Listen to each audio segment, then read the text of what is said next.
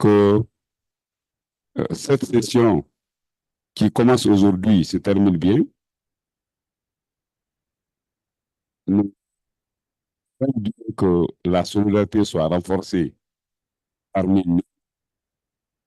Nous souhaitons dire que nous puissions accompagner exactement les communautés impactées par les entreprises. Barki Rabbana atina fi dunya hasanatan wa fil akhirati hasanatan wa azaban nar. Barki Rabbana atina fi dunya hasanatan wa fil akhirati hasanatan wa azaban nar. Barki Rabbana atina fi dunya hasanatan wa fil akhirati hasanatan wa azaban nar. Barki suratul Fatihah makkiyatu bismillahirrahmanirrahim. Alhamdulillahi rabbil alamin arrahmanir rahim maliki yawmiddin. إياك نعبد وإياك نستعين اهدنا الصراط المستقيم صراط الذين أنعمت عليهم غير المغضوب عليهم ولا الضالين آمين. Merci.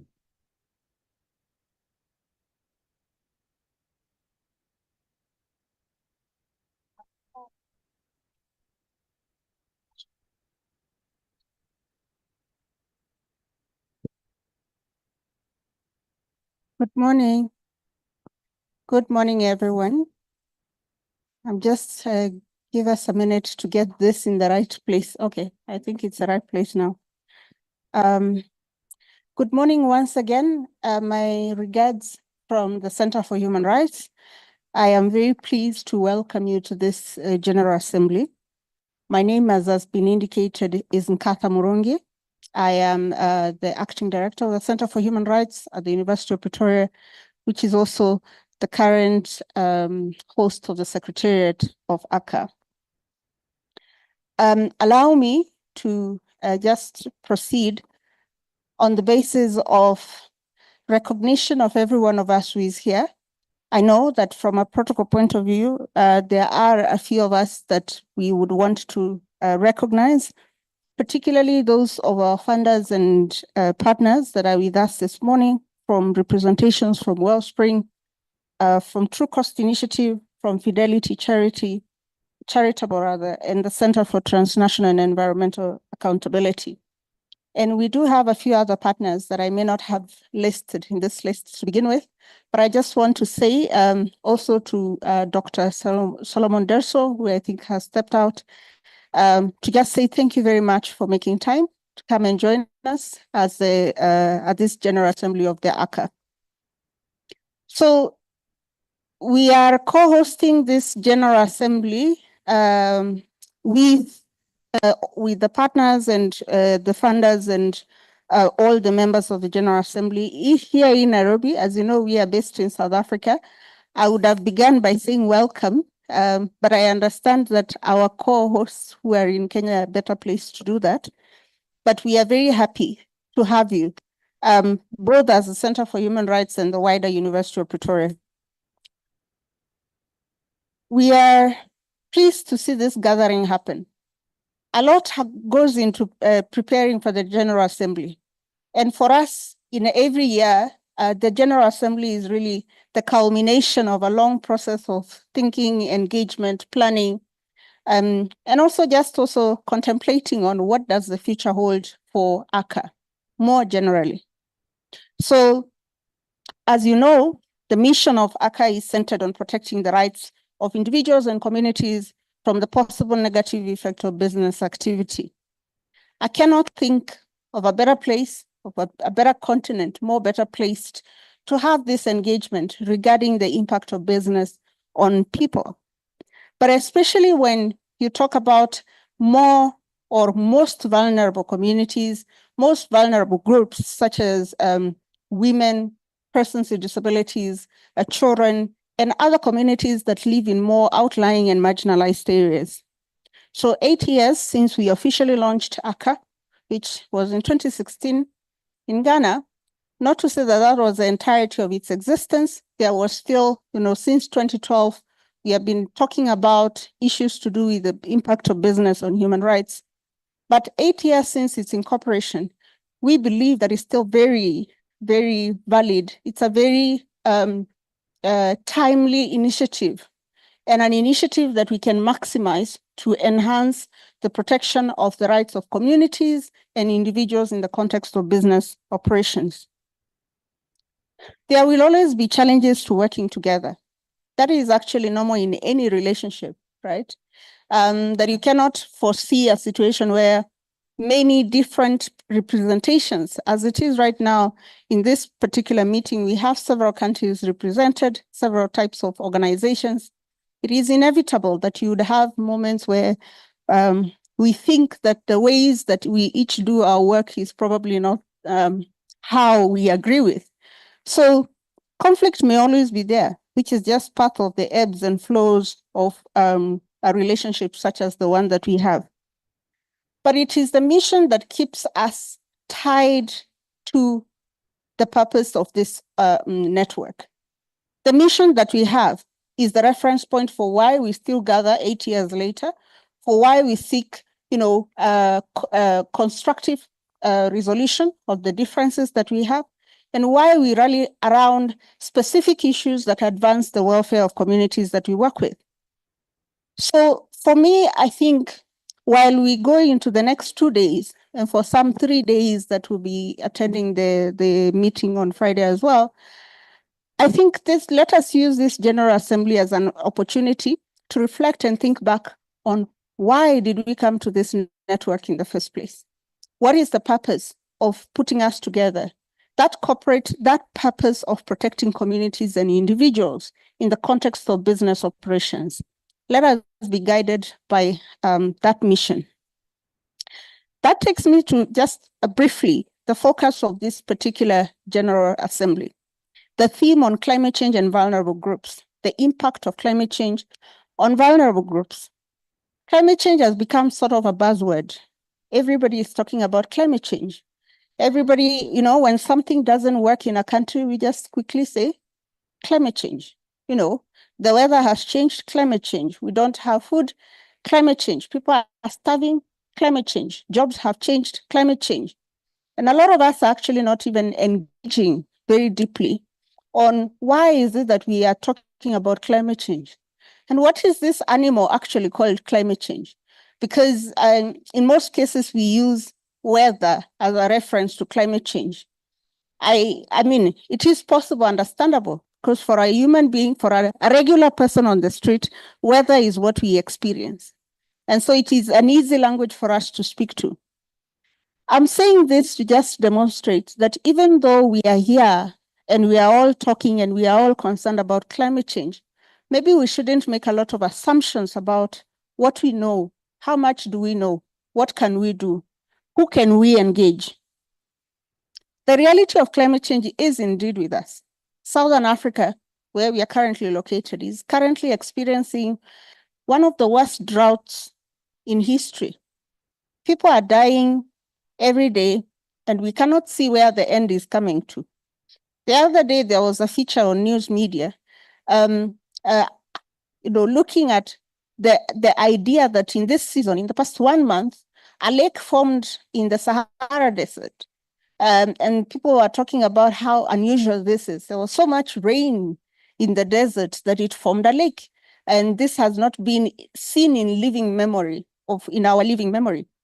A lot of other things have changed. Communities are displaced. People are being asked to leave their, long-term places of abode. So it's not something that we can really wish away. But perhaps what we are not having is a conversation on how, at an individual level, can I engage with climate change? At an individual level. Because this thing has been sold from, or not, this discourse is really driven by an overwhelming sense of helplessness, that we are completely helpless, that we're going to be fully only victims, that the perpetrators are others, not ourselves. We are on the side of victims and we are just going to suffer without choice. How can we change this discourse? How can we make climate change a conversation for the regular person on the street as it is for a government delegation going to COP, the next COP? Which one is it? COP 29, right? How is it as much relevant to you, an individual, to the community that you work with, to the national government of your country, but also to a region, an African region that has embraced the victimhood without actually fully engaging with how it is that we can foster accountability for this.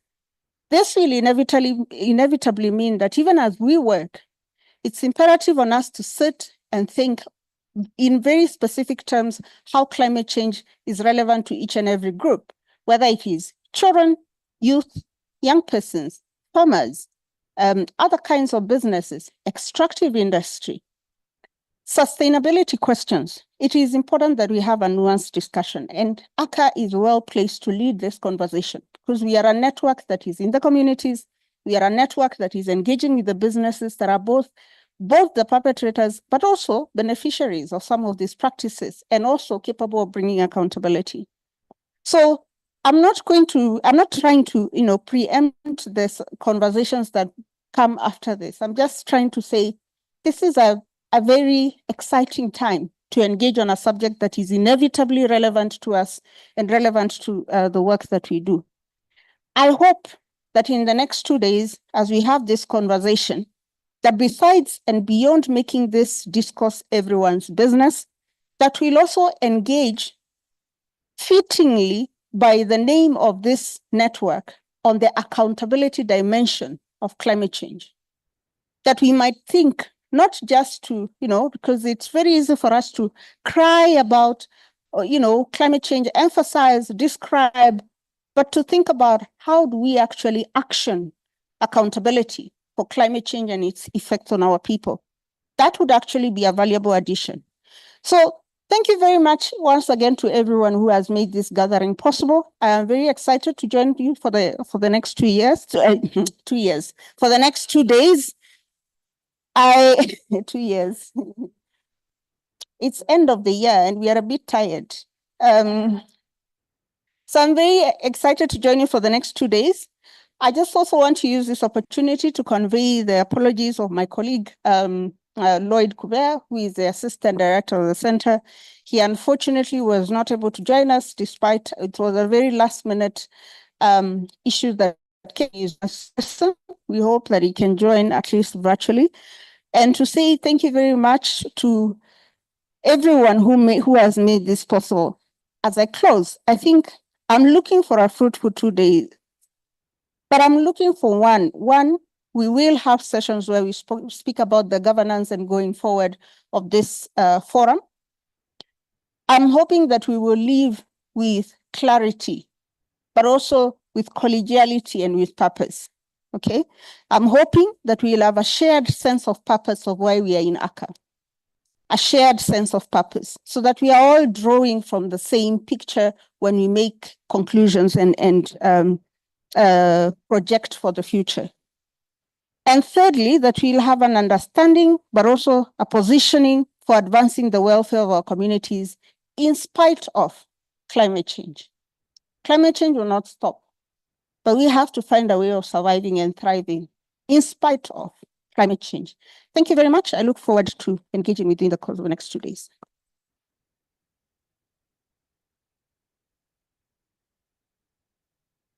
Thank you so much, Professor, for such an insightful opening remarks. Before we proceed, on a very sad note, I would like to say that AfriWatch are members of the ACCA, and they also sit in the steering committee. And this year, only 2024, they lost 2 of their staff, Richard Ilunga and Cecilia Tinate. I would like, for the benefit of our French speakers, Mr. Mukete and Judge Mukete to also say that in French, and then we stand in a minute silence for their honor. Ok, bonjour tout le monde. Pendant l'année 2024, on a perdu 2 membres de AfriWatch. Donc, on souhaite pour avoir 1 minute de silence pour eux. Merci beaucoup. Please.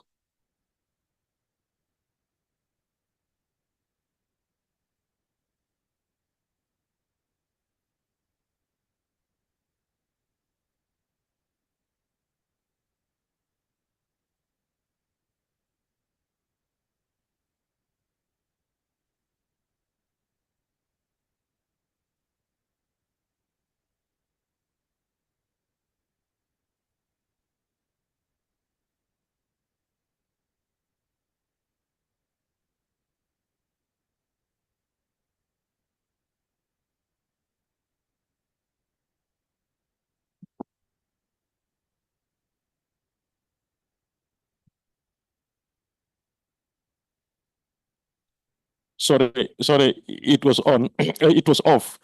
As we proceed, after that 1 minute silence, there is a keynote address by Dr. Solomon Doso on human rights implications on climate change on vulnerable populations in Africa. So, Dr. Doso, welcome. Thank you so much.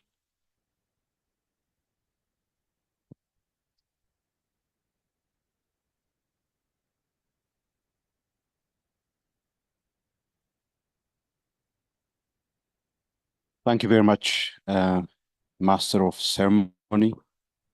A very good morning, distinguished delegates of the Africa Accountability Network. My name is Solomon Ayele Derso. I'm a member of the African Commission on Human and People's Rights, the African Union leading human rights body. I chair the working group of the African Commission on Human and People's Rights.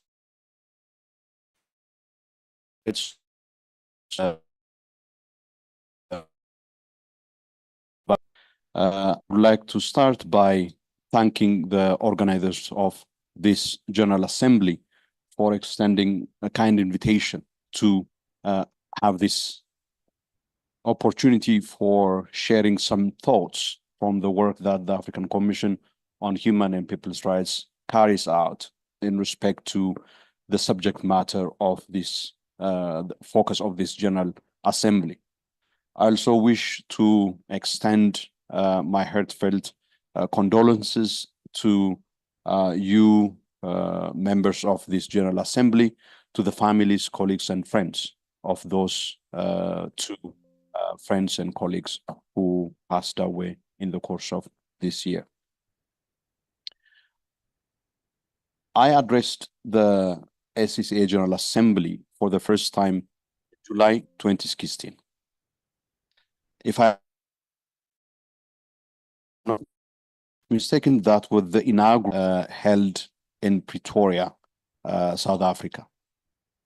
And at that time, the establishment of this body is a very landmark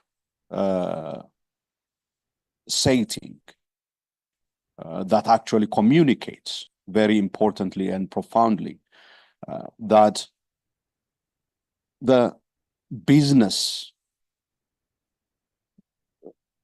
has acquired a level of prominence and power that has come to overshadow what in the human rights field is considered to be the most powerful entity with the state. Shifts that happened in the 20th century was basically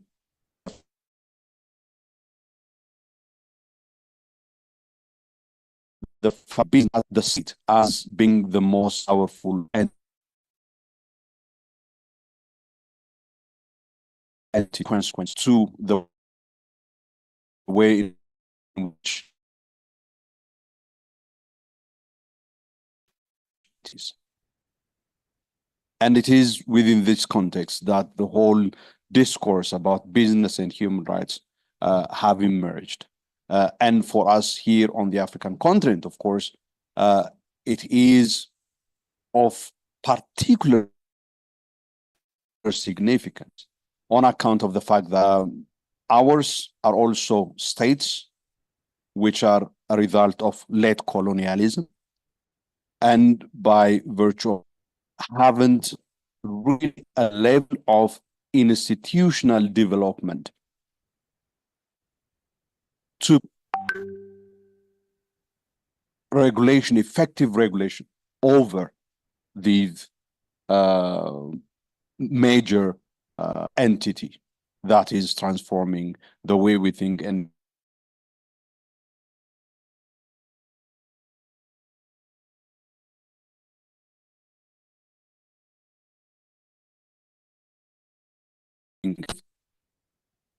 and longest article of the African Charter on Human and People's Rights, with 5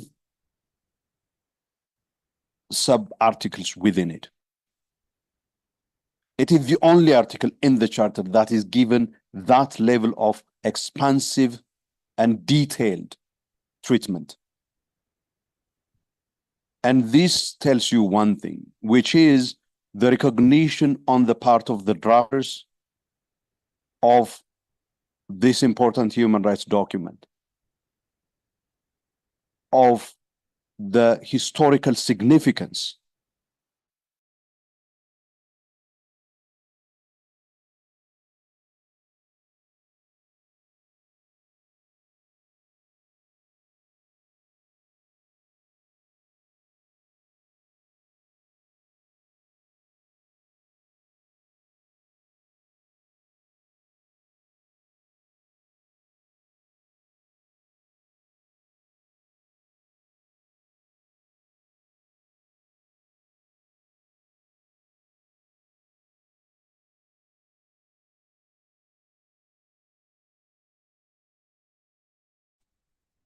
So today, as I come back to this General Assembly, after a few years, I come back also with the work that I'm leading in the African Commission on the Commission's study on climate change and human and people's rights in Africa.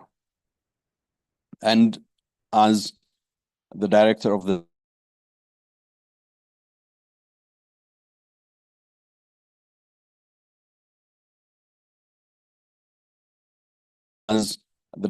same issue of today, not just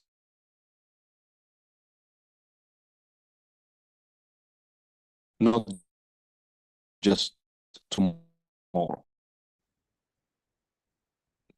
So when we talk about climate important points, it relates to the alteration in the composition of the global atmosphere, due principally to direct or indirect human activity. So we are talking about the alteration in the composition of the global atmosphere, which manifests itself in terms of real and projected change in weather patterns related to global warming, are experienced, for example, through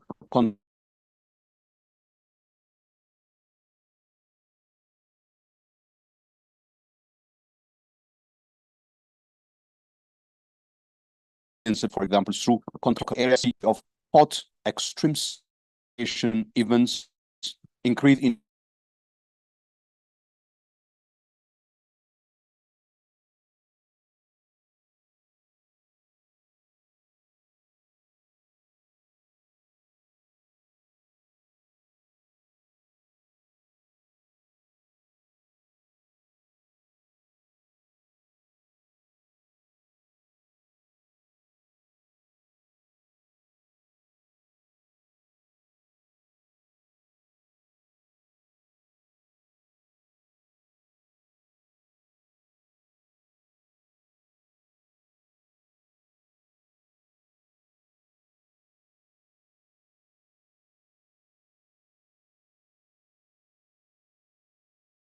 this is where the interface between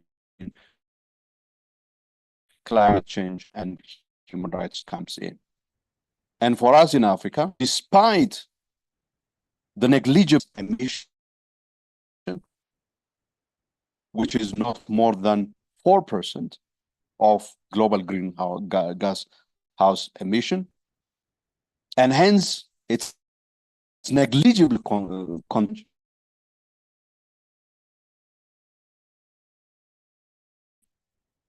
this by this phenomenon. The trend in the warming rate of Africa is reported the rate of warming on the continent than the global average rate of warming.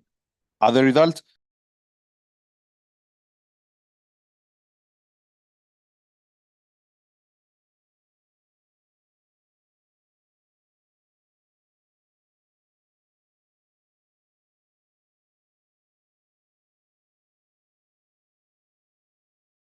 Africa are severely affected by rising sea levels as well as extreme weather like cyclones. Rising sea levels also constitutes serious threats to communities living in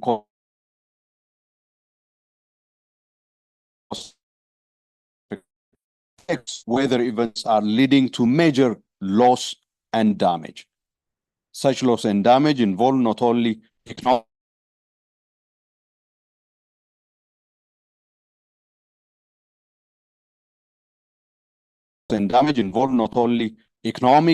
involve non-economic losses, including loss of human lives, the most precious of all, biodiversity, loss of territory, cultural heritage, indigenous knowledge and language, damage to ecosystems, soil quality, health, and mental health as well. In doing so, climate change affects human rights in both direct and indirect ways. This is one of the areas that we have established through the study that I'm leading for the African Commission. The direct ways by which climate affects human and people's rights is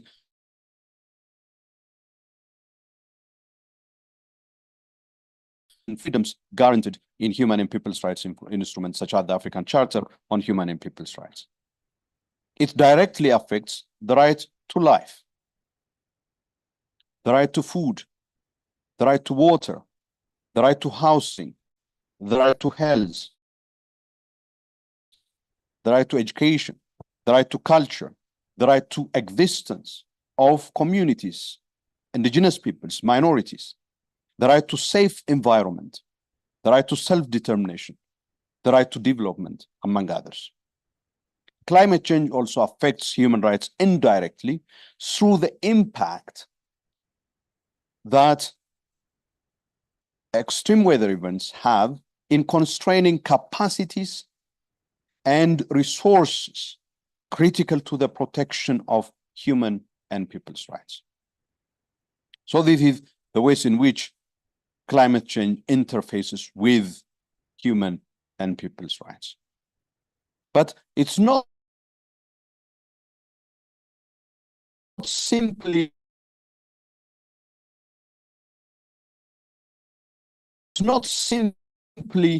climate change that affects climate response, climate change or interventions also carry potential adverse consequences to the enjoyment. Climate response measures are not therefore without their downside either. Such measures, of course, take the form of, for example, what are called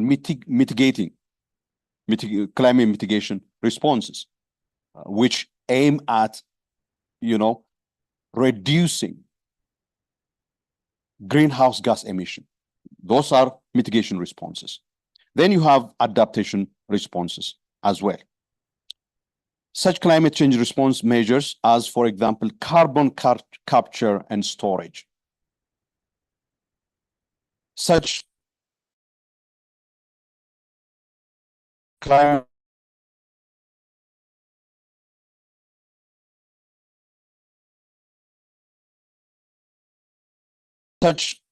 change response measures as these in particular can have adverse human rights consequences. For example, carbon markets are leading to the designation of large tracts of land for carbon, to the eviction of poor communities and indeed indigenous and minority peoples from their homes to create carbon sinks to serve the global carbon markets. Because this may be an area where money may be found, governments obviously run into the race to attract money for carbon market. There is a question in your concept note about who are most affected and how. We have already established one thing, which is Africa is most affected by climate change. And of course, Africa is affected by climate change also because of the fact that the adaptation capacity of the continent is very, very limited. And for historical reasons, as I mentioned earlier on. And within Africa, of course, some people are more affected than others. They are more vulnerable than others. These include most notably the poor and marginalized groups, such as indigenous and minorities, as well as those whose livelihoods depend on the use of land, rain, and pasture, such as farming and pastoral communities. As established earlier on, it also affects socially marginalized groups, such as women, groups who are vulnerable on account of their age, children and the elderly, groups who are vulnerable on account of their legal status, migrants, stateless persons, asylum seekers, groups who are vulnerable on account of their physical and psychosocial conditions, namely persons with disabilities. For these categories of people, climate change accentuates their pre-existing vulnerabilities. And therefore here, there is a need for thinking about a human rights-based approach and response to climate that actually takes account of intersectionality. So what resources does the African human rights system avail? Article 1 of the African Charter imposes obligations on states, not only to give recognition to the rights and freedoms under the Charter through ratification and domestication, but also to give effect to these rights through legislative and other measures. As the African Commission, for example, established in its jurisprudence in the context of the COVID-19 pandemic, by virtue of this article, states are under legal obligation, among others, to adopt measures for preventing and or limiting the threats that arises from health emergencies such as pandemics. Accordingly, the African Commission held in its statement of 24 March 2020 that state parties to the African Charter have an obligation under Article 1 of the African Charter to take appropriate measures, including prioritizing the adoption and strict implementation of preventive and containment measures, timelessly before the opportunity for stopping widespread community transmission is lost. They should ensure, as part of their right to health, access to preventive cleaning products and protective materials at affordable prices, and with free provision for those having no capacity to pay and no access to clean water and sanitation. End of quote. In view of the threat that climate change poses, Article 1 obligation, interpreted on the foregoing basis, entails that states have obligation to institute robust early warning system and take proactive early response measures based on early warning received to limiting and containing detected risks from climate change induced extreme weather events. They need to put in place disaster preparedness and response laws, policies and plans. Laws, policies and plans that are backed by required resources and capacities. The state's obligation to protect individuals and peoples extends to foreseeable threats, therefore, to human rights related to climate change, such as an increased risk of drought. If it is foreseeable that there is a risk of drought that is coming during the next 6 months or next year, the states shouldn't basically fold their hands and wait until the disaster happens. They have actually to initiate responses in order to limit the impact of that drought.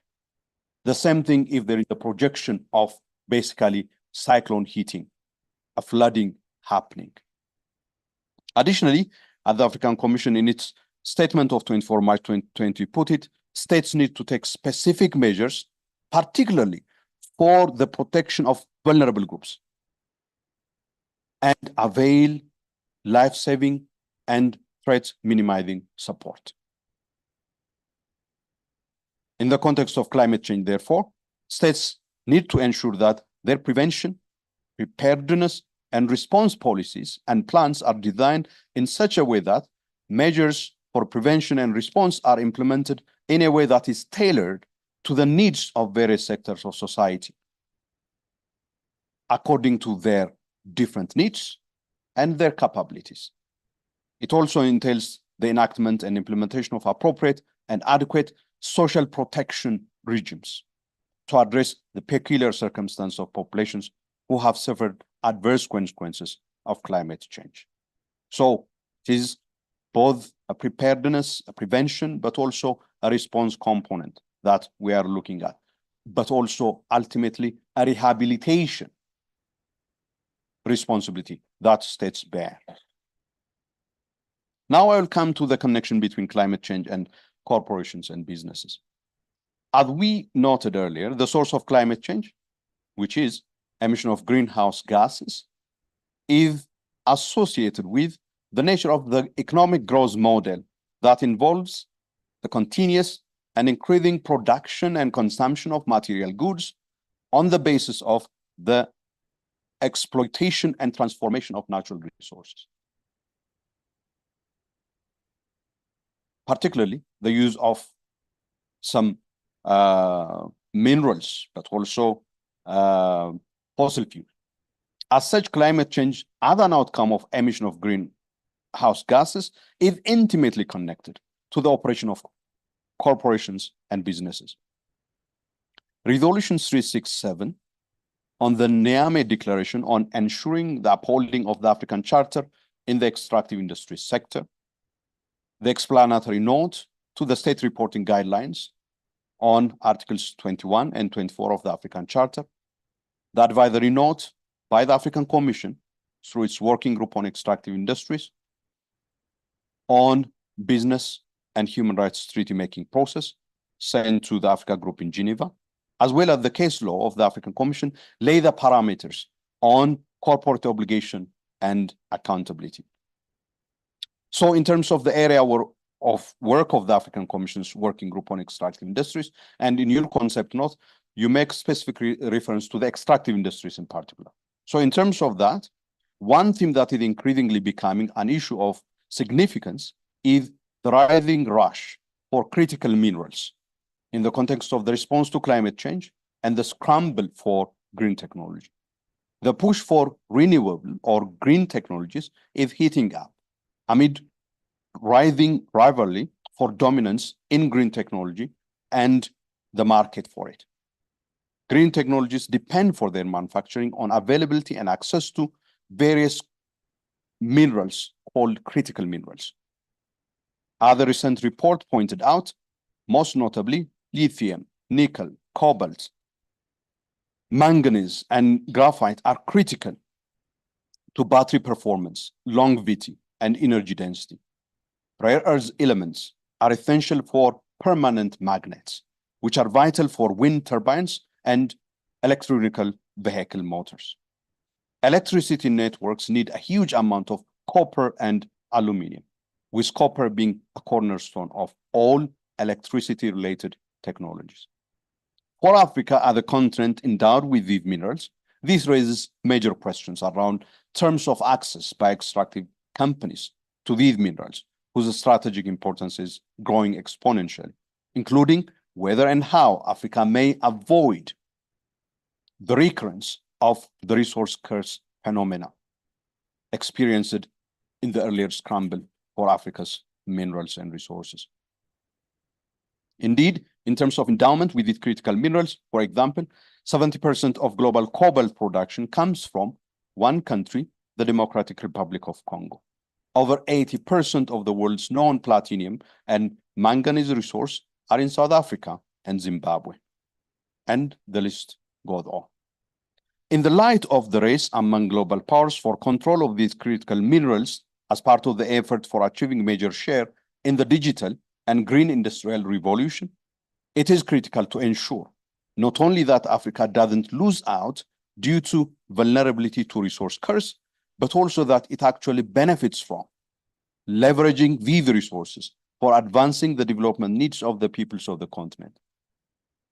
As Nkata earlier mentioned, there is a possibility for changing the narrative so far from being that of victim to being that of an agent that leverages its resources for good in responding to climate change.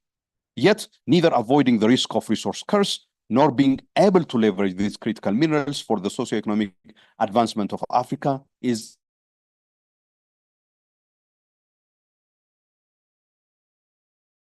above observed in most African countries. The dark side of the energy transition has become increasingly visible. Local pollution of soil, air, and water is one manifestation. The disposal of toxic residuals, intensive use of water and energy, work and environmental risks, child labor and sexual abuse, corruption, and armed conflict. Additionally, it warned that these social and environmental problems are doomed to become increasingly unsustainable given the increasing pressure on critical mineral extraction from the major industrial economies, end of quote. There is thus a need for developing legal instruments that elaborate the kind of measures that states and extractive industry companies operating in Africa should adopt and abide by. This conference may therefore contribute towards the development of such framework that guides the articulation of such legal instruments and regulations through the elaboration of soft law instrument. This can build on the existing instruments that have been developed by the Working Group on Extractive Industries, Environment and Human Rights.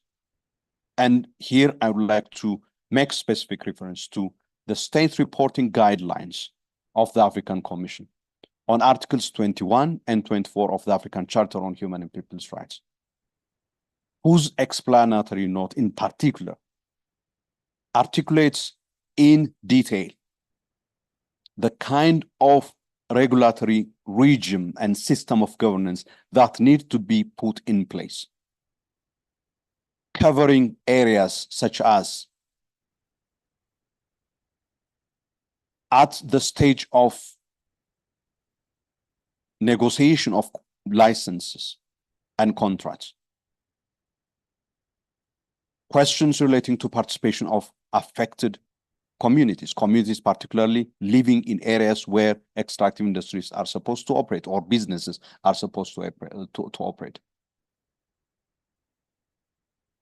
Issues relating to the kind of grievance and remedial measures that need to be put in place, including on the question of whether the contract actually allows, for example, the exclusion of the jurisdiction of national courts, because in many of these contracts, there is that.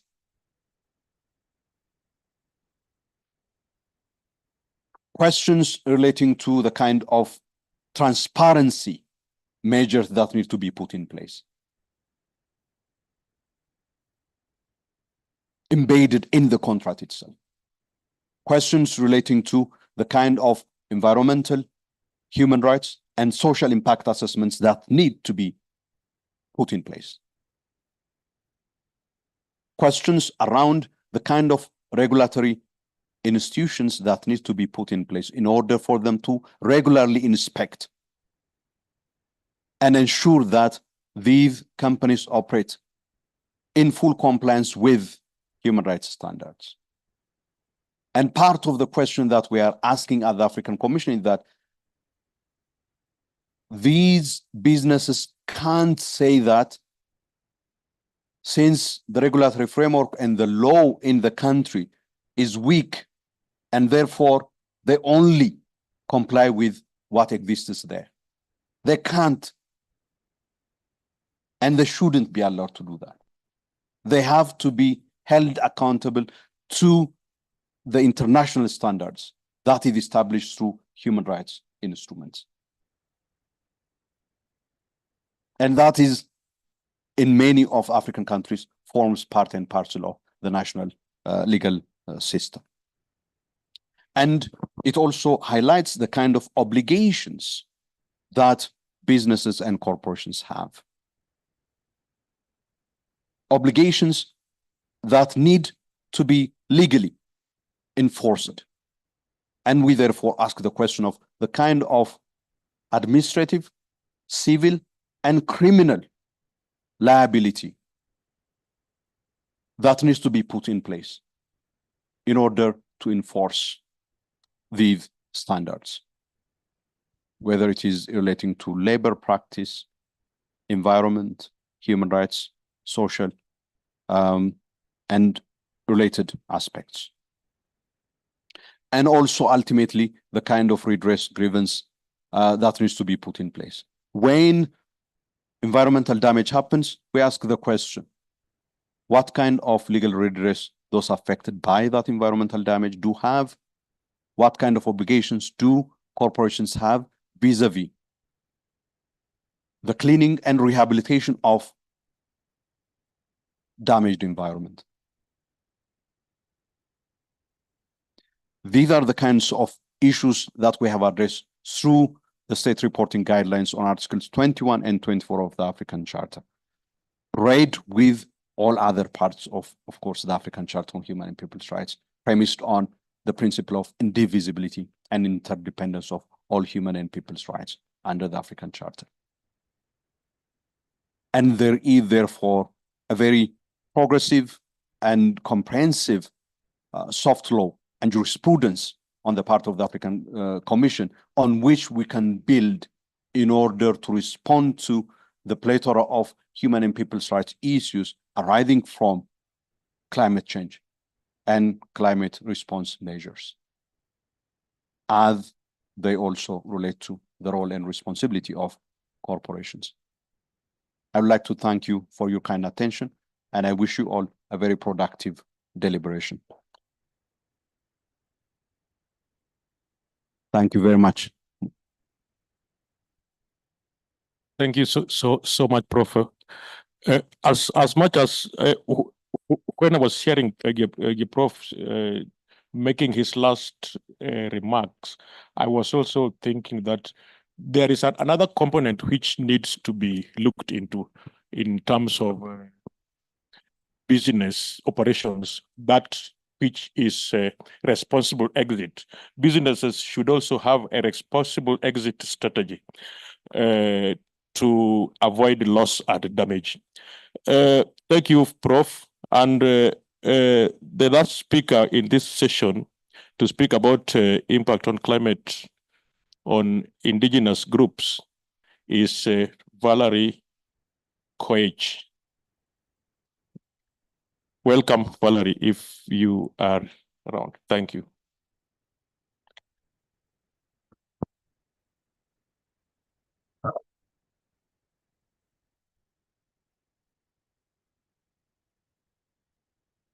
Good morning, everyone. All protocols observed. Ladies and gentlemen, good morning. My name is Valerie Koech. I'm a climate change expert and advocate. I'm also a lead environment expert and a lead auditor for the ISO 14001, 45001, and 9001. I'm currently a lead expert for the East Africa region with Lama Consulting as an environment risk management specialist.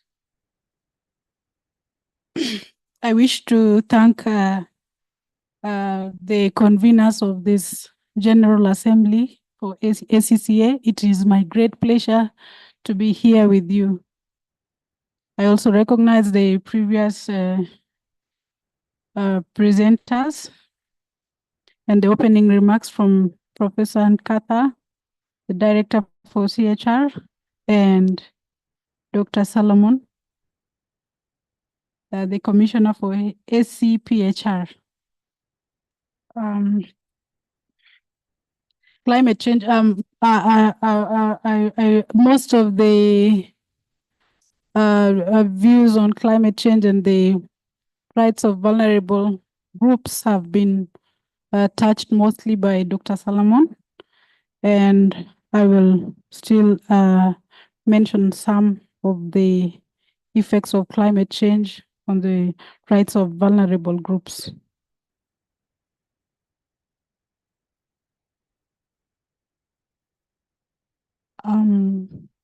So there is global warming, there is climate change, there are several other definitions of concepts within the science of climate change. We will just mention some of them as we go along our presentation. So greenhouse effect is a natural occurring phenomenon, and it has been affected by the human activities, which has led to global warming and climate change. Global warming is the average global surface temperature which has increased from human emissions of greenhouse gases. We have several greenhouse gases like the nitrogen oxides, the sulfur oxides, the carbon dioxide, the methane, and also other air quality parameters that are not necessarily categorized as greenhouse gases. There are other general pollutants. All of them, they affect our health as human, and it worsens those that of the vulnerable groups. Climate change has several other definitions, but we will work with the definition of the Intergovernmental Panel on Climate Change. So climate change is a science concept, and it is very deep, and actually it would require like even those in communication to learn a lot of the science of it for them to communicate effectively. So climate change refers to the Earth's weather patterns. It mostly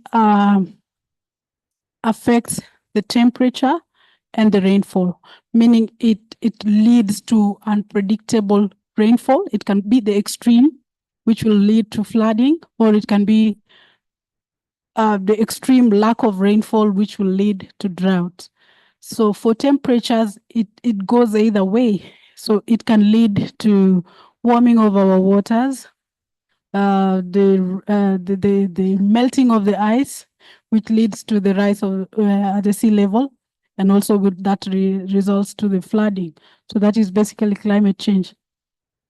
Based on the climate model output, for the case of Kenya, which is also a case example of the African continent, we share problems, we share our context.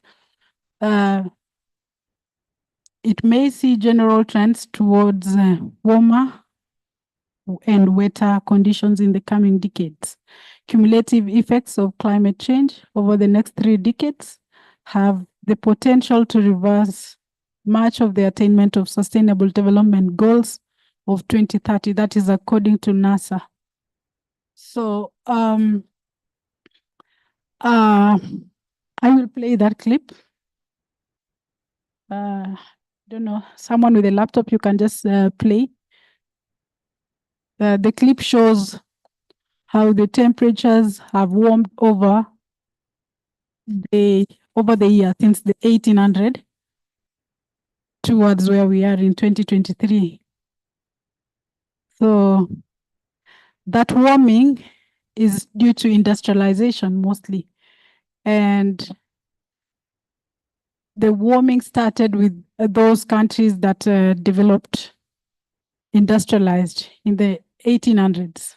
1900s, it went like that. But Africa, we are not yet industrialized.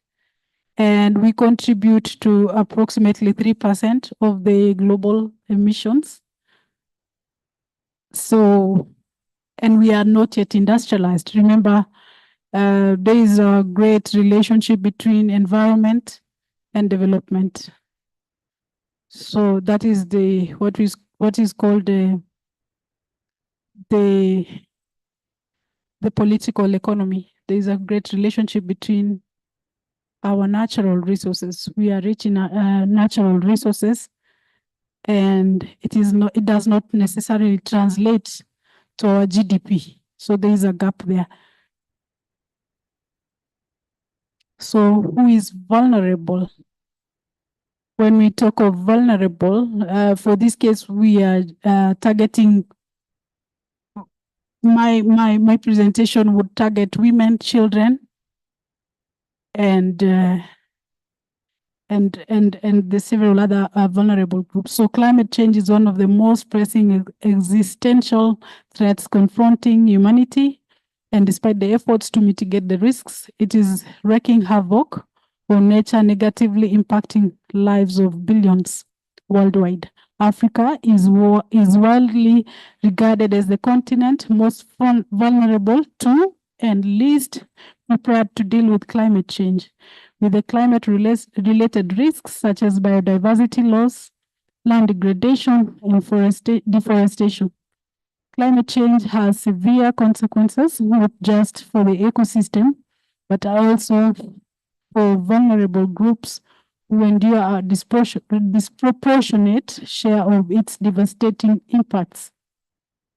Extreme weather events, water scarcity, food insecurity, air pollution, and vector-borne and infectious diseases are all consequences of climate change and already have negative impacts on vulnerable groups. So vulnerable groups are disproportionately affected by the impacts, specifically the negative ones. The following are considered vulnerable. But I think this list is quite endless. I was just trying to discuss with some of my peers who are vulnerable. The list was endless, so I just had to limit to this. So children, women, peoples with disabilities, elderly people, people with certain illnesses like HIV and cancer, they are more vulnerable. And people with the poor, the poor, it means you lack not only income, but you lack shelter, you lack food, you lack education, you lack dignity, you lack choice, you lack security. So that is the definition of poverty according to the UN SDGs. So anyone who is poor, meaning they lack several other human rights and they are considered as vulnerable. Also the people with mental health. Mental health is considered public health according to the WHO. Also the indigenous people, racial and ethnic minorities. They live amongst us in every African context, every African country, they have different indigenous people. The human impacts of climate change also have human source and causal relationship, which makes it a concept of cause and effect. There are several causes of climate change, like I said, and most is contributed by our human activities. Climate change will not be mitigated unless poverty and climate justice is addressed. That is according to Humphreys 2010. So these are general effects of climate change. It affects the vulnerable populations, the ones that I've just mentioned.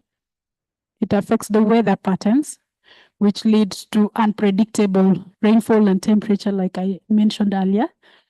And also the weather patterns could be extreme and it affects the vulnerable most. It also affects the water supply and quality. So during the flooding, for instance, it leads to the spike of waterborne diseases, and that is the water quality. So if water is sampled at that time, checking the various parameters, it will not be fit for human consumption, and it will worsen. It will worsen for those vulnerable groups. In terms of water supply, the climate change can lead to low rainfall and unpredictable. So that can lead to lack of water, which will worsen the vulnerable groups, specifically the women and children. Their role involves to ensure water is at home for domestic use. So you see the way it is interlinked. So it also affects agriculture and food and nutrition security. For this one, the unpredictable temperatures and rainfall, it affects our crops.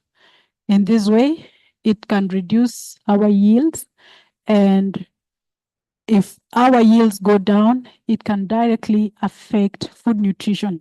Also, some crops that used to grow may experience challenges growing, so it affects our nutrition security. So food in terms of quantity and food and nutrition in terms of now the actual nutrition that we get from the food. So those are two different issues. In regards to human health, the climate change affects human health. It increases the vector-borne diseases, and even like malaria.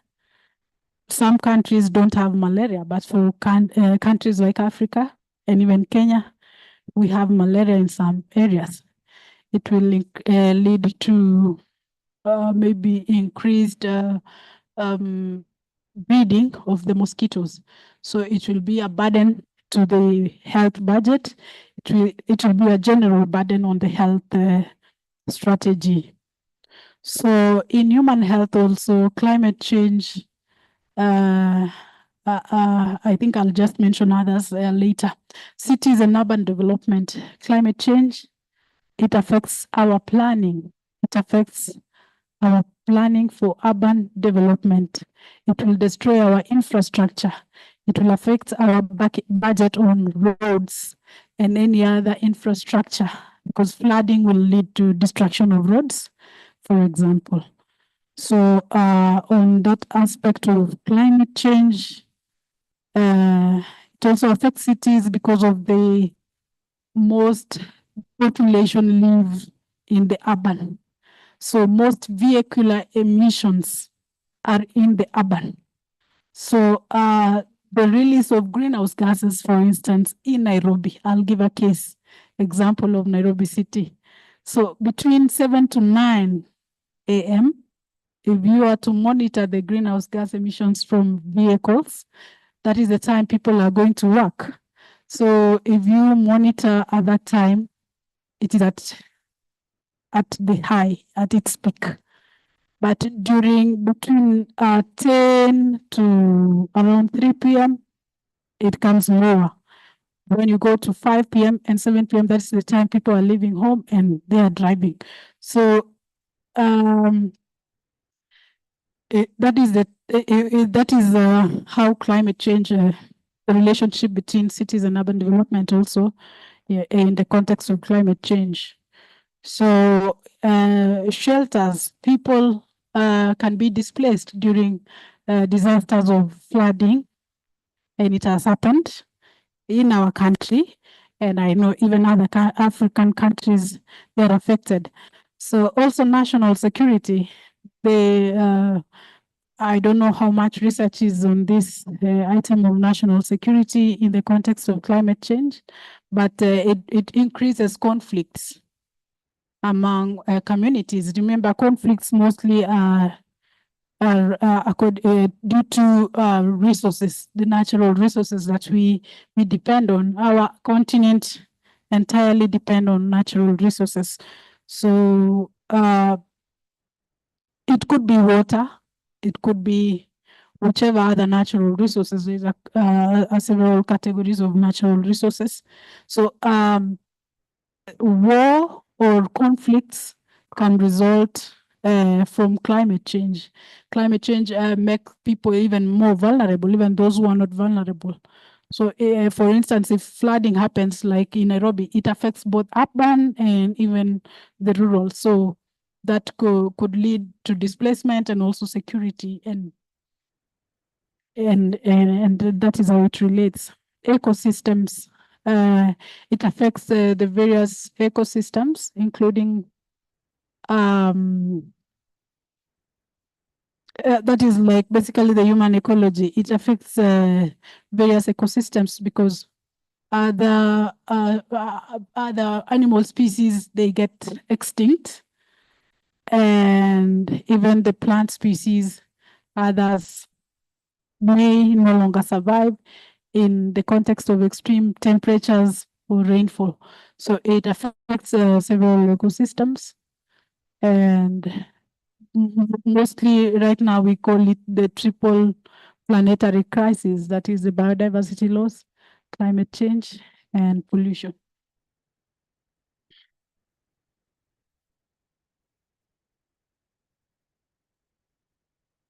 Those are some of the images of how climate change and vulnerable groups are affected. So those are the extremes, and mostly you see women and girls.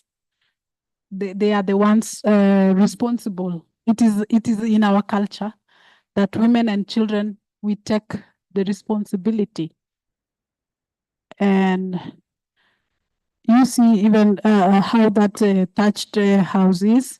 It is already flooded, but even the structure is a temporary structure. So that's how vulnerability is. So causes of global warming and climate change. 95% of activities creating climate change are related to human activities. So those are the vehicular emissions, the warming of the waters, deforestation, pollution, and that is a landfill there. Landfill is, they release methane to our atmosphere. Methane is one of the greenhouse gases. So climate change and the rights of vulnerable groups, the legal framework and international context. I know in this forum we have a lot of lawyers and I'll touch on them. I know they are our learned friends, so I will stand corrected. And I will just mention some of the legal frameworks. There are so many.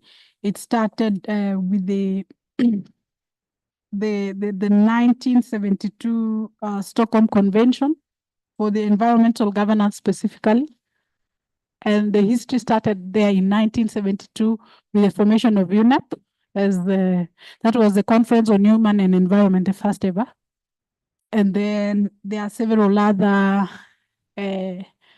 conferences, the Conference of Parties that followed thereafter. And also another one landmark was the 1992, the Rio Declaration.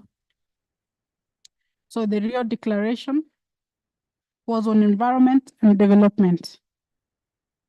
I think that is where, for environment experts like me, that is the origin, the beginning of environmental impact assessment on how environmental impact assessment affects people. That is the relationship between environment and development. There are tools. Environmental impact assessment, for example, is a tool to complement. It should not discourage development. So I believe 1992 was the major landmark for that. So there is Universal Declaration on Human Rights. It serves as the foundation for international human rights law. It proclaims the rights to equality, dignity, and non-discrimination to all. This is applicable to all human race, whether you're Black, you're white, or any other color. International Covenant on Civil and Political Rights. International Covenant on Economic, Social, and Cultural Rights. These covenants make principles of UDHR legally binding and obligate signatory states to protect and fulfill civil, political, economic, social, and cultural rights of the individuals. So here I would mention that the states are called obligation bearers. They bear the obligation. They are responsible to protect its people. And the people, us, we are the rights holders. Okay, so even in the context of climate change, extremes of flooding, people lacking food, people lacking shelter, people lacking dignity, people being displaced, it is the responsibility of every state to protect its people. And I know the civil society organizations, they bridge that gap between the state and the people, because there is usually a thin loophole. So civil society organizations usually bridge that gap of ensuring people access their rights. There's also Convention on Elimination of All Forms of Discrimination Against Women. It protects the rights of women and girls by mandating equality in all spheres of life, such as political participation, education, employment, family life, and provides framework for addressing gender-based violence. So for this one, this convention recognizes that girls and women, they are not equal to men. Because of our cultural beliefs in Africa, it is natural, it's like that, it's acceptable, we cannot argue that. So this convention tries to bridge that gap to raise women. And of course, even right now, I can attest as a woman, sometimes you go to spaces and you're the only woman, but you're supposed to just be rated the same. It is not easy. So this convention, of course, other African states have implemented the national law now to address that. So, like I said, women and children, they are worst, women and girls, and of course children, they are worstly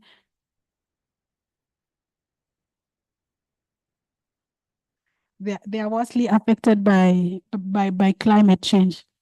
And then there is also Convention on the Rights of Children. This is also a universal framework to protect the rights of children, and mostly we have them in our regional and African, we have frameworks in our African Union and also in our national context. Convention of Rights and Persons and Rights of Persons with Disabilities. It protects the persons with disabilities and ensure their rights and equal treatment. So we have, that is also a continuation, Convention on Elimination of all forms of racial discrimination. So also racial discrimination it affects the vulnerable. And also the UN Declaration of Rights of Indigenous People, the UN Framework Convention on Climate Change. It emphasizes the need for equity and protection of vulnerable groups. Paris Agreement 2015.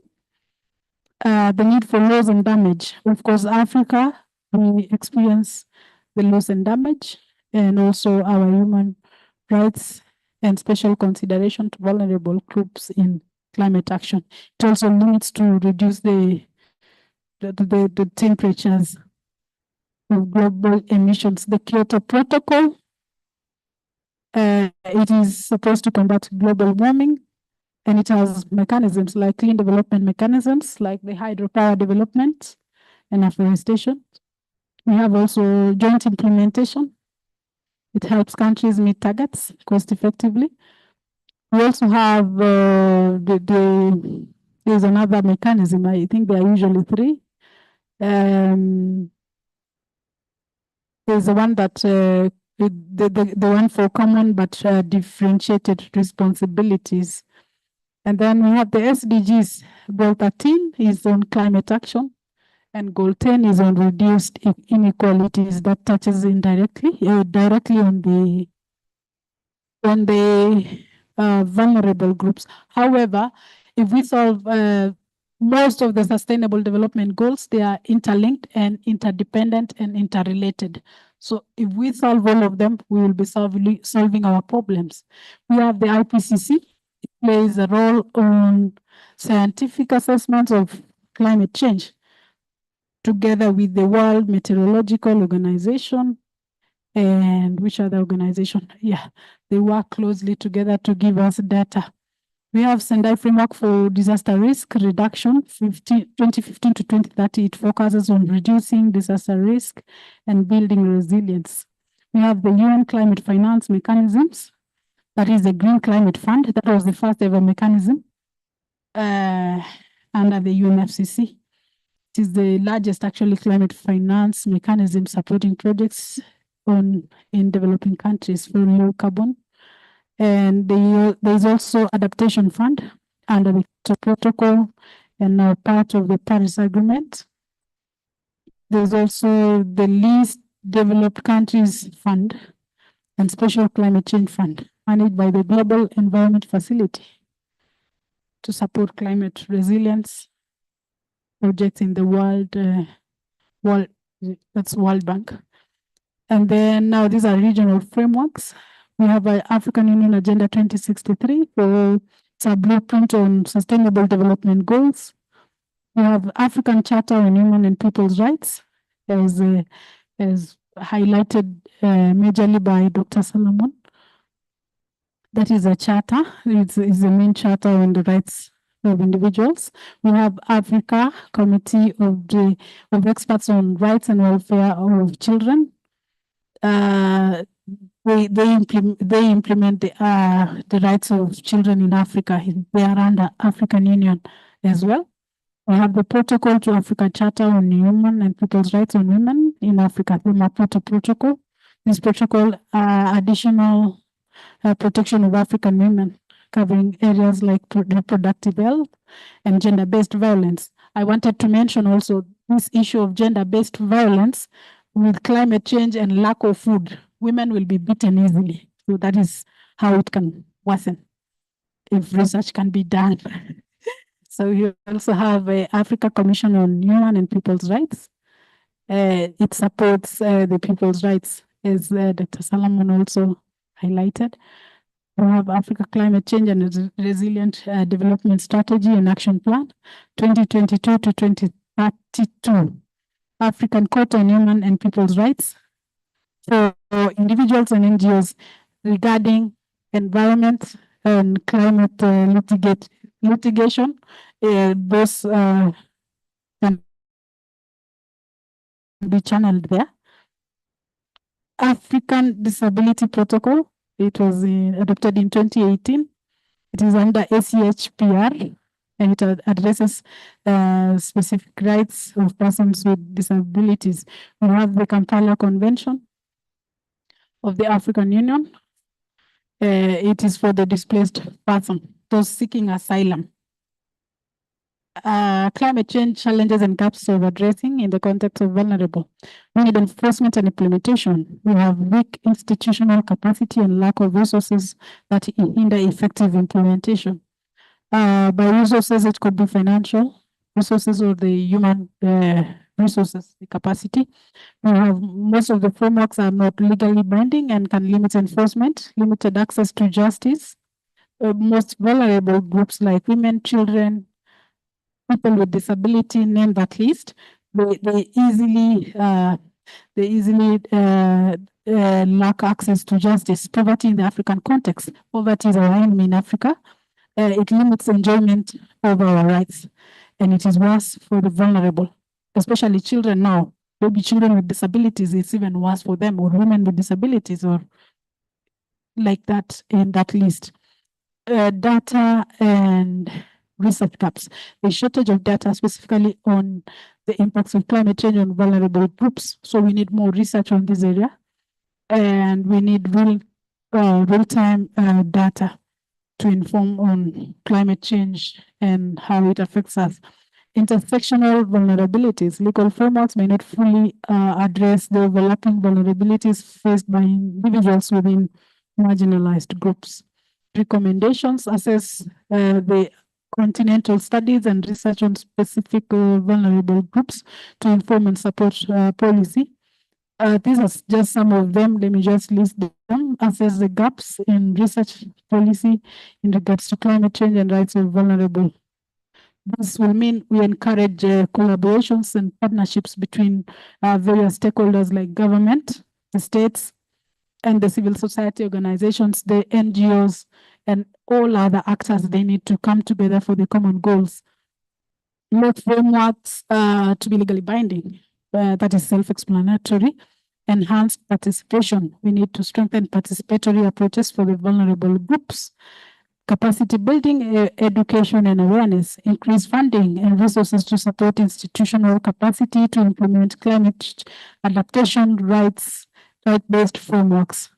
We also need to empower these communities to know their rights, because majority of people, especially here in Kenya context, and I know it is also a replica in the other African countries, women and children hardly access justice. And integrating improved legal access. Of course, we need legal aid. We need them even on the ground, like the community level. We need integrating traditional knowledge.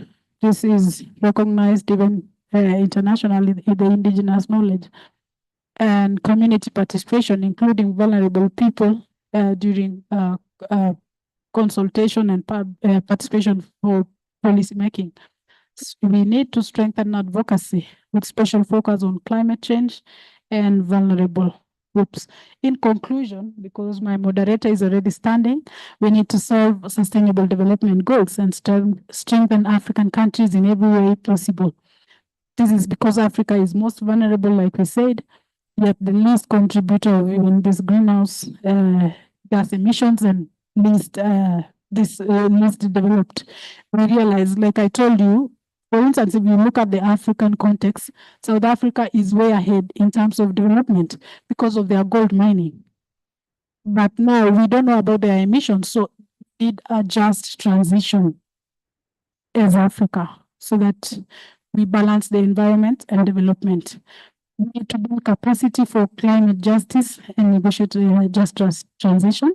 Loss and damage fund to the African continent would be crucial for adaptation. Transparency and accountability in the context of climate change. We need that fund to get to the communities, and we need them protected, their rights protected, especially on the carbon rights issue, so that communities will not lose their only resource, land. We need also continuous monitoring and evaluation of climate change effects on vulnerable groups to strengthen policy directions by the African member states. For this monitoring and evaluation, this is basically data. I realized we don't have real-time data. We don't have sensors. It's very expensive to install. So mostly we rely on maybe NASA for the real-time air quality data. So we need to also to strengthen that, because it will enable real-time monitoring and also to inform on policy. We need to foster communication and dialogue amongst African states and various stakeholders in the context of climate change. That is self-explanatory. Strengthen implementation of decisions by the various charters on rights of vulnerable groups among African states.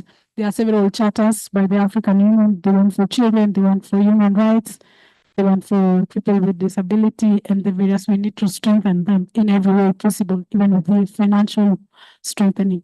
Collaborations and partnerships, that is one of the SDGs, with external institutions for capacity on climate change and real-time data. Thank you very much for your audience.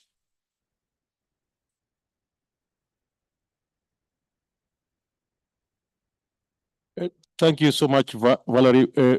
We are slightly behind schedule, and the program says that we need to switch. I think we'll need around half an hour to do this before we go for a break. Allow me now to introduce Joseph, who works with ACCA, to take over and introduce the experience sharing session. Thank you, Joseph. Thank you, Valerie, too. Thank you so much, Maurice, our host. Good morning. Yeah, this is the energy we need in the room. My name is Joseph Byomhanji, and I'm from Uganda.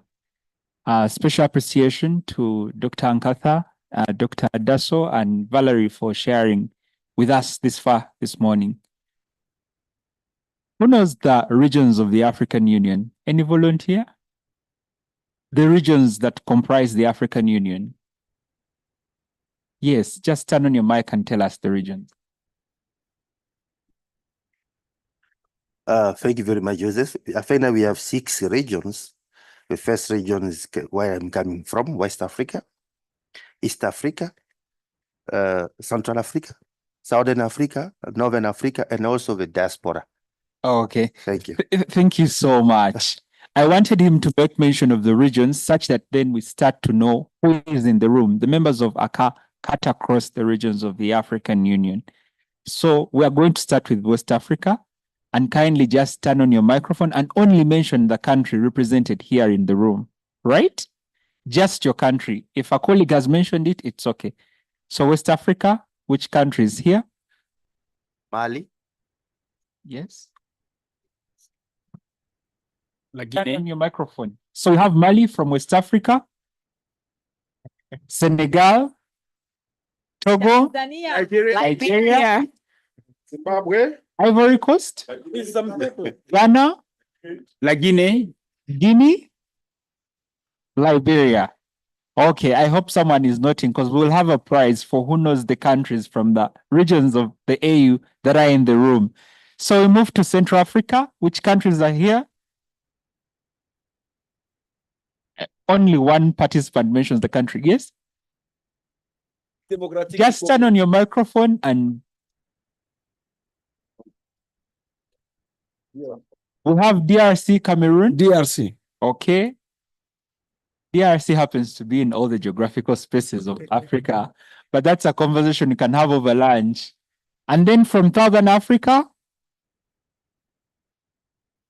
Zimbabwe, Malawi, Zambia, South Africa. That's all from Southern Africa. And then East Africa, our hosts. Uganda, the Pearl of Africa. Okay. Kenya. Uganda, Kenya, Yeah, we have Tanzania, Rwanda, Burundi. Okay. You're most welcome. Thank you for being here. There are members of ACCA from the regions across, as we've known. And we also welcome the friends of ACCA, our distinguished guests who have joined us from the diaspora, as Kasum has categorized a new region of the AU. So we are going to the phase of experience sharing. We have listened in from Dr. Solomon. We have listened in from Valerie. And now we are going to listen in from the members of ACCA who are faced with these challenges in their country. How are they dealing with them? What local solutions do you have from West Africa to deal with the climate change crisis as has been expounded? So we are going to look forward to that. Let me ask John to come in and help me set up 5 seats as I invite the session chair, Mr. Kasum, who happens to also be the member of the steering committee representing the West African countries.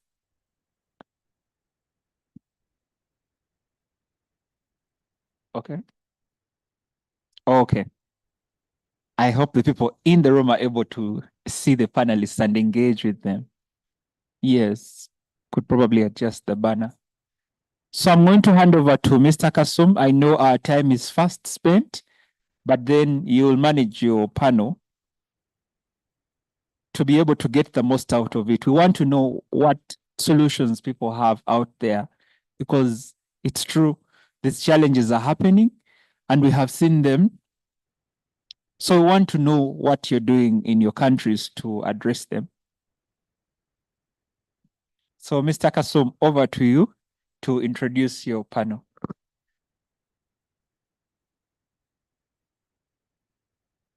There are 5.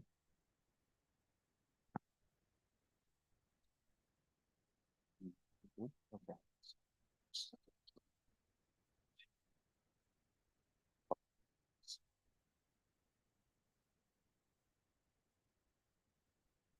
Merci Joseph d'avoir ramené un peu de chaleur dans notre salle ce matin.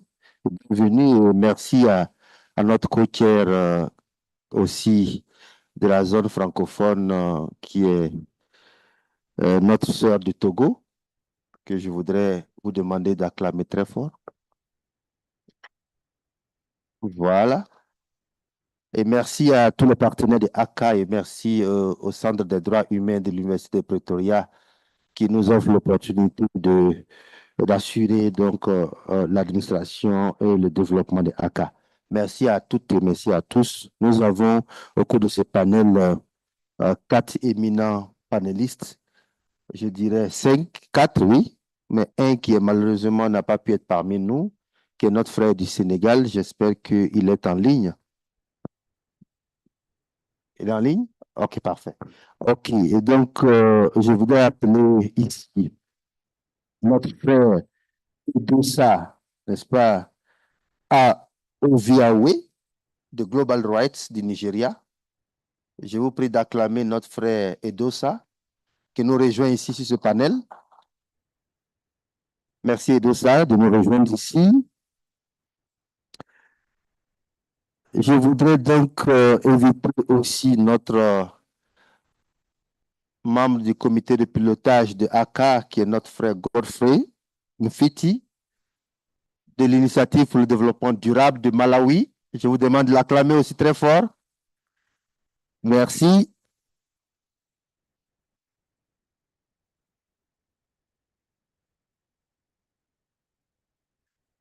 Voilà, merci. Je voudrais donc aussi appeler notre quatrième panéliste, qui n'est pas la dernière, qui n'est pas la moindre, parce que c'est une femme. Quand une femme est appelée, c'est elle qui ouvre la séance. Notre sœur de Libéria, Radiatu Kampley. Merci d'être parmi nous. Voilà, merci. Merci, chers invités, chers participants. Comme nous l'avons si bien entendu ce matin, merci.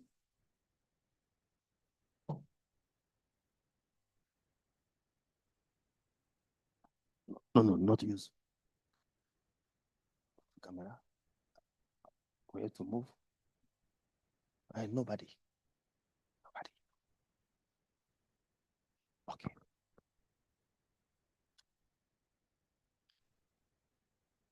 OK. Merci. Donc, nous allons, comme on l'a dit ce matin, nous avons eu des éminents panélistes qui nous ont, disons, des éminents professeurs, experts qui nous ont donné le contexte général du thème sur lequel nous travaillons aujourd'hui avec des approches théoriques, scientifiques et techniques sur la question. Mais au cours de notre panel, nous allons avoir l'opportunité de pouvoir discuter des contextes nationaux, des contextes sous-régionaux, avec des cas pratiques, des contextes pratiques, des défis aussi que nous rencontrons dans nos différentes communautés. Comment est-ce que le changement climatique affecte nos différentes populations vulnérables, dont vous avez eu l'opportunité de connaître la description la plus détaillée. Mais aussi, à la fin, je pense que nous allons sortir avec des recommandations et des conclusions qui sont assez importantes. Et pour nous permettre donc d'avancer dans notre débat aujourd'hui, je voudrais donc appeler... OK, sorry. OK, sorry.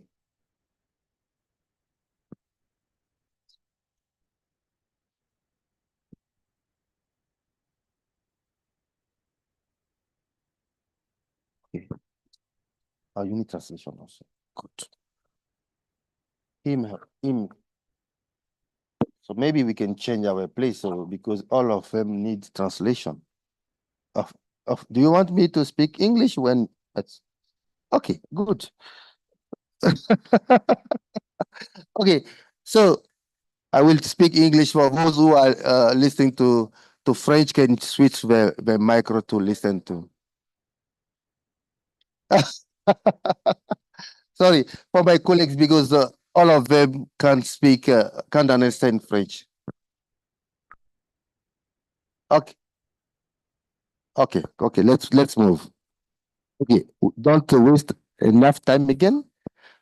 So, as I said, we are in a session where we need to have practical challenges from our communities and our countries, and also to see how we can bring on table, practical solutions on how communities, vulnerable communities, can handle the issue of climate change in our context in Africa.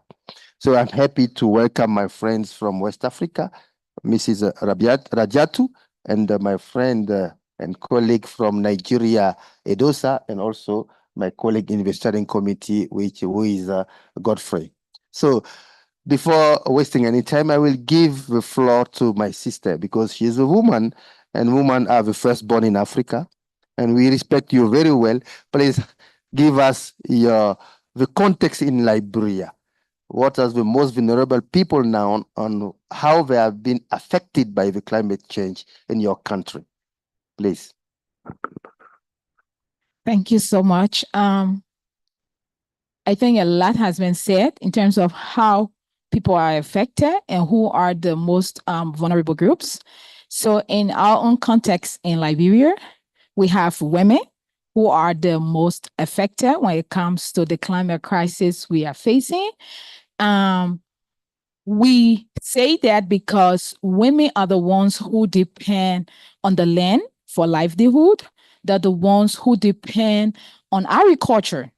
And when we speak about climate crisis, one of the most affected is the land. So if the lands are affected and there are changing patterns in the weather condition, we obviously know that if they depend on land to grow the food they eat, to sell some so that they are able to get income to handle other activities, it's very obvious that they are the most affected. So we see that in Liberia, most women depend on agriculture. And as a result, we are facing something called food insecurity in our own country. We normally used to move into those villages and we will find food readily available for us to eat from the farm to us. That isn't the case anymore. In fact, people in the villages depend on food from the city to survive when it used to be the vice versa. But despite the fact that they are impacted, they are not able to grow their food. They are not able to get the kind of nutrition they used to have in their food. They have not stopped farming. They are the ones on the front line of the climate crisis. They are the ones that are responding to these issues we are talking about. They are still farming. For example, in our own work, we were conducting a survey on the impact of climate change on smallholder farmers.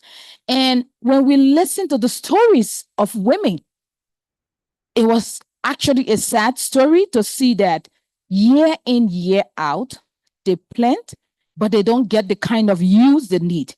But they have not stopped. And this sounds encouraging to me.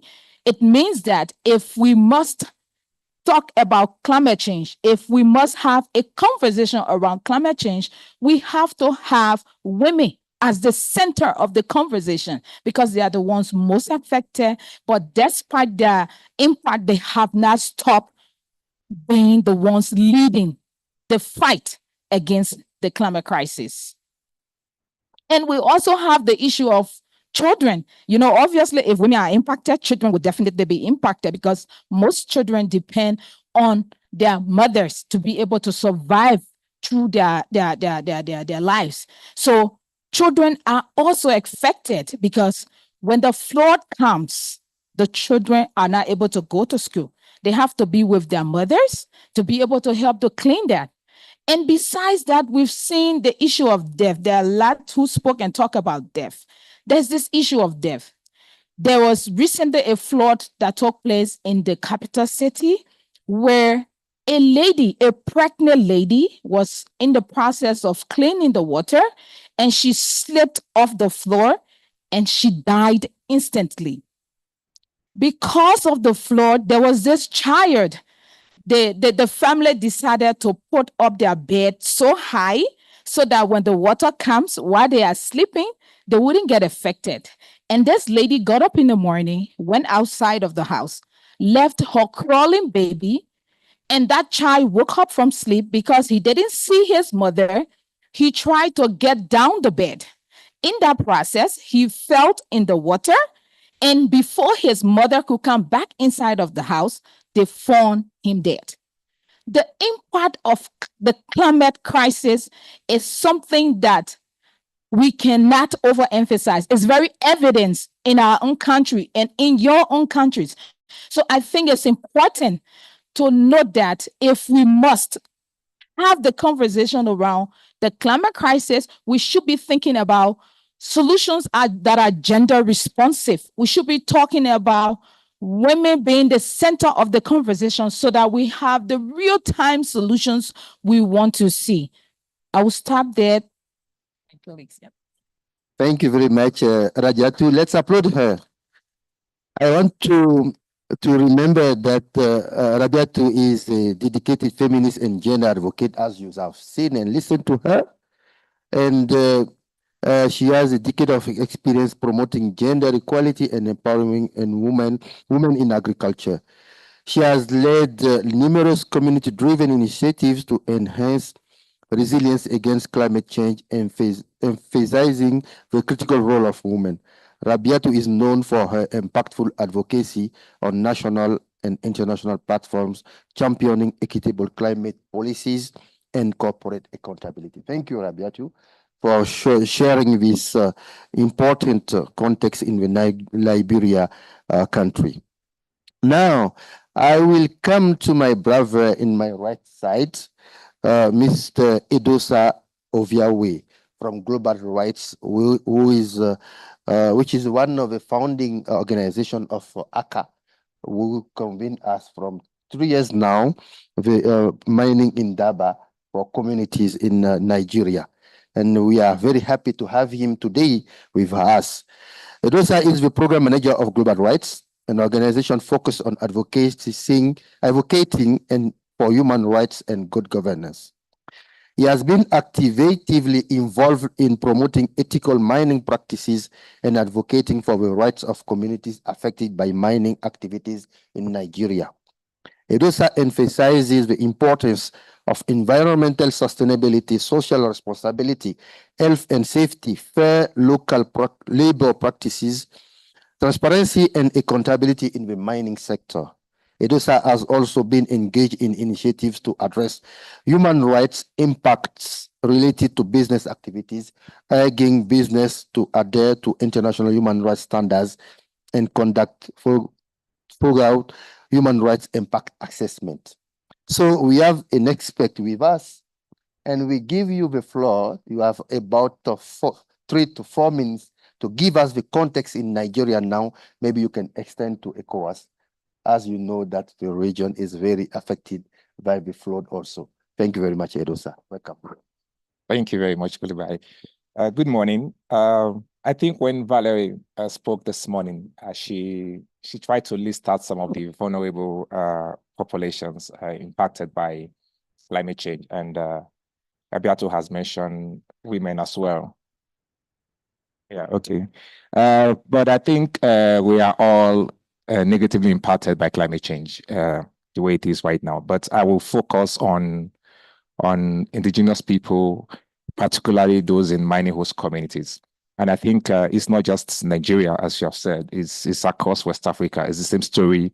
You go from Nigeria to Ghana to Sierra Leone, Liberia, and everywhere mining activities take place is the same story across the region. And so what we have seen recently with climate change impact on these indigenous people in mining host communities is the fact that this rising temperatures and, of course, the whole general impact of climate change, even as the man from AU mentioned earlier on, droughts, flooding, erosion. What is now resulting into is what I would call a strain on available resources, and so we are having everyone struggling for what is left from the effect of climate change. For example, we hear the continuous crisis or conflict between these nomadic cattle herders and farmers in communities across West Africa. And this is because climate change has made it difficult for these herders to feed their flocks the way they usually feed their flocks across the forest lines and all that. And so they are coming into communities inhabited by people and then having to struggle for available resources, available water, and even green grass. At the end of the day, their cattle end up feeding on the crops of these communities. And all of these are impact of climate change. I think Dr. Moinga said it earlier on today. Food shortages and everything we see in these communities are all impact of climate change. And so one of the major thing we see in host communities, the impact of this climate change is when there is flooding in the communities. And then you see the chemicals and other waste from the mining companies being washed across the community. As a matter of fact, when there's a heavy downpour in these mining host communities, is an eyesore what you see across the whole community. You see all manner of chemical waste and all that from these extractive companies filling the whole communities. And all of these are all the negative impacts we are seeing on climate change in the mining host communities across West Africa. And of course, access to water, which has become a major issue between the mining host communities and the mining companies, and all still boils down to the impact of climate change. So there is a continuous struggle between the mining companies and the host communities on the available water that is now left, because after the flooding, all the water bodies, of course, are polluted by the chemical waste. And so the source of water that is now available, there's a continued conflict between the companies and the host communities. All of these are how the climate change is now impacting indigenous people in mining host communities. But I think by the time we come to talking about some of the solutions, we'll be able to talk more about that. Thank you. Thank you very much, Idosa, for this contribution, especially for mining host communities. And we hope that we can have more insight from our colleagues from Malawi. Now I want to invite my colleague and friends from Malawi, which is who is from Southern Africa, right? Okay, and Godfrey Mfiti is an environmentalist with bias towards agroecology and permaculture. He heads a local NGO in Malawi that is promoting climate smart agriculture and food security, Institute of Sustainable Development, that is also a steering committee member of ACCA currently. Currently, ISD is working with Cyclone Freddy communities in Malawi to address food security and long-term social economic self-resilience. The organization is working in southern Malawi of Zomba and Blantyre districts. So, my friend Godfrey, can you tell us more about the context of Malawi and the region from Zomba and the Blantyre communities? Thank you. Welcome. Thank you so much. Good morning. I come from Malawi, which is a poorest country, one of the poorest, lowest carbon emitting country. However, it is a fifth most affected country by climate-related extreme weather. Now, you would appreciate that in Malawi currently, we have a population which is close to 20 million, whereby 5.4% million of Malawians are at risk of facing extreme hunger. 9 out of 10 Malawians or farmers depend on rain-fed agriculture. 82% of Malawians are in rural areas, whereby 65% of the farmers are women smallholder farmers. Now, recently, as we're traveling to Nairobi, we have just had a report from UNICEF, whereby 674 children have died due to malnutrition in 6 districts of Malawi in the year 2024.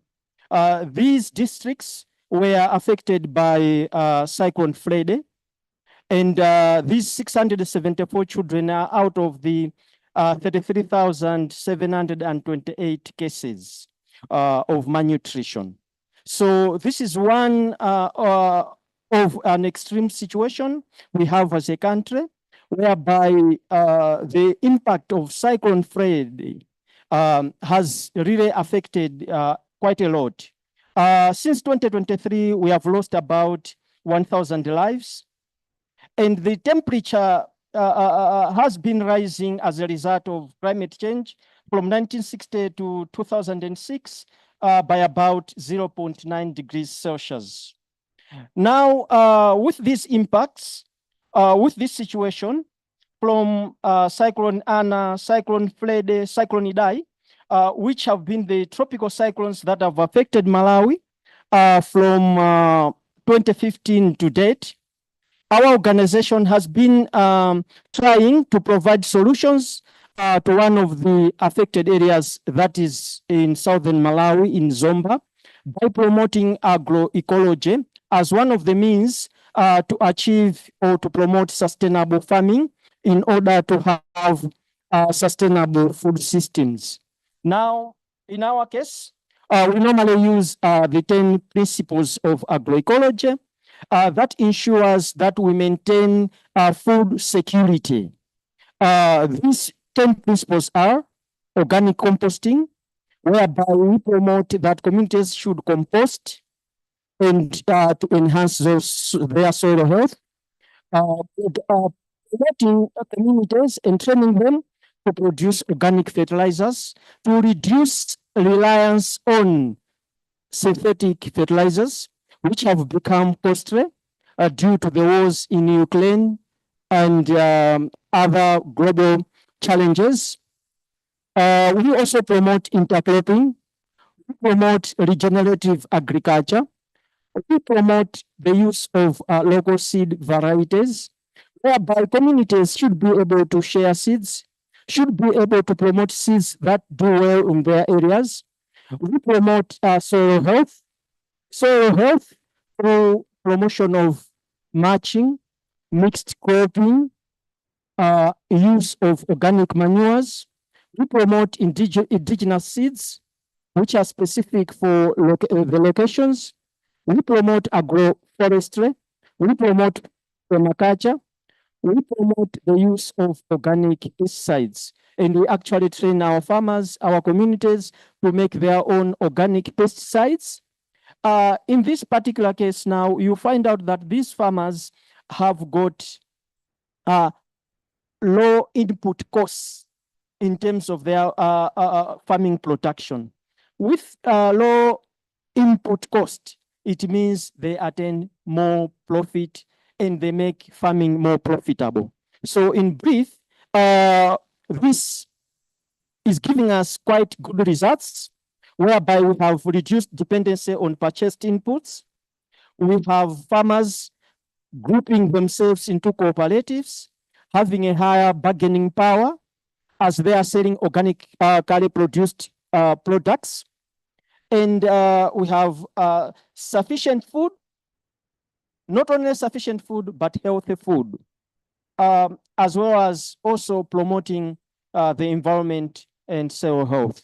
So these are the basic 10 principles that we are using in brief to enhance food security within the areas where we are working from. Thank you. Thank you, my brother Godfrey from Malawi. And now I am a bit affected by language change. I will switch on French to bring on board my French from Sénégal. Maintenant, je vais donner la parole à mon ami Papi Diogal du Sénégal, qui vient de l'organisation que nous appelons ENDA Lead francophone. Et M. Papi Diogal est le chef de la composante industrie extractive des terres arables au niveau de ENDA et des communautés qui sont affectées. Alors donc, je voudrais donc saisir cette opportunité pour remercier toutes les parties prenantes de ACCA et de nous donner l'opportunité d'avoir l'intervention de Papi Diogal du Sénégal, et afin que nous puissions connaître le contexte de notre cher pays le plus démocratique d'Afrique de l'Ouest. Merci. Papi, vous avez la parole.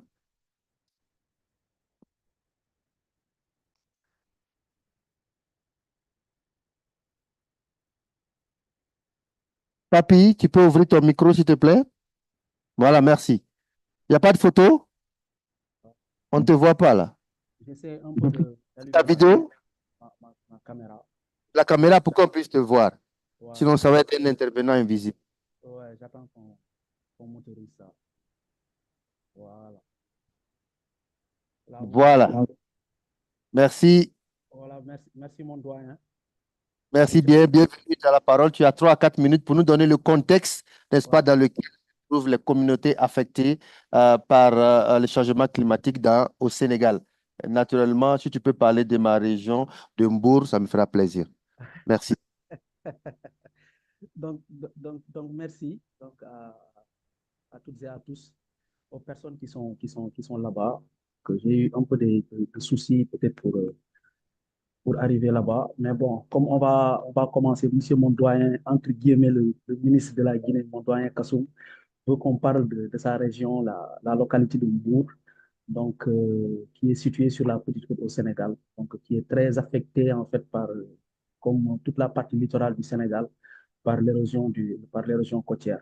Donc, même hier, la Banque mondiale nous avait conviés avec le ministère de l'Environnement et de la Transition écologique pour publier, pour lancer son rapport sur les changements climatiques et le développement.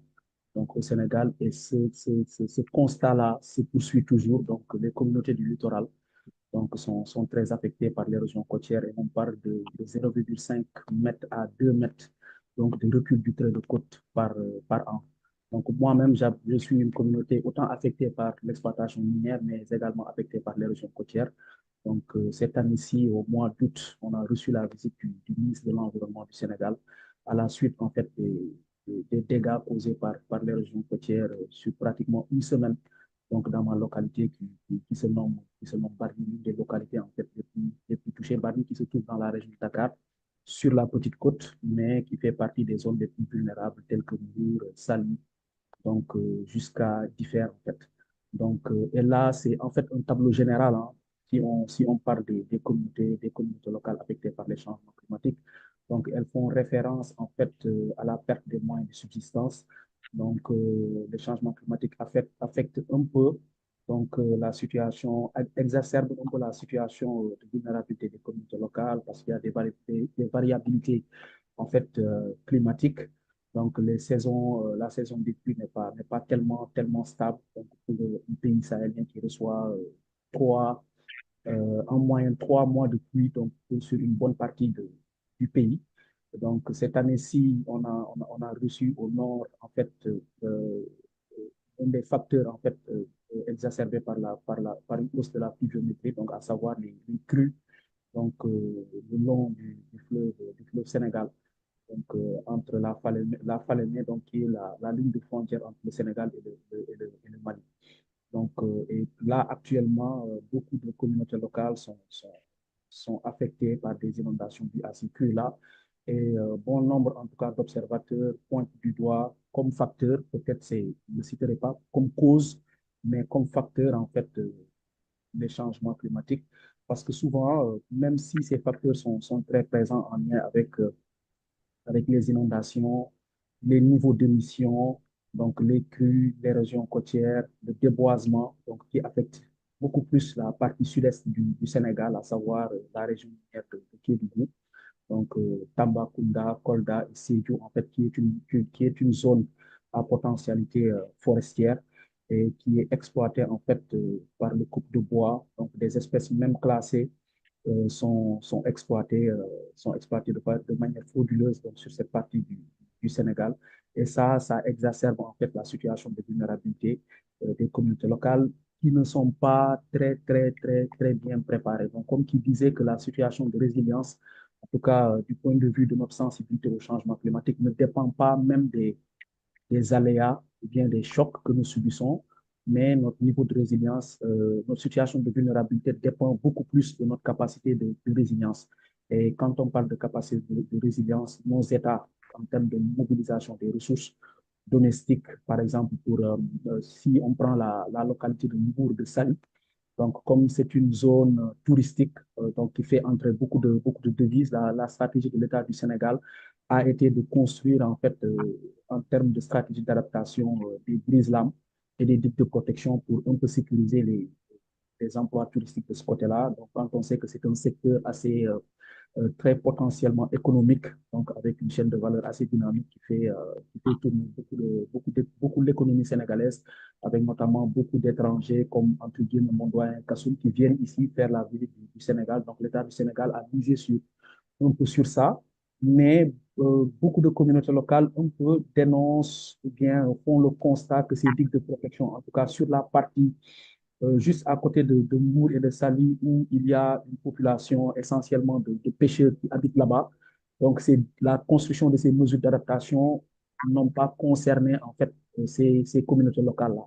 Donc, bon nombre sont là en train de dénoncer que l'État sécurise les activités touristiques et moins, en fait, la vie humaine de ces communautés. Maintenant, si on en revient au contexte des activités extractives, donc il faut comprendre un peu que l'exploitation minière, peut-être beaucoup plus qui se fait sur le continent, ne se fait en fait dans l'accès à une ressource qui est sur le sous-sol.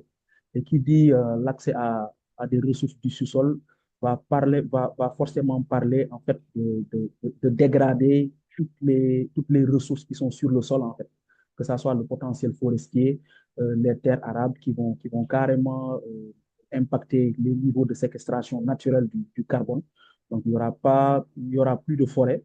Donc, et les communautés locales qui existaient ou bien qui préexistaient avant que ces activités ne démarrent avec beaucoup d'activités, essentiellement l'agriculture, le pastoralisme, la sylviculture. En fait, ces communautés locales-là vont se retrouver en fait très dépourvues de leurs moyens de subsistance.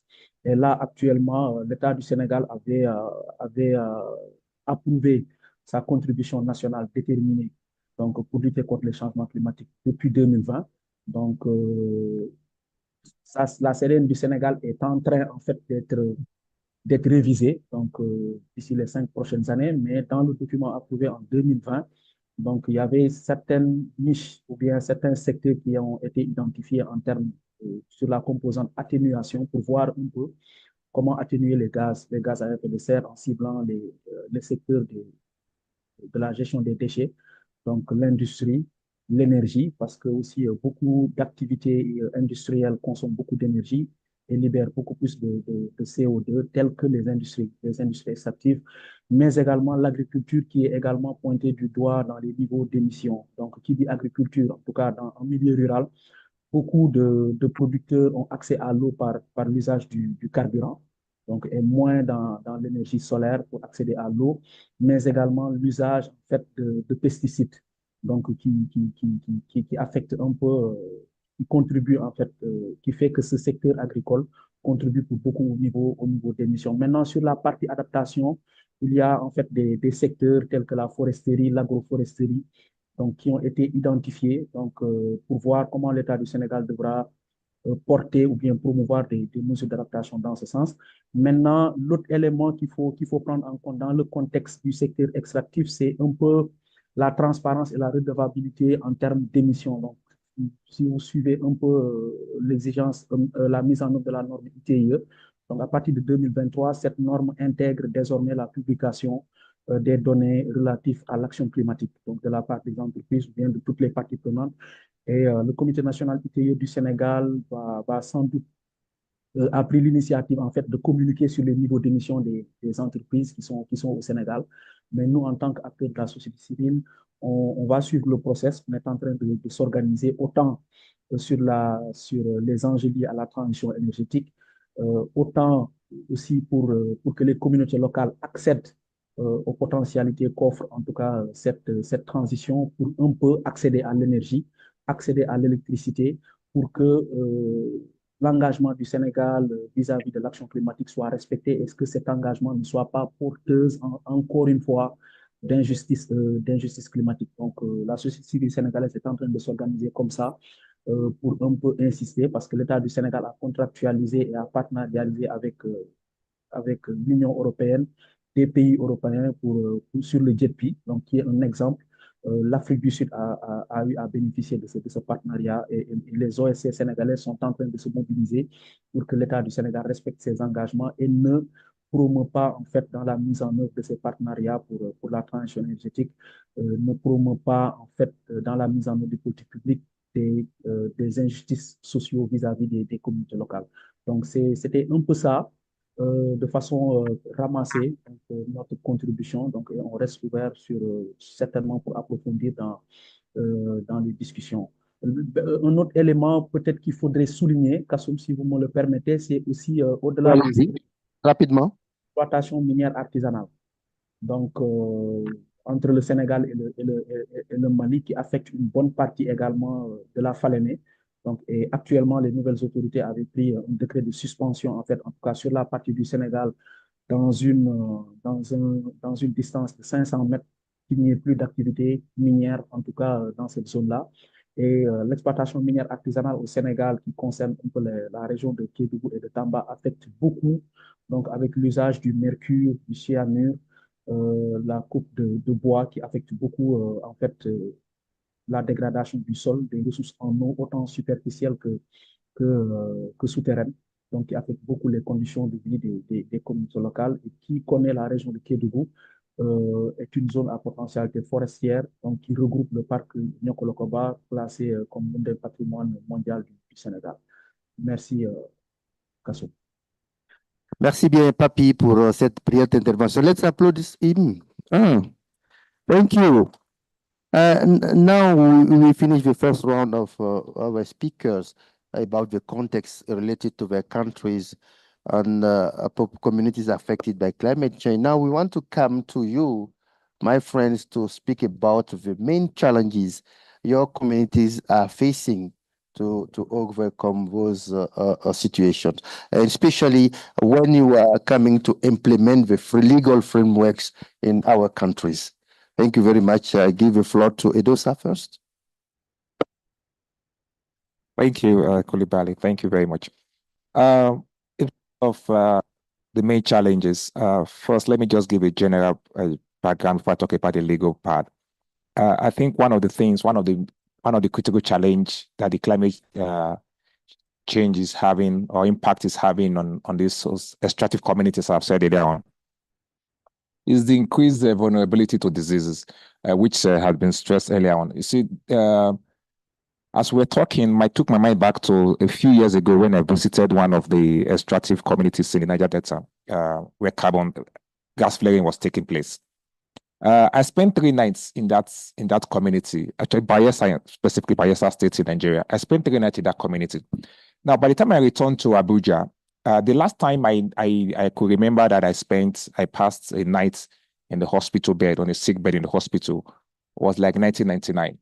But by the time I returned from that trip, I was hospitalized for 2 straight nights in the hospital, just for staying in that community for 3 nights.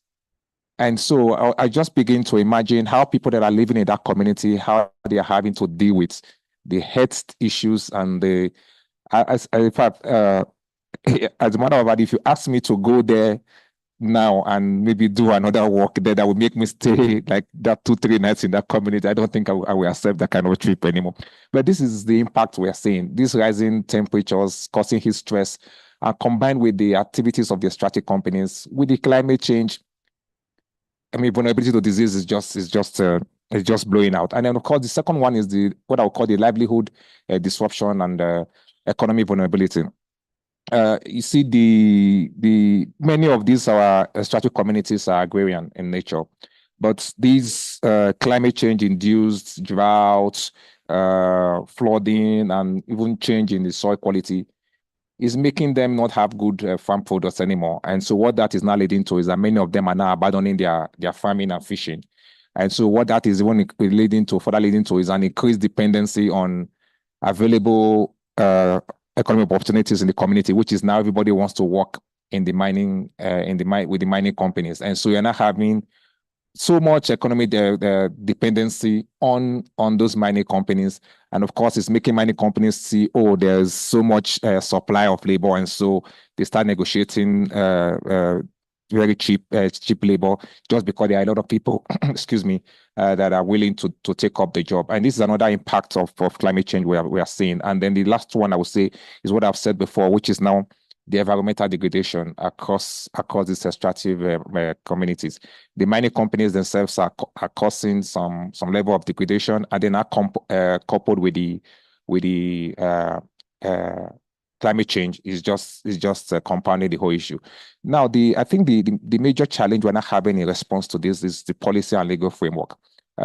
Presently, Nigeria, for example, we are reviewing the legislature is reviewing the Minerals and Mining Act to provide more protection for these extractive communities, the mining host communities. but is something we'll be shouting for years. And then this process has even started, and we are hoping, because it started last time again during the last legislature, but we couldn't get to an end before the tenure elapsed, and then that was it. And the new one came in, and then we have to start afresh again with the new legislature. But we are hoping this time around we'll be able to get that schedule before their tenure expire as well, so that some of these issues can be properly addressed by legal and policy framework. Thank you. Thank you very much, Edosa. And now I'm coming to Godfrey from Malawi. Thank you so much. There are quite a number of challenges that our communities are facing in Malawi. As I said, that one of the major challenges that this climate change is bringing to the country is related to health, whereby I mentioned about cholera outbreak last year in 2023, whereby it killed about 1,700 people in the country. Now, at present, I would also appreciate that there are about 1.5 million girls who are at risk of being child brides. This is due to economic challenges, whereby now families are due to extreme hunger, are resorting to make their girls get married so that they can have an alternative sources of income. This being one of the major challenges as well, apart from the social reproductive health, which is also a common problem when it comes to displacements, which are brought by tropical cyclones. You appreciate that these communities do gather in camps, which are made in schools or in other safer places, like maybe churches or hospitals. And then there are no proper sanitary facilities, and the girls or the women are taken advantage of. These are some of the challenges that we are facing. In terms of displacement, as a result of climate change, there's been an annual occurrence of these displacements in some parts of the country, like the Lower Shire, the area where we are working in Zomba, in the Lake Shire area. These displacements taking place annually. Whenever these people are taken out of these disaster-prone areas, they, in the following year, they tend to get back to that land due to their cultural beliefs or traditional believing that this is their land. So this is one of the common problems. However, the Malawi government at present, with the partnership of civil societies, we are developing what we are calling mega farms or community irrigation schemes. Case, we have a community irrigation scheme whereby we are promoting access to water through irrigation in order to mitigate this impact of climate change. And there are a number of such kind of initiatives which are carried by other stakeholders as well as the Malawi government. So in our country, those are some of the issues that we are trying to address and the challenges we are facing at present. Thank you very much, Godfrey. Now coming to my sister from Liberia. Thank you. So there are so many key challenges we also face in Liberia, but one I'm going to point to is the agricultural impact. So it's difficult to really predict the rainfall patterns or the sunshine, so which is having a great impact on crop yields, because women in our own country depend on agriculture for livelihood. And there's also the thing about water resources. There is scarcity, and there is also the issue of the quality of water that we have in our own countries, because when we experience floods, we have many pollution that happen to water sources that women depend on to whether to water their gardens or to use for household choice. And there is also this challenge of coastal erosion. So, for example, recently, like 2 weeks ago, we are documenting communities affected by coastal erosion, and we were in those communities. You could see that people are impacted, and like there is nothing or less being done by what is happening to these people. There are projects our own government take on to go and help to stop the coastal erosion in those communities, but you see that those projects have failed. So when we were talking to many of the community members, it was very clear that the first thing is that they are not involved into the conversation when it comes to those projects. So as a result, they are not a part of the decisions that are made to be able to really come up with those projects. So as a result, we have unfinished projects. We have communities who don't believe in what is happening in those areas. And one of the things I want to stress is that there are many policy frameworks that are done, but those frameworks are done in the absence of communities that are impacted. Because, for example, we were in the communities and we're asking communities about, have you heard about Liberia's own nationally determined contribution? And they are like, what is that? So that brings to mind the fact that if you are having a conversation or you are developing policies that are to help with the solutions of the climate crisis, you cannot leave out these groups that are the most impacted and many other frameworks that are developed, and in the absence of those that are actually impacted. So those are some of the many key challenges we are facing in our own country, Liberia. Thank you. Thank you very much. That's very clear, and I hope that in the the end of our conversation, we'll be able to bring the practical solution we can take from the communities inside the international and continental frameworks, legal frameworks we have to deal with that climate change effect in our communities. Monsieur Papi, est-ce que vous êtes en ligne toujours? Papi?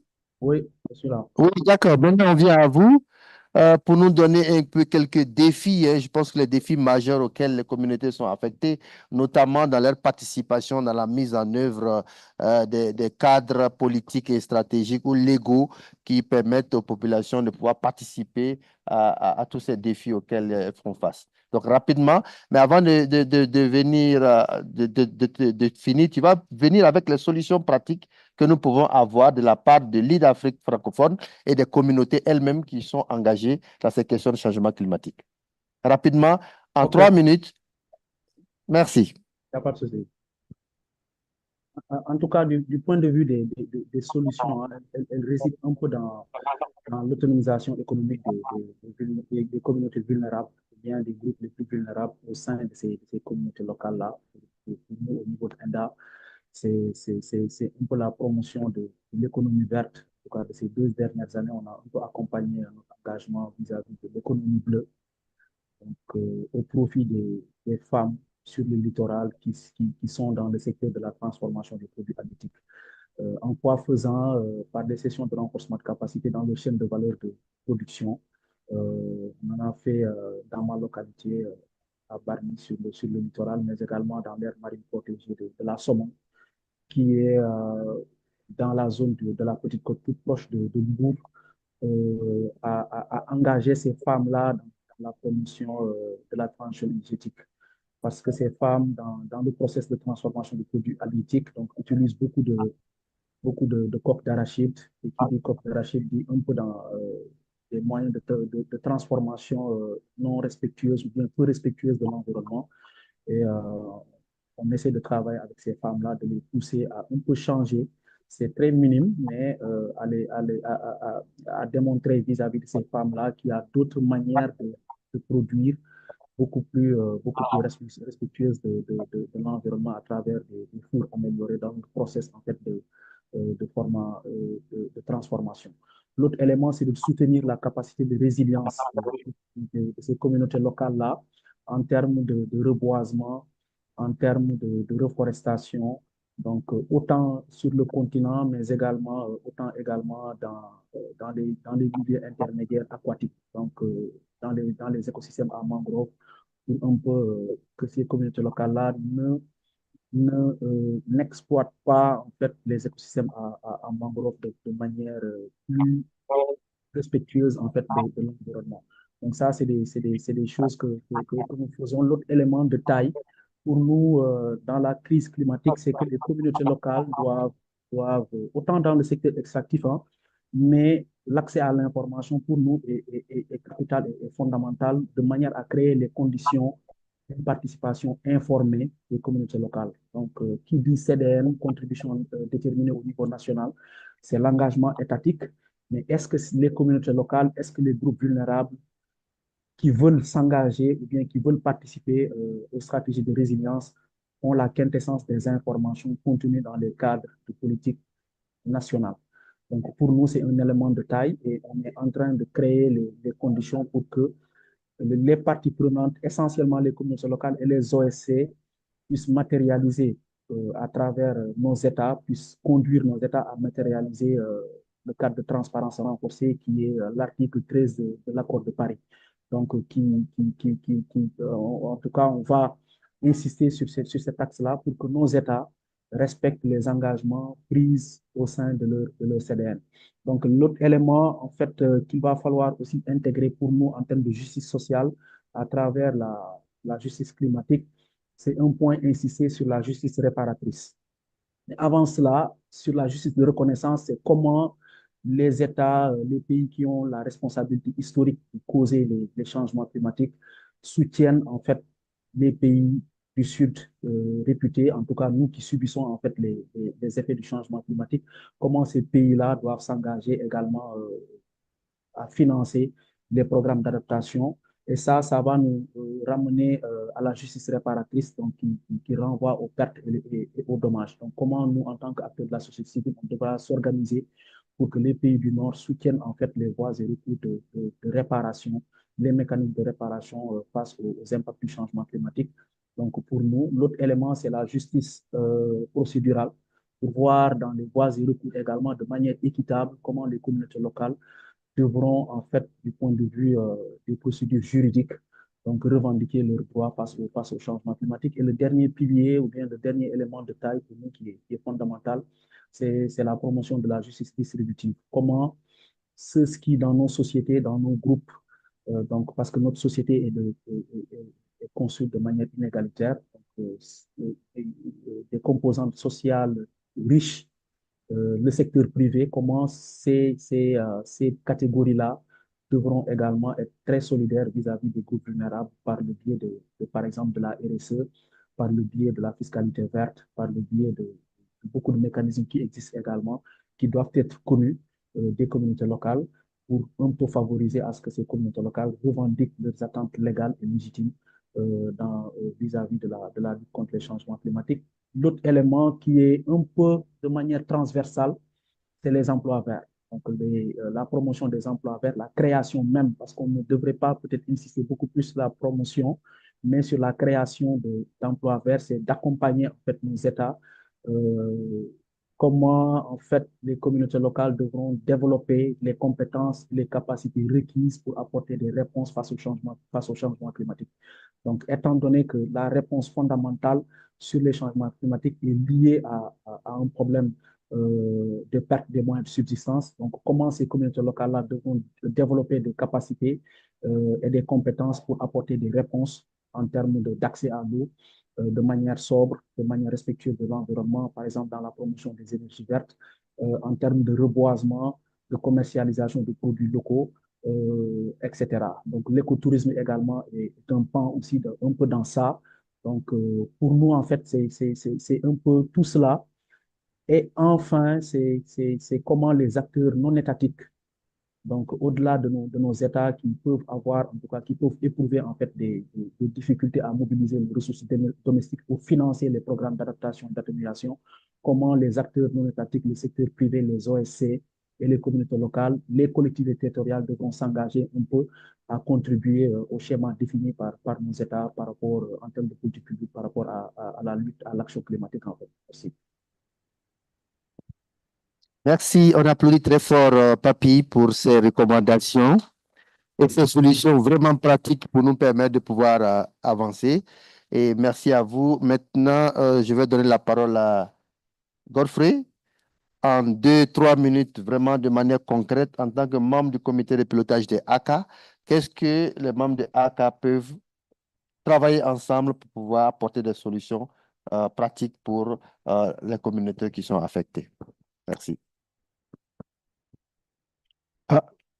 Thank you so much. In our practical approach, we have noted that industrial agriculture do contribute about 29% of the greenhouse gases.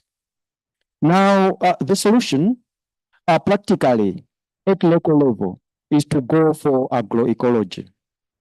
This combines the use of agriculture, ecosystems, management of the ecosystems, whereby you coordinate efforts between man, livestock, and the environment. Now, this enhances the local economies. The local farmers are able to reduce input costs. They are able to increase profits. They are able to use the locally available resources. We are promoting nutrient recycling, whereby nutrient recycling shall mean you are using the same agricultural waste in making fertilizers. You are using animal waste in making fertilizers. And then the harvest from the crops, you are feeding the livestock in such a way that you are promoting this cycle. Thereby, the farmer would not go for other inputs, to purchase inputs. He or she is able to make their own pesticides to treat pests and diseases. If you are promoting soil health, you are assured that the plants are going to grow health. As such, there is going to be low attacks of diseases. Now, in this manner, through agroecology, that's the solution that is available to promote and achieve availability of food, not only food security, but also food sovereignty, because this is what we need mostly in low-income countries such as Malawi, who are being heavily affected by climate change, yet we are the least emitters of greenhouse gases. So we are promoting this as one of a form of solution that we strongly believe that if replicated on a large scale, promotion of organic crops, of which even the EU countries are now promoting and willing to buy food from the African Caribbean countries, which is organic. So to the contrary, they are the same who are also sending synthetic chemicals and pesticides to be used in these countries as well.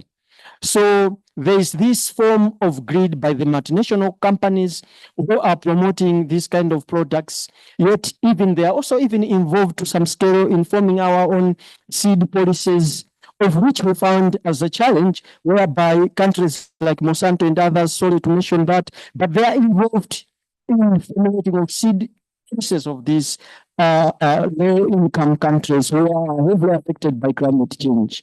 And yet, these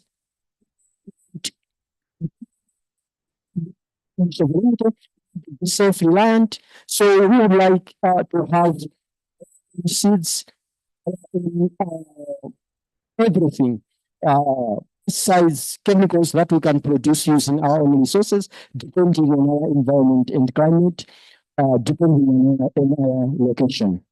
Thank you so much. Thank you so much, Godfrey, for those practical solutions. Now I'm coming to Edosa from Nigeria for, with 2 minutes, give us your practical solution for communities and for legal framework. Thank you. Thank you, Kolibali. I think first, the companies themselves, we have to find a way of making them take seriously their policies. Global Rights, in partnership with ACCA, recently conducted a study to develop a policy brief in Nigeria on human rights and environmental due diligence, the states of implementation in Nigeria by companies. Sadly, the reports, the publisher have not finalized the publication, would have brought some copies along. But in all, the summary of that finding is just the fact that these companies have very beautiful policies, beautiful human rights, environmental due diligence policies. But in terms of respect for those policies, in terms of implementing those policies, is zero. And so I think we have to find a way of holding these companies, continually hold them accountable, to pay attention to their policies, because it's not just about how it affects host communities, it's about how it affects the whole community, because we have to deal with issues of climate change here. And I think that is where I think there's a session later that will talk about the EU deforestation policy. I think that is something we have to look into, though we are still waiting for a response from the EU on Africa's position on that the regulation deforestation policy. But I think that's in a way it has a way of checking the impact of climate change in terms of the deforestation across Africa. And then I think one of that thing we have to look at is how to build the skills of these communities on climate smart agriculture, and equally urge the companies, particularly the strategic companies, to practice more of climate smart mining, so as just to reduce this impact on the communities. I'm just racing through. And then lastly, before the last, perhaps is to look at renewable energies, to begin to discuss more and to begin to take more practical steps on renewable energy, just to reduce this impact of climate change, as we said, coming out from the greenhouse emissions. And I think Valerie, it was Valerie that stated earlier on that we need more studies on the impact of climate change in Nigeria or in Africa. I think we need that more now on the extractive host communities, just to look at how to have a comprehensive studies report on how climate change is actually impacting host communities across West Africa. And I think I will put that call across to partners in the room that are from the region that are interested in just for us to have a partnership in this. I could do the one from Nigeria, do the one from Mali, we'll do from Liberia, and like that. And we're able to put together like a policy brief on the impact of climate change on mining host communities across Africa. And of course, legal framework, having strong legal framework, and pursuing those legal framework to the letter by authorities still remains one of the best solutions to this. I will stop it there. Thank you. Thank you very much, Edos. I think that those 2 points or 4 points are a very good takeaway. And as we are in the ACCA AGM and all partners are in that room, we can join our force together to bring that solution. And she's the last, not the least. And we begin with her and we finish with her. My sister from Liberia, I will need your insightful thoughts and recommendation, especially for women and children. As you know, we are gender advocate. Please give us your last points. Thank you so much. I think the first thing we need to do is to be able to fill the gap, the knowledge gap when it comes to climate change. There are still people that don't know what climate change is. There are still people that feel that probably the world is coming to an end. That's why we are experiencing what we are experiencing. So creating more awareness and filling those gaps is one key step we could take. And we are taking as a group in our own country to be able to ensure that everyone is fully knowledgeable about why we are having the crisis we are having in our countries. The other thing will be that it's important to note that for years, our people have been able to preserve and reserve our earth. And I'm very sure that there are methods they've used in the past. So we need to document traditional and indigenous knowledge that have kept our earth intact for many, many years. And if we are able to do that, is to be able to have a generational information that will allow us to be able to continue to enjoy the earth like it used to be. And I also think strongly that it's important to have our own governments involve people that are impacted by the climate crisis when they are developing policies, because these policies will be able to help these vulnerable communities and people to really have them their voices inside of those documents. In the absence of their own voices and their own participation, I think that those policies will not be impactful enough to be able to address the kind of solutions we want to see. And one thing I want to stress is that in our own small capacity as a group, what we've been doing is to be able to help communities with tools and seeds, and to make research on climate resilient crops. For example, I don't know whether we know of the crop called cassava. Cassava is actually a climate resilient crop. We've tested that, we've empowered communities, and they've shown that cassava is a climate resilient crop. So what we did was to be able to add value to the production of cassava, because we've seen that many women use their bare hands to be able to produce cassava from scratch. But providing a machine that helps to reduce the workload of how much work women needs to do to be able to produce cassava products have actually brought a change in the southeastern part of Liberia. And that is a testament to how much we can impart our women, provide for them, support them, and we can see a change in our own different countries with what we want to see. So thank you so much. This was really an opportunity to share our work across Liberia. Thank you. Thank you very much, my sister from Liberia, Rajatu, my brother from Nigeria, Edosa, my friend and colleague in the steering committee, Godfrey, and my friend from Senegal. I find that this has been a very insightful session with a lot of recommendation for the communities affected by climate change.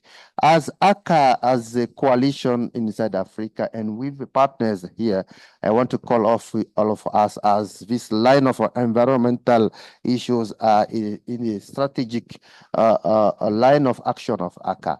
We want to bring our ideas together and to develop the practical solutions that has been shared today in that panel.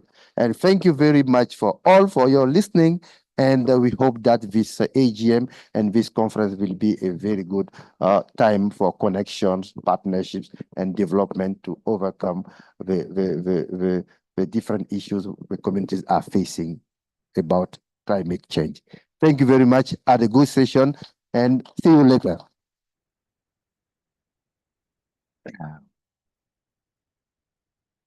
Thank you, Kasum, for ably moderating your panel.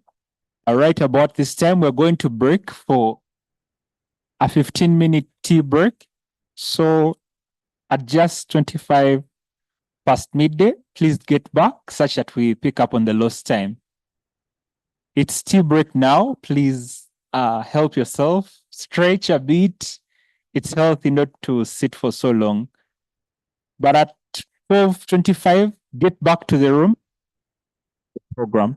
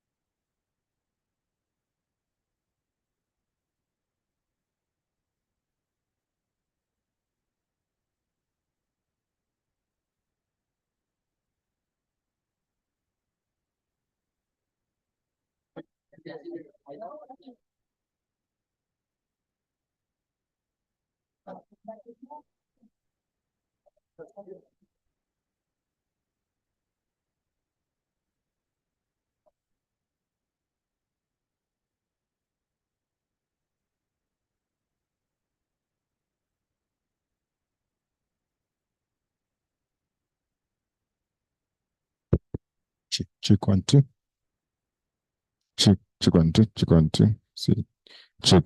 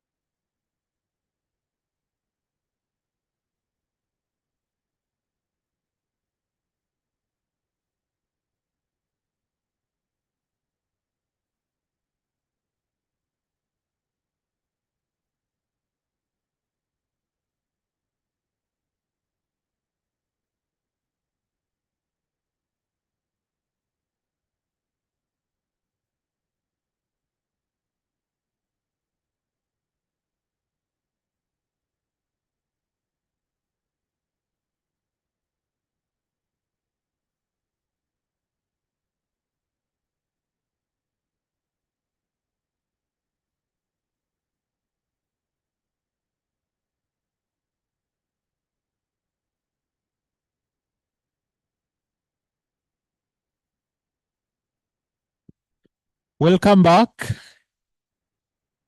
Thank you, Caesar and John, for getting the participants in the room. If you can hear me, clap once. If you can hear me, clap twice. If you can hear me, clap thrice. Clap one. Okay, thank you so much. Welcome back. We are going to pick it up from where we left it before the tea break. And permit me to introduce the team from the UNDP Accountability Mechanism Office. They have delegates that joined us here, and their role is to really build our capacity on what their office does. And without wasting so much time, let me invite the delegate from UNDP to come and speak about their Accountability Mechanism Office to the members of ACCA. Thank you. Thank you. Thank you very much. This is only going to be like 5 minutes today. We actually have a session tomorrow where we're going to go into a lot more detail about how we work. But my name is Paul Goodwin. I'm joined by my colleague Helena, who's handing out some information about us en français et aussi en anglais. Je parle les deux, donc je peux communiquer dans français s'il y a des francophones ici aussi. Mais ma langue maternelle, c'est anglais, donc c'est plus fort comme ça, mais je crois que je peux dire tout ce que je dois dire dans n'importe quelle langue. Merci, merci. So I am with the Social and Environmental Compliance Unit of the UN Development Program.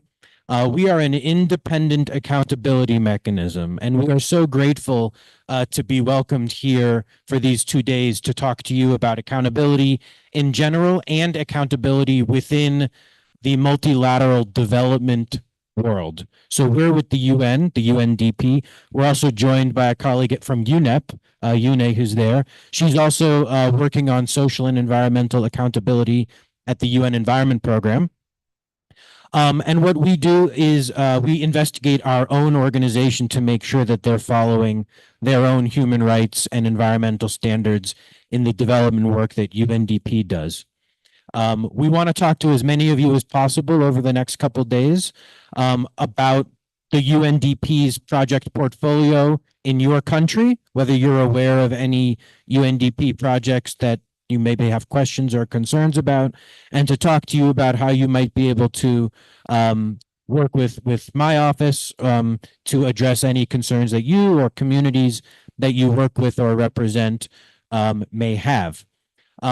We are also setting up one-on-one meetings with people. I think many of you, if not all of you, should have received an email from Helena. We've already got like 6 slots filled over the next couple days, and it'll be an opportunity for you to meet with us to talk about your country's specific UNDP portfolio and the UN in general. Fundamentally, you know, the theme of this meeting is about climate change and the impacts of climate change on human rights. Well, the UN is trying to do both. It's trying to address the climate crisis, and it's trying to promote and protect human rights. And as we've already discussed, and as we'll continue to discuss, these are often in conflict with one another, right? So sometimes the UN will come in and try to do a climate project and will inadvertently harm local communities' rights, for example. That's where we would come in. You know, we want to save the environment, and we want to do it in a way that doesn't harm the most marginalized and poor people in a given area. So we're going to have another session tomorrow, like I said. In the meantime, please, you know, introduce yourselves to us, ask any questions you have about UNDP projects or UN projects in general. We also work with a network of UN agencies dealing in this space. So if you have questions about other UN agencies, we can certainly forward those to the right location. Tomorrow we'll do case studies. We'll go into more depth about how we work, and then also please ask Helena, who's walking around, if you haven't already, to sign up for a one-on-one session. We'd love to talk to you. Donc merci à tous et donc si vous avez des questions, vous pouvez les poser à moi ou à ma collègue, et on espère de se rencontrer bientôt. Merci beaucoup. Thank you so much, Paul, for introducing us to your mechanism. At this point in time, we are going to move on to the next panel, whose focus is going to be around the adaptation and mitigation strategies we've had the bulk of discussion on the challenges and some of the practical efforts and solutions the communities have. So Justice Mokete from Cameroon, also the Central Africa representative on ACCA's steering committee, is going to moderate this panel. And I'm going to invite him to be able to invite his panelists. I hope the hotel's staff can help us align the chairs for the panel. But he can do the preamble. Okay, thank you very much for this opportunity. I have constraints in terms of time which has been allocated for this session. And luckily for us, we have exhausted the challenges, very deep discussions that we had on that. It's okay. So we will try to see how we go into adaptation and mitigation strategies. Okay.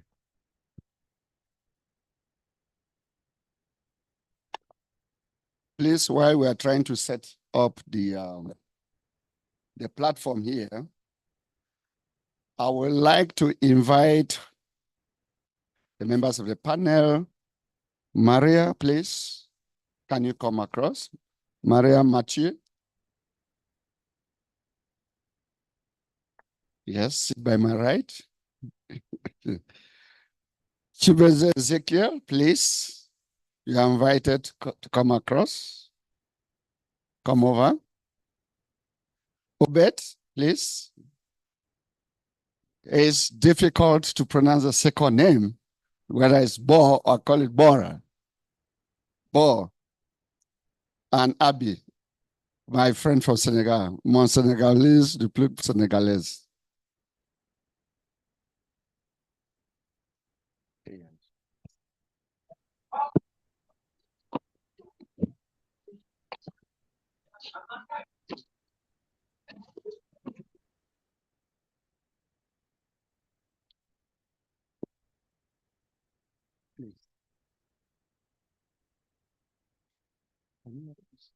Pull for her. Pull for her.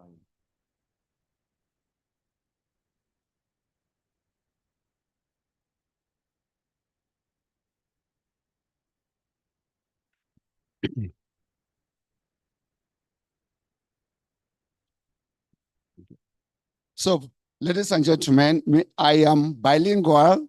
It means I can speak in French and in English. And once we have the round of discussions from our panelists, we'll now throw back the parole to the General Assembly, and we will have contributions from the main regions of ACCA, apart from the diaspora, which I believe and I am informed they are not represented here for now. We don't have members of the diaspora now. So as we said, please, we have gone a lot way to discuss in detail about the challenges on environmental protection, climate change, and human rights.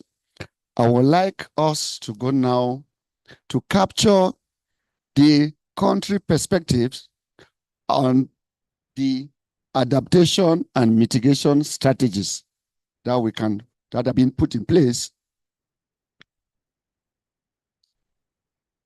by members of ACCA.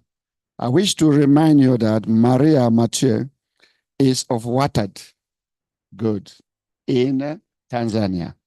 Good. So I will start with you.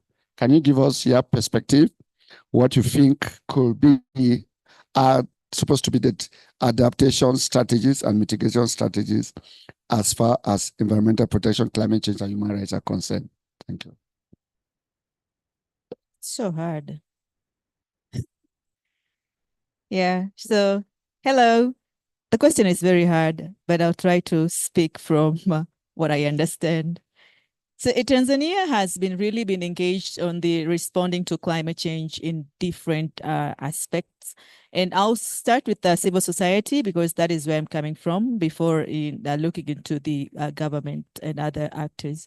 So from the civil society, the first or the most important thing for us has been to see how we collaborate as civil society at the country level.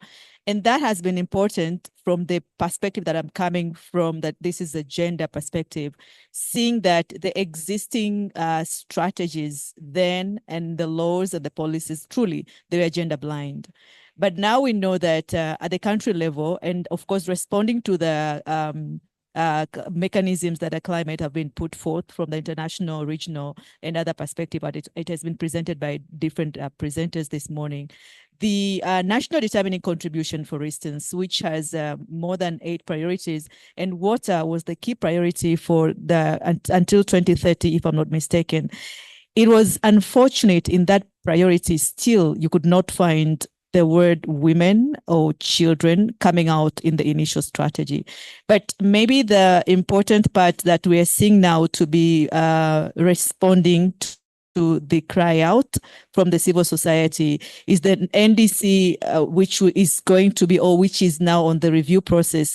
It has been deliberate efforts to ensure that the gendered groups are being involved. But the most important part, how they are going to be measured. And here we're looking at the issue of data, which has been spoken very strongly in the morning.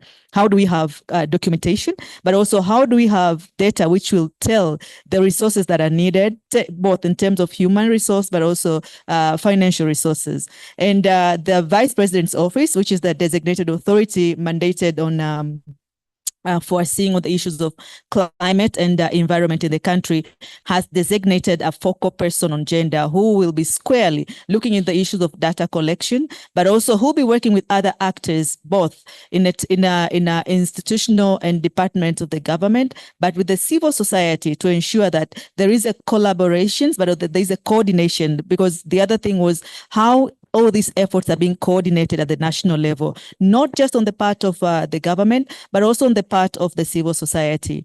And the other thing which I see, and I know is a priority for the responding on the mitigation and adaptation, is or the issue of the NH sector and the big agenda on clean cooking, which is still, and I'm sorry to say this, ambiguous in the term that how do we qualify just transitioning in the conversation on clean cooking, looking into the how corporations and how the narrative which is used to inspire or aspire on the responding on the mitigation do seemingly leaving a large population of people who are the first people who are affected by the climate itself. And here I'm talking about women who are the ones who seemingly should be benefiting on the clean cooking and the NH sector.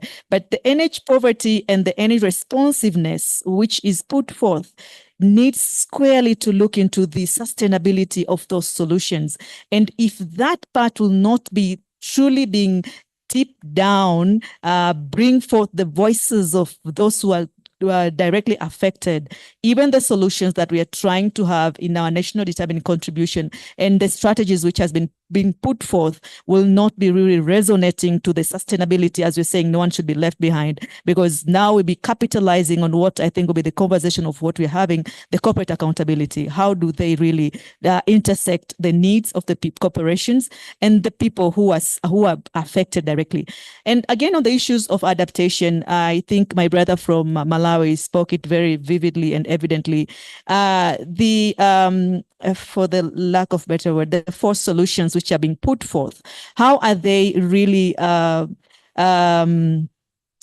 protecting the nature, but protecting people as well? And in ensuring that protection is coming forth, how now, Professor Deso spoke in the morning, how do we really have the conversation around the African we want on 26th agenda in our national strategies and policies, and even solutions that are being put forth in all these climate strategies, which will ensure that the voices of those who are affected are really coming strong in the policies, but also are really allocated by resources to respond to the issues of food sovereignty, for instance, and the issues of land preservation, for instance. Here I'm looking at the indigenous communities that we're working with, and these are communities that have been using their traditional medicines, but now because of the drought, we do not see them, how they are included in the conversations on preservation of the nature, but also preservation of their traditional practices in the policies. And when if it's not really being put forth in our adaptation and mitigation strategies, we will not be having the solutions that are going to be sustainable while we are trying to see the sustainability in the conversations of climate change. So I really didn't, do I still have time? Two, okay. And then the other thing that it still needs more conversation is on the issues of resources. And Vareli, she put forth a presentation which was very detailed. And on the last segment, she spoke about the climate financing mechanisms. And on the green climate financing, it's very fortunate and unfortunate. All these mechanisms, they really have very clear policies on how they should be structured and be implemented, but it's very unfortunate. Accreditation is still really not possible, I would say, to many African countries because it's so complex, it's very expensive, and it's a very long process. So for instance, in Tanzania, it's one private sector which has been accredited by the GCF, Green Climate Fund, and I know the Prime Minister's office, which also dealing with the issues of Sendai, has been working on the accreditation. Now this will be maybe a 5th year, back and forth. So the process is really complex. And the office of the vice president, as much as they're coordinating all institutions in the country, the capacity in terms of resources, but also in terms of those who have the technology or the expertise to respond or to work in that sector is difficult. And now the most complex for me is the communities that are supposed to be really recipient of this financing. So here we're having a gender policy within the gender GCF, Green Climate Fund. But you find out after accreditation, for instance, these accredited institutions, they have their priority. And in their priorities, groups such as women and youth, they are not accessing the financing in a smooth way, because now look at the CRDB, which is a bank, financial institution, the interest is profit. And the communities that we're working with, these are rural communities who are trying to respond on these issues of the climate change, and they do not have the muscle to go and secure loans with understanding of the terminologies and the capacities that have been put forth. So it's still a challenge in accessing the financial resources from the part of the GCF fund. 1 minute? Okay, thank you. Okay, thank you very much, Mary. One of the most important issues that she raised, which I captured, is that of the coordination of the strategies back home in Tanzania, which is very important so that the actions do not overlap. I would like us to get to Ezekiel. Let him give us his own perspective. I know he's from Nigeria, but he's based in Ghana. I mean, I'm a member of the steering committee. I have had the opportunity of discussing issues of ACCA and the work that he does. So I know he's from Nigeria, he's based in Ghana.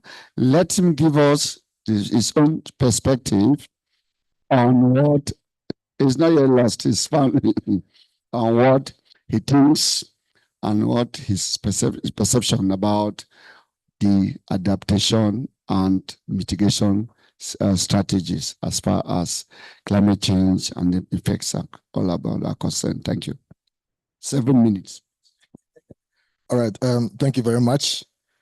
I always found myself, struggling whether I belong to Ghana or belong to Nigeria. So last time I went to a meeting in Nigeria and I shouted Ibokwenu and they were looking at me. So I'm not too sure where I belong now. I'm an African. Yes. Thank you. All right. So in terms of trying to focus on Ghana regarding our adaptation and mitigation mechanisms, I'll first start with the adaptation mechanism. Currently, we are developing Ghana's national adaptation plan through the support of GCF, almost $3 million. which is almost being finalized. And the country did some risk assessment and some vulnerability assessment to inform the development of the plan.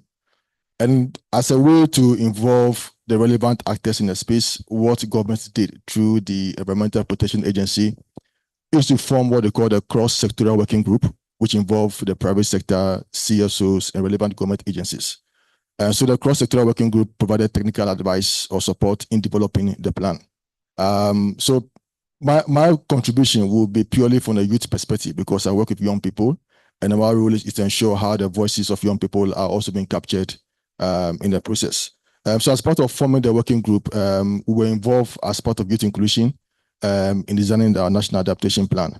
Because more often than not, when we talk about vulnerability, the emphasis has been on women and children, but we often also leave out the young people who are also being impacted adversely by climate change. So our role is to ensure how our young people being introduced or being represented, in all this conversation. But in developing the national adaptation plan, we realized that there was no provision for young people. In fact, the deliverables included consultation with the private sector, consultation with women groups, but there was no room to involve young people in Ghana's NAP process. So then we flagged the issue that, why are young people not being included? But EPA indicated that unfortunately, there's no provision in the process because it didn't capture youth inclusion. So we have to speak to one partner to provide support, so that we as young people will also be proactive in presenting our issues to be captured in the NAP process. So we spoke to Ford Foundation, and Ford graciously gave us some support to develop a strategy. So as I speak, we've been able to develop a national youth adaptation strategy with this risk assessment. And we also did that with the technical support of EPA in Ghana. Because what we want to do eventually is that government must adopt our strategy into the national plans so it becomes an integral part of our national adaptation plan process. And I'm happy to say that by the end of next week or so, government intends to even forward the strategy so it becomes an integral part of our national adaptation plan. So that is at least one clear indication of government openness to involve other views, where we are also providing some ideas and solutions in addressing climate change. So that's when it comes to adaptation, that's exactly what we are doing as a country. When it comes to the mitigation, our account report to UNFCCC indicates that there are three key sectors that are contributing largely to greenhouse gas emission: the energy sector, the transport sector, and then we have the AFOLO. AFOLO is agric land use and for land use, yes. So government is introducing different perspectives when it comes to all these three main areas to address mitigation. So under energy, we have our national, the energy transition investment plan to the year 2060 to see how we can reach net zero by 2060. In that process, we are looking at how we can transition from the use of gas to power our thermal plant towards clean energy or renewable energy. And then when it comes to transportation, we have what we call the BRT, which I know is a very common transport mechanism. And then also looking at the issues of introducing EVs, electric vehicles, as a way to address pollution from the transport sector. And of course, when it comes to agriculture, talking about agroecology and smart agroecology, agroecology and all that. So those are some of the blocks as to how as a country we intend to address the mitigation measures in our country. But again, in all of this, how are young people involved in the process?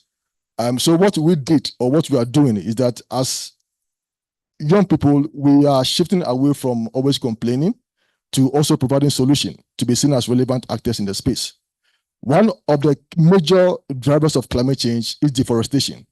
And in most African countries, we know our parents, our mothers in our communities depend on wood fuel, for cooking. They go and fell trees, so they can cook. And when that happens, that leads to deforestation. And deforestation, we know, is a major driver of climate change. So how do we address the issue around deforestation?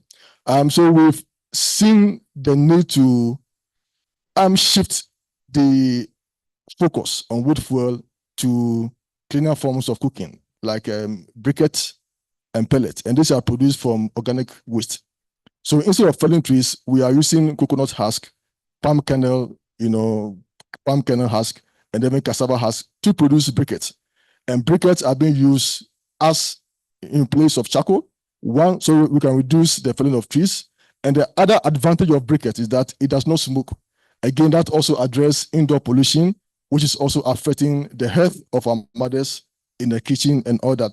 So these are interventions that we are also bringing on board as young people to address this challenge. And this intervention is what we call in Ghana the Young Green Entrepreneurs Project. So these are young people who are bringing businesses out of all these projects. Whilst they're making money, they're also addressing climate change and the issue around deforestation.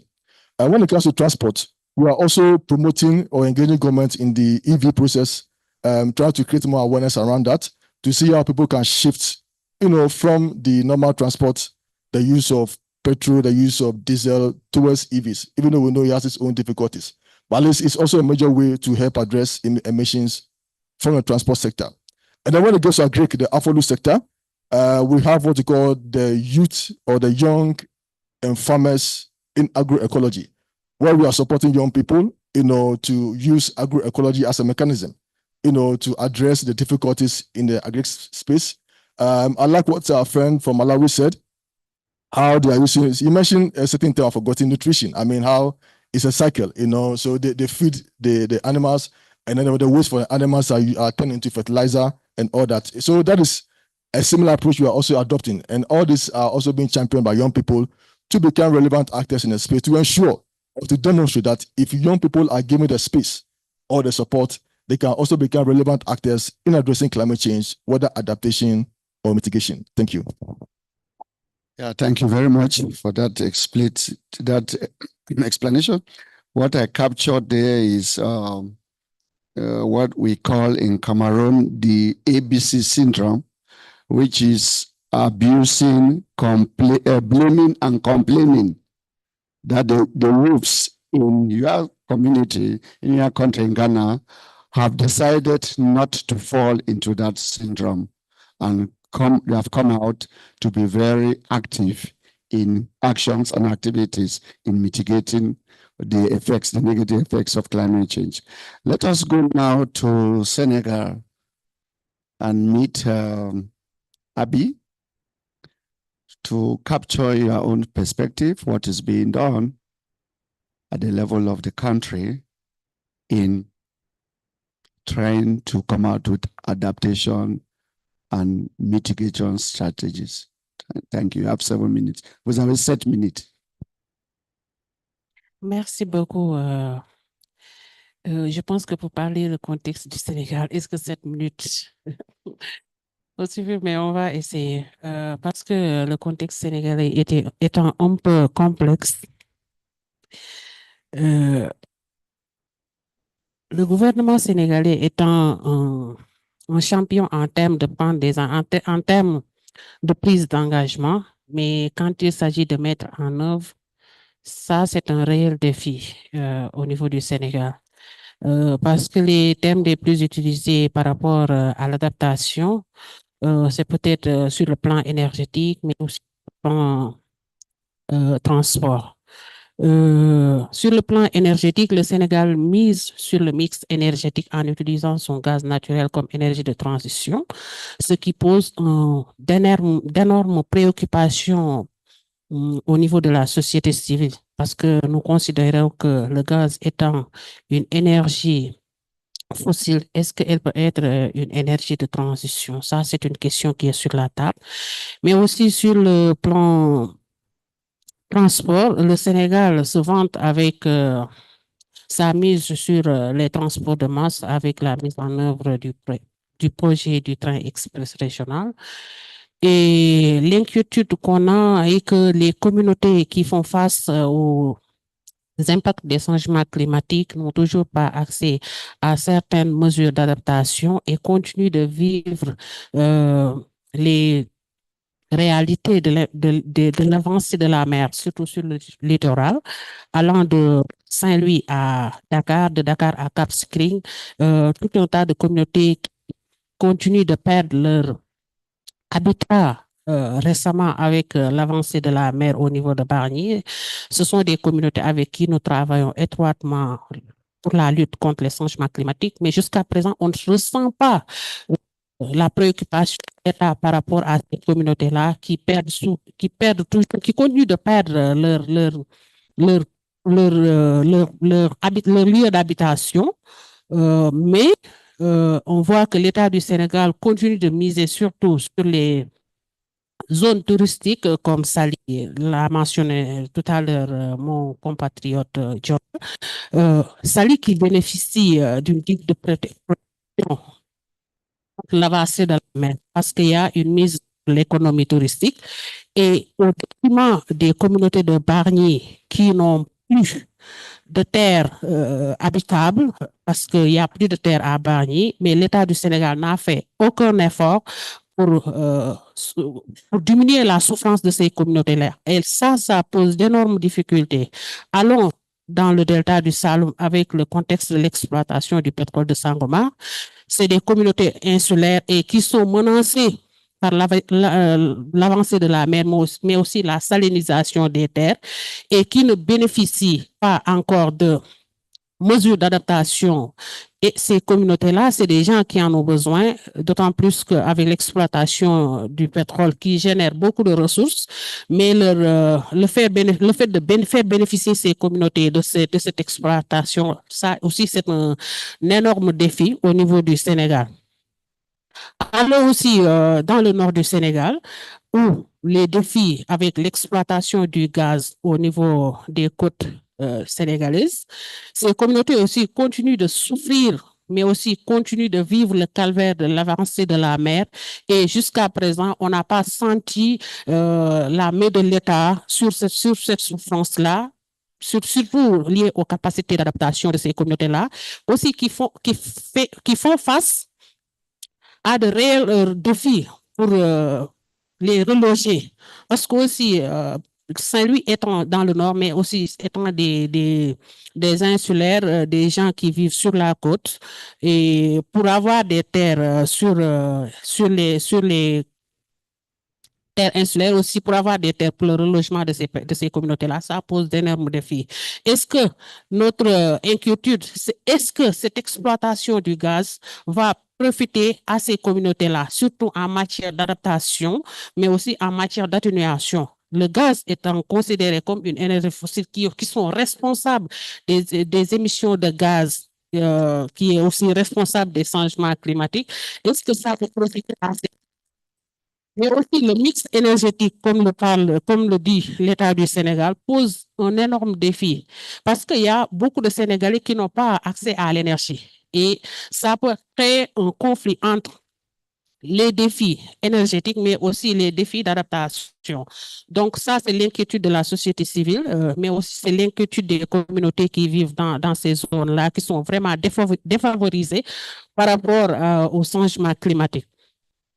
Mais aussi, il y a d'une importance capitale l'engagement des communautés au niveau des zones qui sont affectées par l'avancée de la mer, mais aussi qui sont affectées par les changements climatiques. Et je pense que je vais revenir plus largement parce que notre travail s'accentue surtout sur l'engagement des communautés, mais aussi la capacité de résilience, mais aussi d'adaptation de ces communautés qui vivent par rapport au changement climatique au niveau du Sénégal.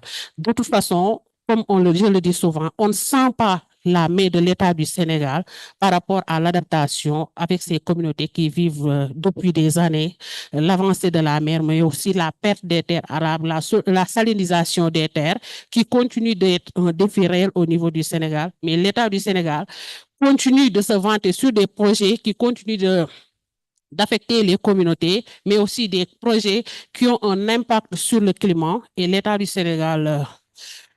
on ne sait pas trop, en tout cas, ce que fait l'État du Sénégal sur ces questions-là. Peut-être que je vais en revenir plus largement. Merci. Okay, thank you very much, Madame Abi, for that contribution. What I retain is that it is work in progress for the various adaptation and mitigation activities which have been undertaken in that country. Let us go up to the east of the continent, to Zimbabwe. And please.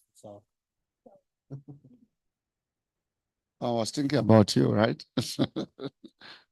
So we'll go to the southern part of Africa, and we capture what is being done at the level of ZELA, the Zimbabwe Environmental Law Association. Good.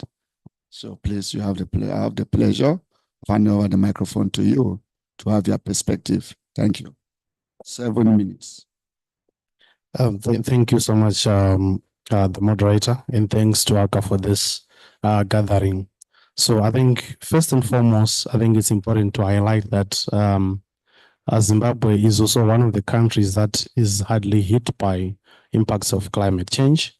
And as we speak, the government has declared a state of national disaster because of the El Nino-induced drought.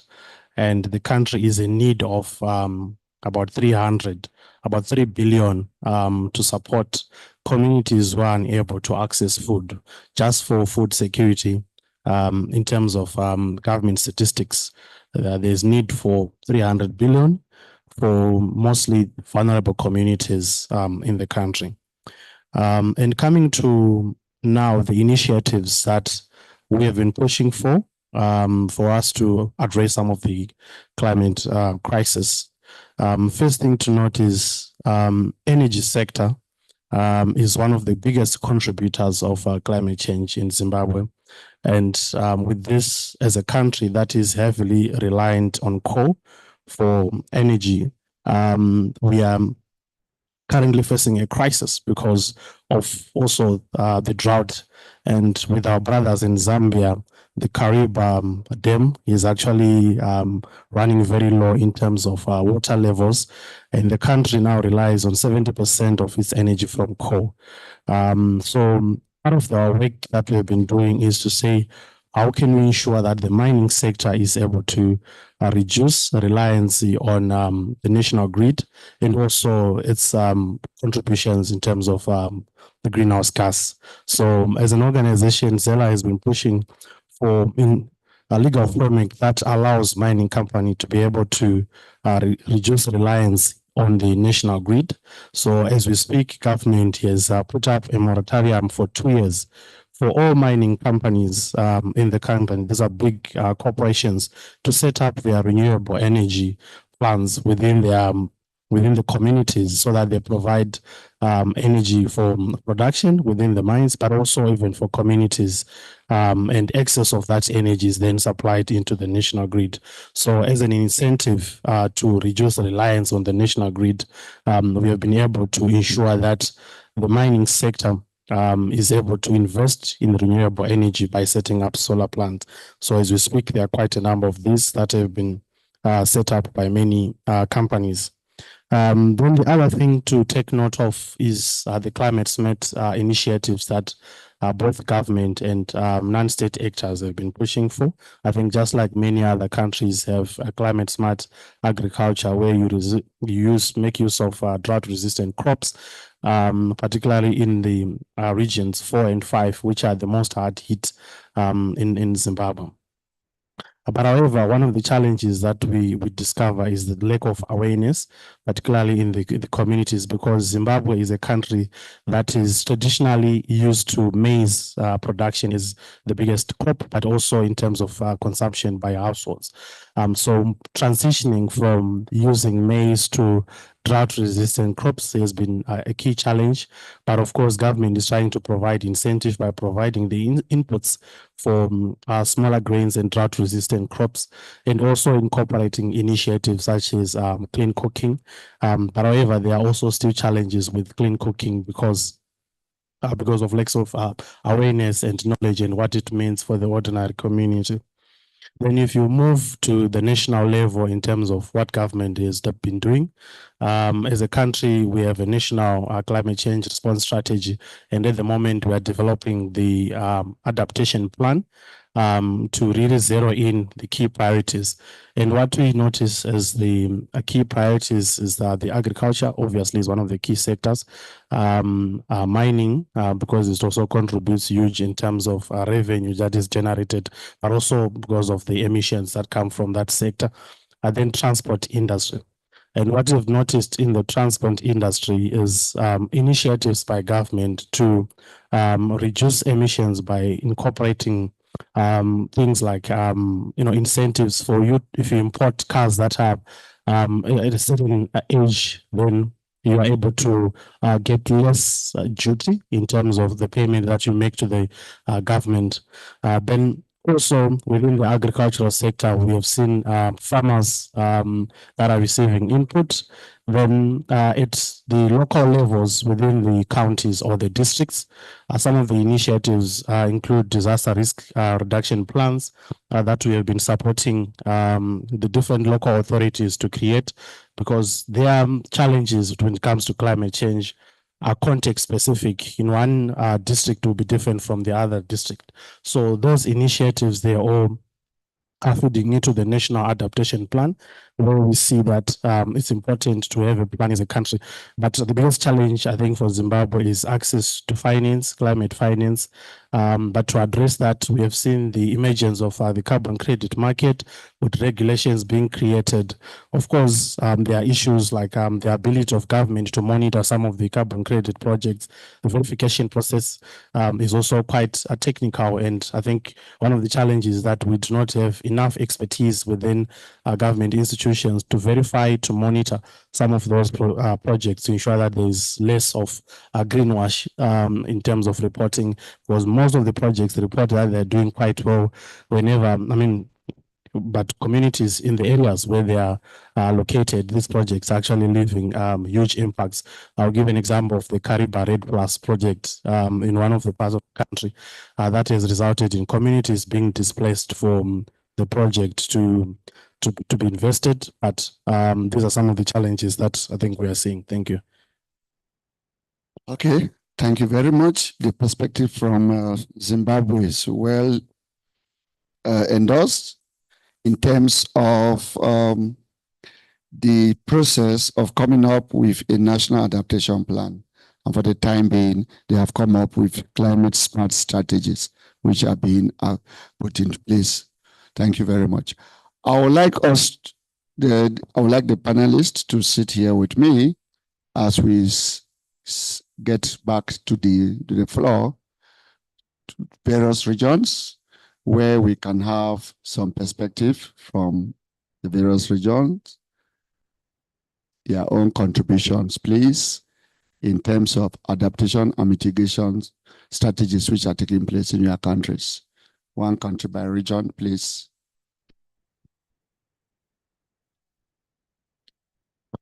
Yes, please. You just tell us your country, where you come from, so that we mark your zone. Thank you. Dr. Keze is my name, from Nigeria. Thank you. When we are talking about adaptation and mitigation strategies, let's try to situate it within our African context. Adaptation strategy should be able to look inward into some of those practices that our forefathers imbibed and which sustain them. Today, a lot of our indigenous plant species, which ordinarily should be a buffer, a sustainability plan, are no longer there. So we really need to begin to rethink how to bring back these extinct or near extinct species. Most of them are enriched with a lot of minerals and vitamins that we need to address issues of malnutrition, hunger in Africa. But we just allow it to go in preference for Western imposed crop plants. So let us begin to look inwards towards that and see how we can bring it back. In Nigeria, and specifically where I am based, recently we are carrying out research to identify these plants that are going into extinction and see how we can begin to regenerate them and bring them back. That is one adaptation strategy that we in Africa must begin to look into and imbibe. Thank you very much. Okay, thank you very much for that contribution. Next, please, there is a hand. Thank you. Hello, my name is Alana Kembabazi from the Initiative of Social and Economic Rights in Uganda. I could talk a bit more about the adaptation strategies, but they all require money.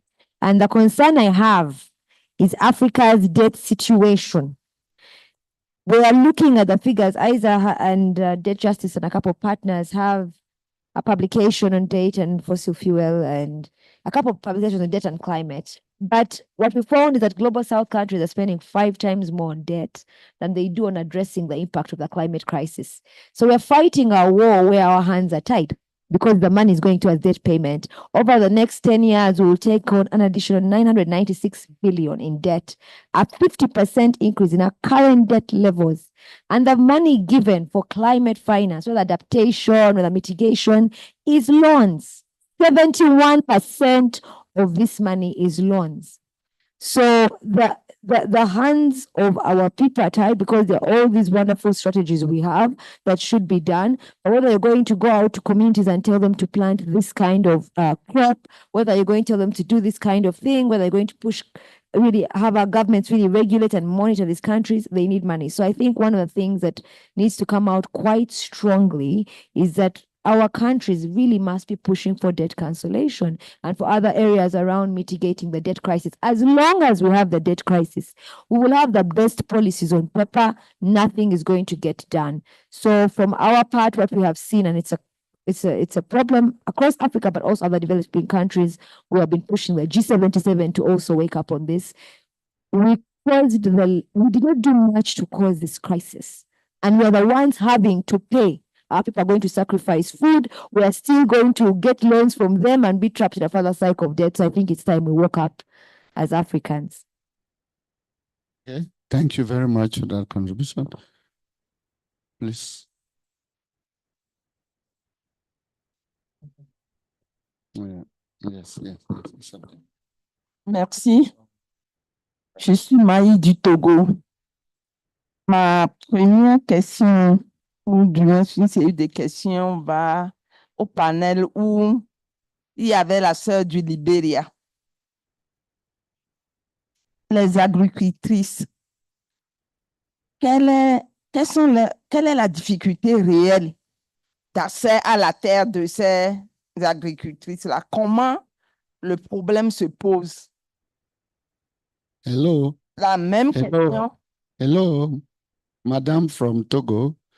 Je suis un peu désolé là. On veut votre contribution pour les perspectives, ce qu'on fait au Togo. Mais avant votre expérience et les stratégies dans le pays, dans votre pays pour le moment.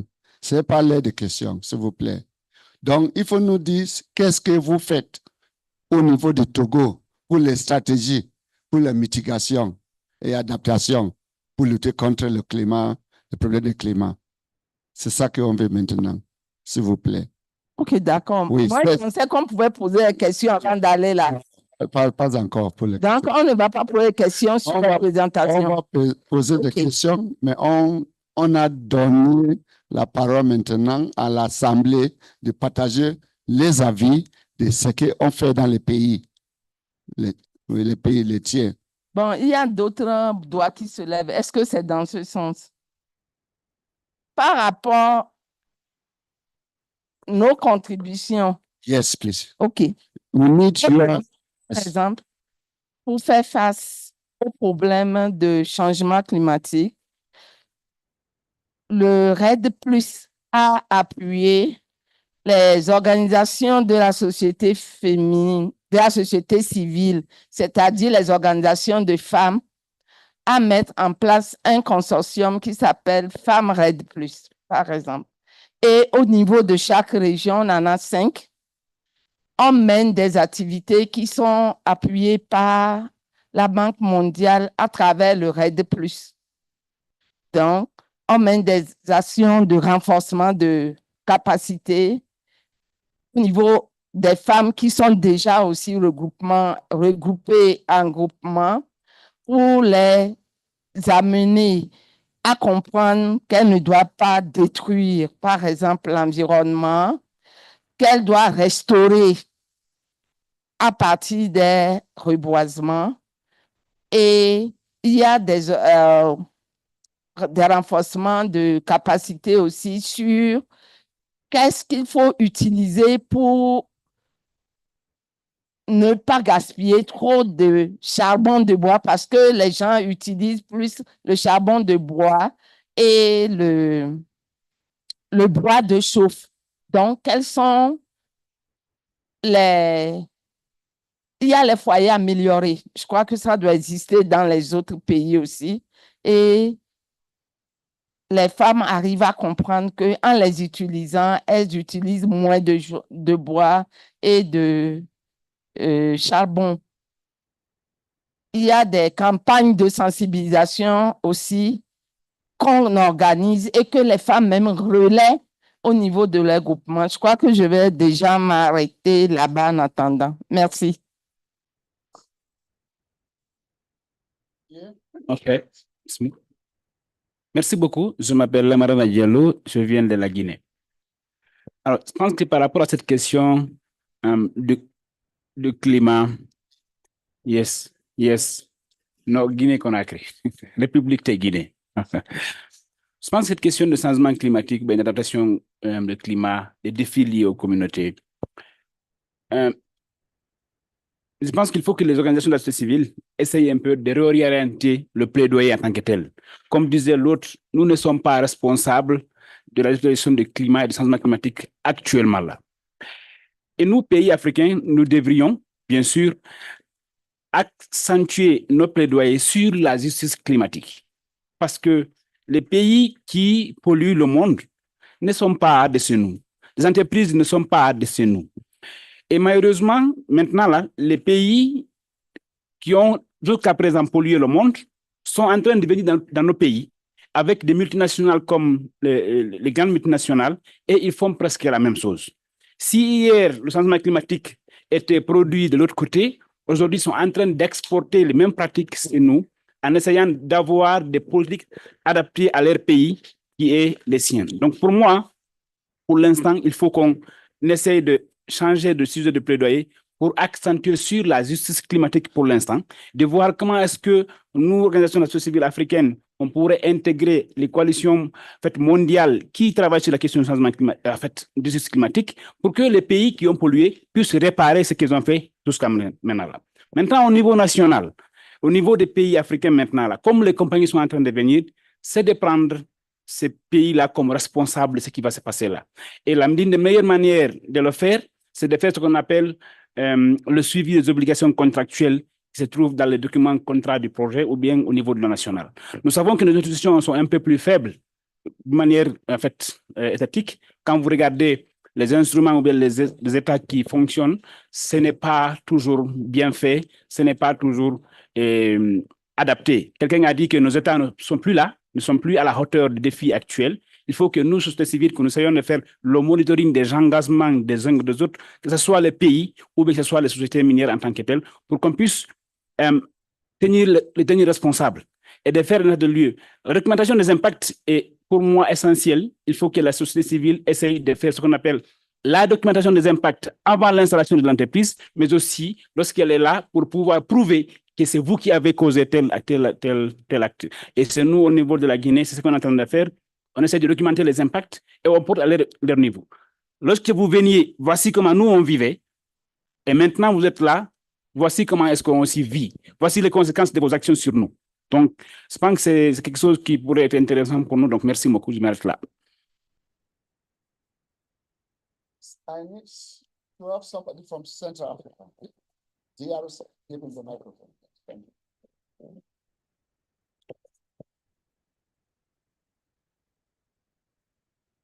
Merci beaucoup pour la parole. Je voudrais parler pour le compte de la RDC et le contexte de la région peut-être, parce qu'on a parlé de la montée des eaux et nous observons aussi que c'est le cas. Le lac Tanganyika a monté des eaux et actuellement les infrastructures même qui lient les deux pays au niveau des frontières, les infrastructures d'immigration du côté congolais et du côté burundais sont en train de disparaître parce que les eaux continuent à monter et ça, c'est un problème de réchauffement climatique très sérieux. Ça, c'est un contexte régional parce que le lac Kivu aussi, il y a du gaz méthane et il n'y a pas d'entreprise qui exploite actuellement en RDC. Par contre, au Rwanda, il y a une entreprise qui exploite, mais qui ne sait pas délimiter les impacts de ces gaz-là. Et au niveau de Minova, par exemple, au Sud Kivu, il y a quelque part où on voit déjà les impacts de ces gaz-là qui commencent à polluer les eaux du lac Kivu. Et nous, la question se pose, même si la société civile est là, mais qu'on n'est pas en mesure d'exploiter ces gaz. Il faut une entreprise et l'État ne prend pas de mesures. Il y a un risque sérieux pour ces communautés-là parce que si ces gaz explosent un jour, c'est toute une communauté qui va disparaître. Donc, je voudrais peut-être que les collègues du Zimbabwe qui a parlé du gaz méthane exploité chez eux, quelle était leur stratégie avant l'arrivée de l'entreprise pour pouvoir limiter les dégâts liés à ces phénomènes du gaz méthane. Merci. Okay, thank you very much. I'm sorry we have time constraints. Those that have been imposed on me. We'll have time for the general plenary, for the plenary, where those questions will be raised. Please. We'll have time at the general plenary or the plenary where those questions will be raised and discussed. For now, I have been given instructions by the High Coordination Committee to end this session. We go to the next session. I will call on my able panelists. Let us give them a hand of applause, please, as they retire to their various seats. Thank you very much. We will continue the discussions. Thank you. It is very absurd to find yourself in that situation where the discussion is heated up and we have to continue. But right about this time, before we break off for lunch, we are going to have our final panel. And I'd like to invite Maurice. Maurice is our host to come and invite his panelists that are going to be shifting the discussion to now identify the role of corporate actors in this discourse of human rights implications arising from climate change. Maurice, we have 40 minutes, so you will use them accordingly for your panel and the audience to be able to engage. Over to you. Thank you, Joseph. Having received the instrument of power, I would like to invite my panel. We only have around 40 minutes to do this, and we will keep time. My panel includes Joseph Kibugu, Jackie Kabulo, Dr. Okezie, Jasper, and Agnes Koilel.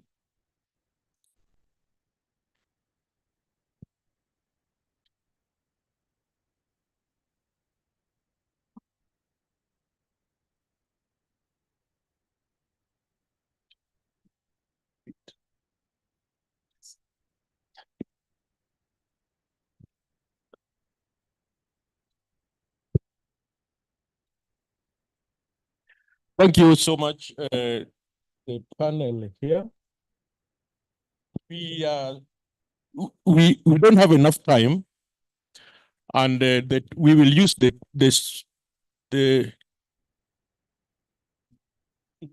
you come and sit here. Okay. Because of the transition. On my far left, we have Agnes Koilel. Agnes Koilel represent Narasha Community Development Trust.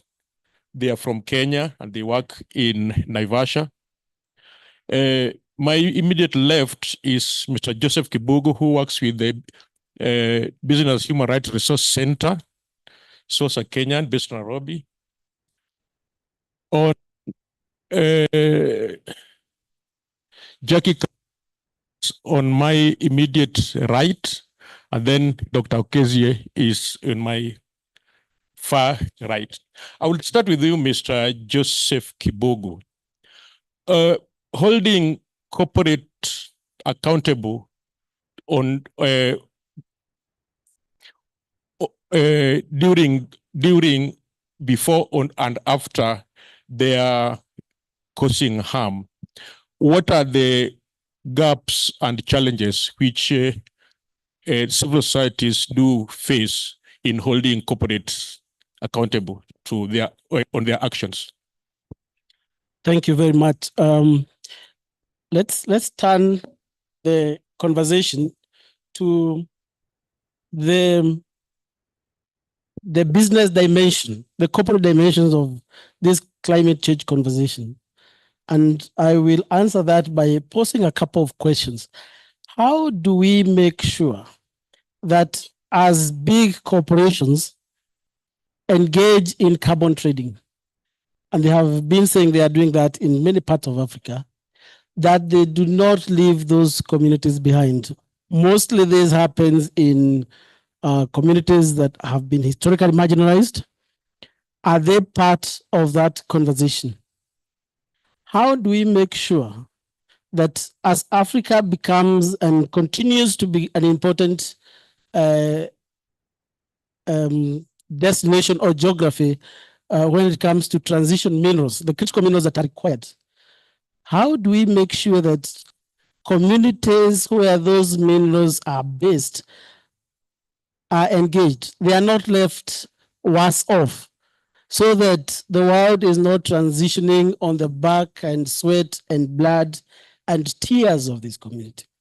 How do you hold these companies to account, whether whether they are local or whether they come from China or they come from Europe or wherever they come from? How do you make sure that that does not happen? When it comes to deployment of renewable energy installations, whether it is geothermal, for instance, where my sister is based, whether you're talking about solar or wind, it's a good thing. But how do we make sure that that transition is not leaving communities worse off, especially given that most of these installations are in communities that have been traditionally marginalized? How do you make sure that those who are opposing the continued investment in fossil fuel projects like EACOP and others, that advocates are not, and human rights activists, CSOs, are not threatened, are not intimidated, are not jailed, and in worst case scenarios, do not die because of their advocacy? How do you make sure that businesses that are coming up with climate solutions, whether it is irrigation, whether it is cooking gas, do not engage in predatory practices under the guise of combating climate change? How do you make sure that even the seed varieties that are introduced, so that and we had a presentation from Liberia about how certain crops that could grow in an area 10 years ago or 20 years ago can no longer grow. But how, if corporates come and introduce other seeds, how do you make sure that that does not compromise the right to food for the local community, and the right to food not just in terms of quantity, but also in terms of quality and for all sectors of that community? Those are some of the questions that we need to ask ourselves. Thank you very much. Thank you so much, Joe. Agnes, best practices on corporate and environment responsibility vis-a-vis climate change and indigenous people. What are the challenges at the project level, bearing in mind that you've been working with the ACCA at the community levels? Well, thanks so much, Maurice. I'm very honest and grateful to be here. For the challenges at our career, I think that is the most area where people are affected by the geothermal. And beside that, Mr. Morris, you also have the flowers farms at Naivasha, whereby there is pollution of air being used in the flowers and also in the thermal area. In our first case, we have lost our lands because when the drilling started, the Maasais were occupying a very big area, but they were forced by the enlargement of the thermal area, that is Kengen, to be moved to a new area. And when those people were moved, generally the Maasais are livestock keepers. We keep our animals. We also have our sacred places that we could worship our God, and where we also offer our own sacrifices. We lost all that area, and the place where those people were moved was a place that is not pleasant for our people. The modern houses were built to our people, and whereby we feel that we were not happy because we are losing our own heritage, because the traditional houses, beside having for us the modern houses, we could still miss our own houses as the culture that we used to do at our own houses is now left out. So I think losing the land is the first thing that we feel that we are missing, that is not done to us fairly. Another thing, it is the pollution of air. The pollution of air, we find that at Olkaria, most of our women are having miscarriages because of the fumes that is being produced there. And beside that, we are far away from the hospitals because traveling from maybe the community that I am from, Naivasha town is almost 200 kilometers. So making that woman who is almost to deliver to go to Naivasha town or to the centers nearby, and due to lack of transport, because there is also the Kenya Wildlife Service, whereby the movement is restricted. So you must have permit. If you're not using the private vehicles, if you are to get a vehicle from outside, there is that permit. Making someone to wait for that vehicle, anything can happen. So it is another thing that we are also facing. The third thing, nowadays our people, most of them are having headache. Every time, because of the noise that is being produced in the wells when they are sometimes open, it's not a good thing for us, even for our animals. And beside all that, people are nowadays also developing the eyes problem. People cannot see properly. So those are some of the challenges that we are also facing. And on top of that, we also facing the problems of the wildlife.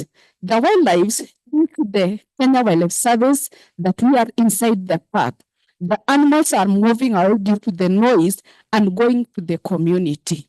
Going to the community, and when you try to maybe talk to the Kenya Wildlife Service, we are requested to learn on how to live with the wild animals, because the noise is causing them not to stay at the park. So coming to the community, we are having several problems. We have around like 3 people who are killed by the wild animals. So those are some of the challenges that we are experiencing and facing at Olkaria.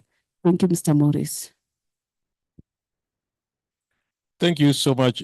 Dr. Karia, strengthening corporate accountability in Africa requires safeguards, both from the donor perspectives and also from the corporate perspectives.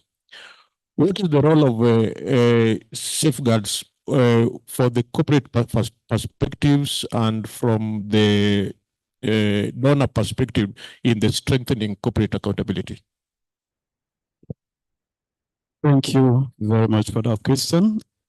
And let me start by saying that let us begin to look inwards to problems that confront Africa and focus on those models that are imposed. when we talk about safeguards, let's look at the process that brings into place those safeguards, because that is what we hold the corporations accountable. If it involves public participation of African citizens at national, subnational, and community levels, then those safeguards that are put in place either by governments or are there in the policies will become more implementable. We have a lot of policies in Africa, in Nigeria, that are meant to hold corporate organizations accountable. To what effect? What are the success rates? Very low, because of low participation of the people. And for that reason, those safeguards are no longer tenable. We need to begin to look at those policies that have been put in place. And I will cite few instances in Nigeria. We have the Climate Act policy. We have the Petroleum Industrial Act. We have the Environmental Impact Assessment Act. We have the NESRA Act. All these things have safeguards to ensure that our environment, our communities are protected. But one thing that is lacking, the gaps in all these policies, is that the people to whom these safeguards are supposed to work for were not part of the process. And so they could not hold them accountable. And oftentimes, the donors determines the outcome. We have the resources, but the donors determines the outcome of their investment. We have no control over that.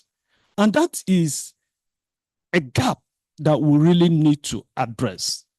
We really need to, at the community level, ensure public participation in coming up with these policies. I've been in some communities where the communities share their experiences. They were just there. The next thing, they saw people coming to mine, for instance. They weren't carried along. They don't know what the companies were coming to do. They don't even know what their rights are within the agreements that were entered between either the government or the communities through the community development agreement. And for that reason, the safeguards were not there to ensure that these corporations do what is right.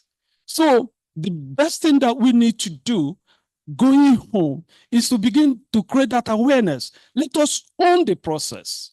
Whosoever that is coming to do whatever enterprise in our community, in the Nigerian context, in the African context, situate whatever plan he has within the African context.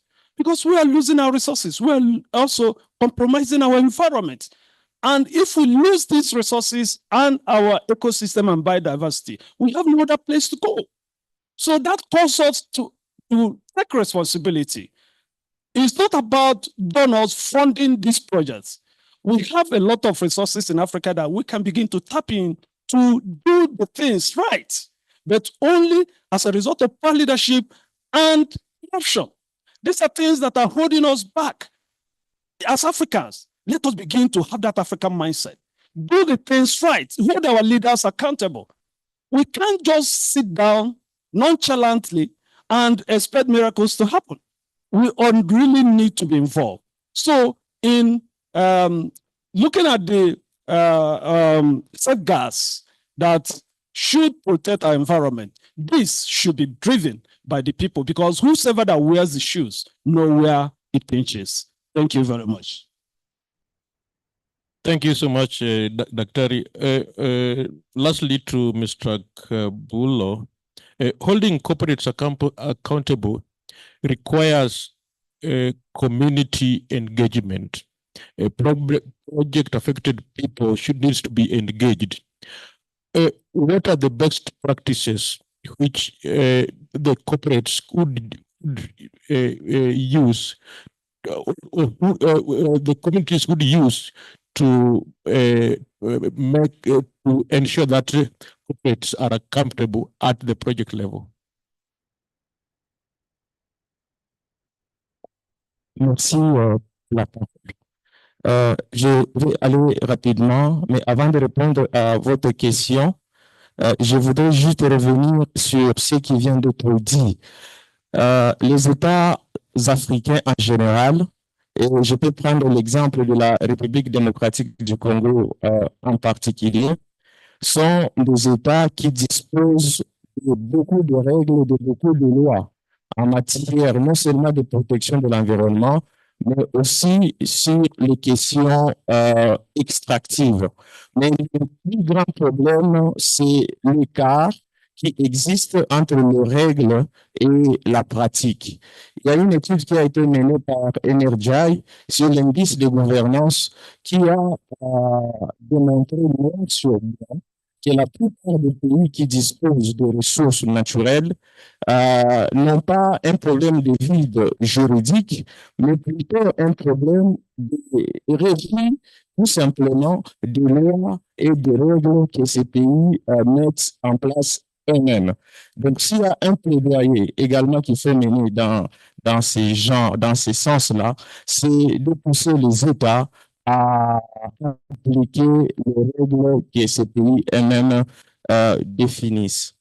Pour revenir à votre question, c'est justement continuer à mener le plaidoyer pour pousser les décideurs, les États à demander, à obliger aux entreprises, à toutes les multinationales qui sont dans nos pays, à impliquer les communautés dans les processus de prise de décision.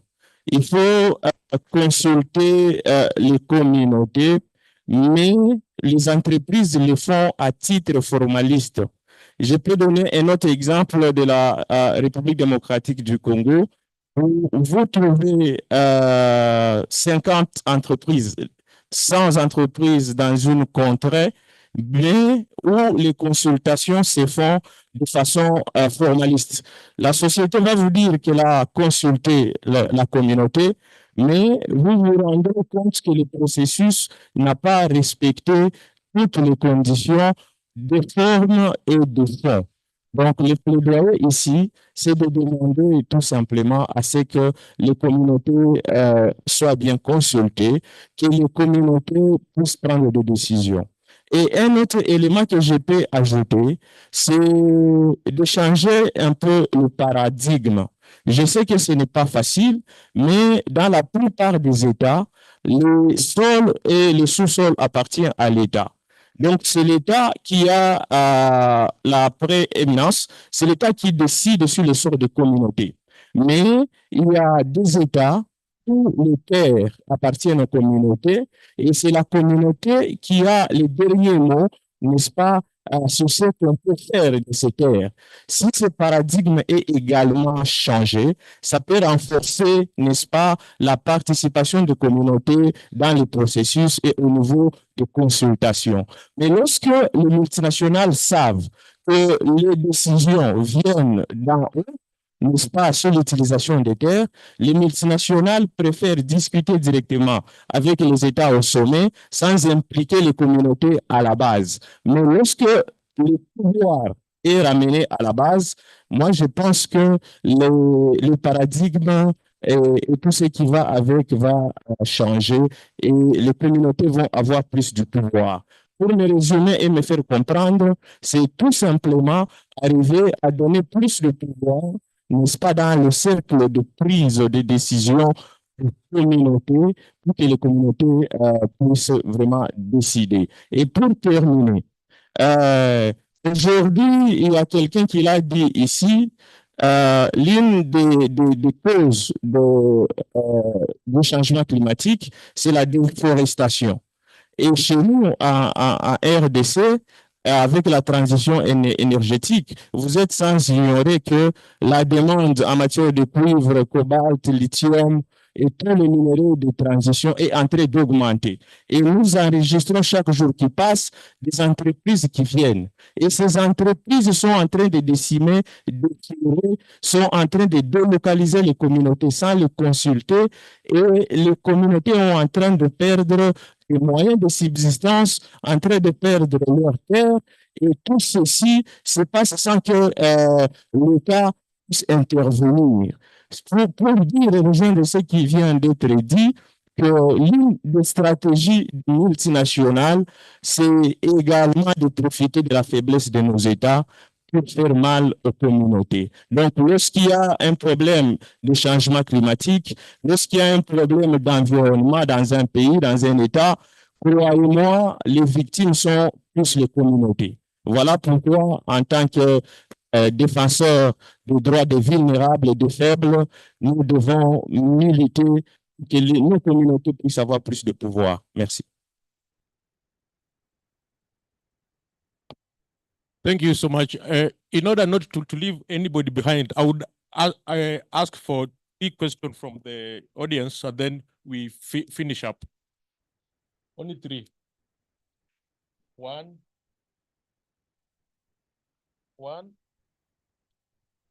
Oh, 1, 2. Let me start. 1, 2. Let's say Gabi, then you, then we come over. Please.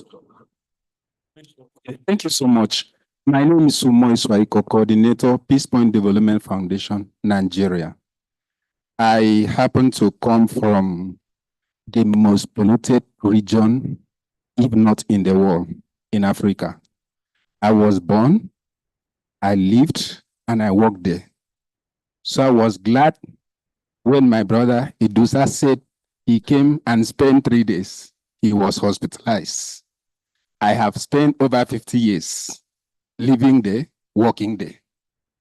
I think when we talk of issue of climate change, some of us, if not that we have moral, we should have been handling gun to shoot people anyhow because of what we are passing through on daily basis. We have carried out a lot of research. We have studied earnestly, as is one of the worst. Check the life expectancy. Niger Delta region of Nigeria has 41 years, the most lowest. Being that some of us who are able to cross that barrier are just lucky. If you come to Niger Delta, the only celebration is death. At 31, life well spent. Be buried on daily basis. There are areas I can take you to that you cannot spend 1 hour. You can't spend. It is a community that boasted with over 5,000 population, but no one can live there. Even animal cannot exist simply because of pollution. Yes, I've seen Our Lady talking about issues of gas flaring on women. We've done research on that. Honestly, our interaction with the women reveals that some of them are accusing the oil companies that their men cannot last again on bed. Many of them says when some of them who are lucky to marry those working with the corporate companies, when they come back from the shore, it takes time for them to enjoy themselves because of what they are inhaling on daily basis. Our land, the women who works, most of them are fishers. They buy boats for fishermen to go and bring fishes. They buy, some of them took loan to acquire those things. By the time they go, 1 week, 2 weeks, come back empty. They have nothing to eat. The children cannot go to school. I don't want to take longer. There are so much. We have done research and published it. I will share some of those copies. We have so much. Thank you. Thank you so much. Madam Mugabe.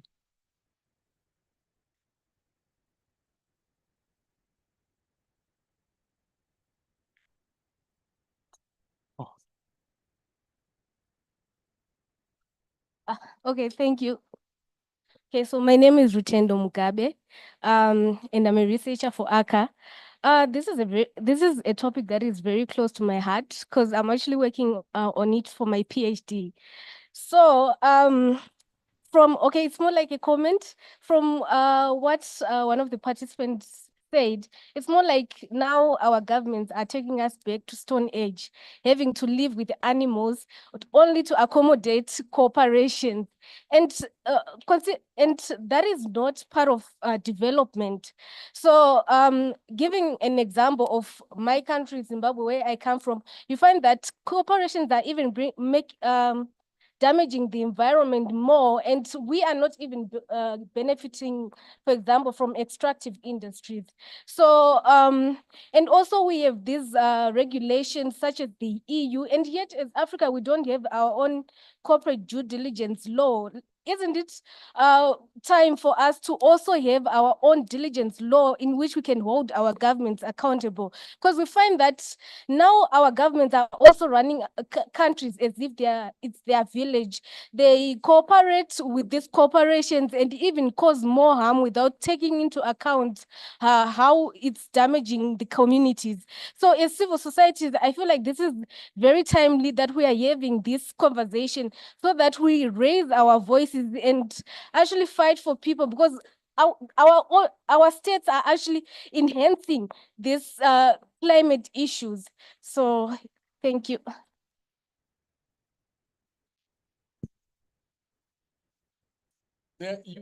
You grabbed the microphone, but now I give it to you. Thank you. It was brought to me. I never grabbed. Good afternoon. My name is Samuel Komu. I work with Transparency International, and my question is connected to the carbon market conversation, and specifically in the transnational nature of the corruption that is going on there, involving the government officials and also corporates within other countries and entities in other government. And maybe from the panelists over there, maybe they can share good practices that we could borrow from in terms of dealing with this transnational corruption and what is happening, and maybe also share more insight when it comes to maybe development of maybe a registry, as was suggested by NEMA sometimes work, whether that can also be part of the bigger interventions that could help in dealing with that. Thank you. Thank you so much. I said 3, and that is the third one. I always give Chineke last, and then you last. Chineke then last. Then I will not allow again. Hey, please.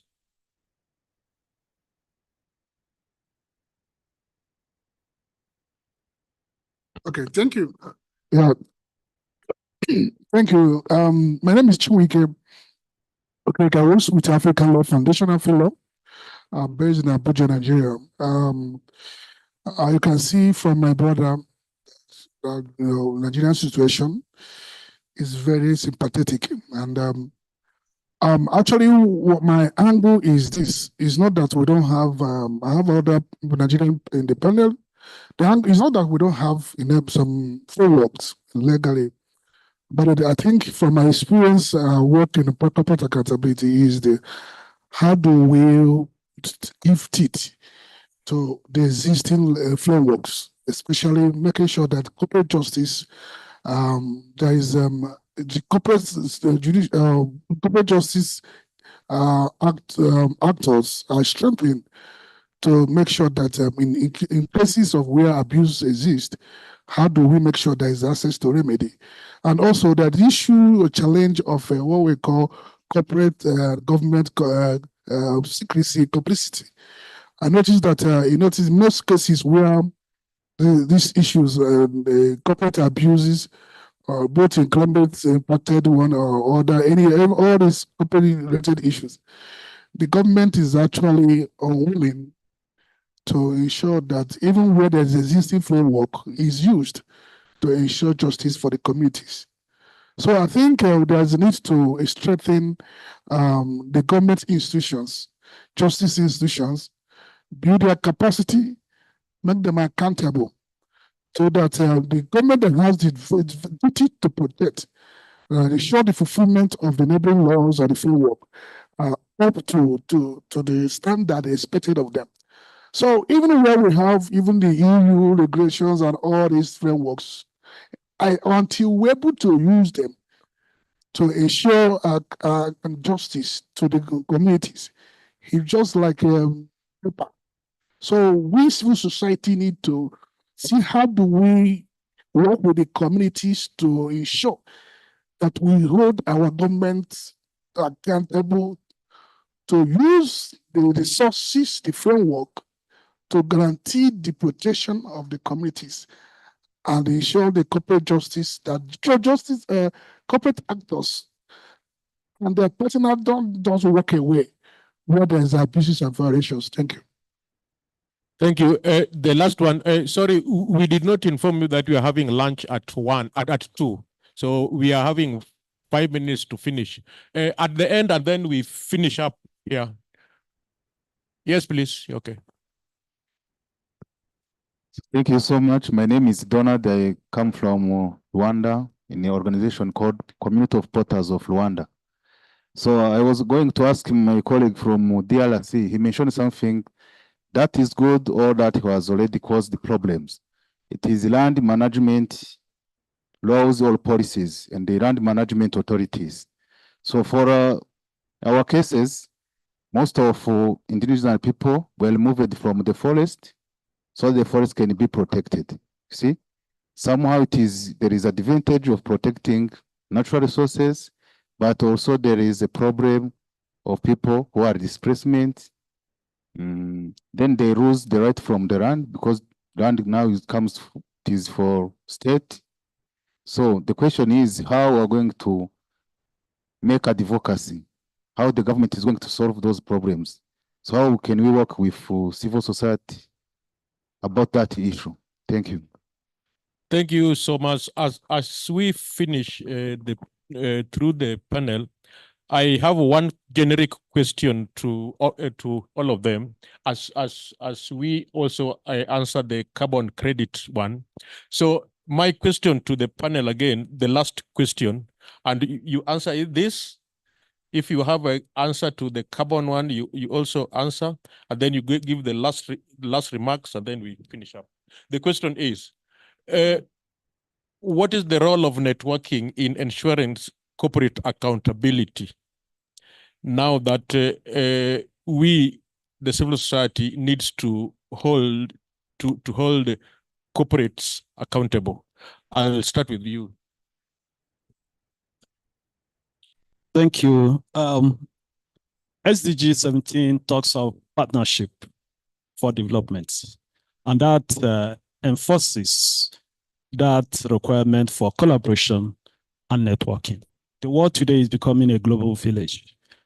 And for us to begin to hold corporations accountable requires that collaboration and networking. We really need to tap from the resources and knowledge of those that have gone through that process. It's no longer ideal to isolate yourself and work in silo. We really need to network. There are organizations, human rights organizations, law organizations across the divide that we can really partner with. And this gathering provides that opportunity. And that is why it should be a take home from here to network and partner so that wherever there are those corporate rascality and human rights violations, we know whom to reach out to. And there are instruments, there are legal frameworks at the regional level. Some of them were listed here in the earlier presentations that we can also leverage upon.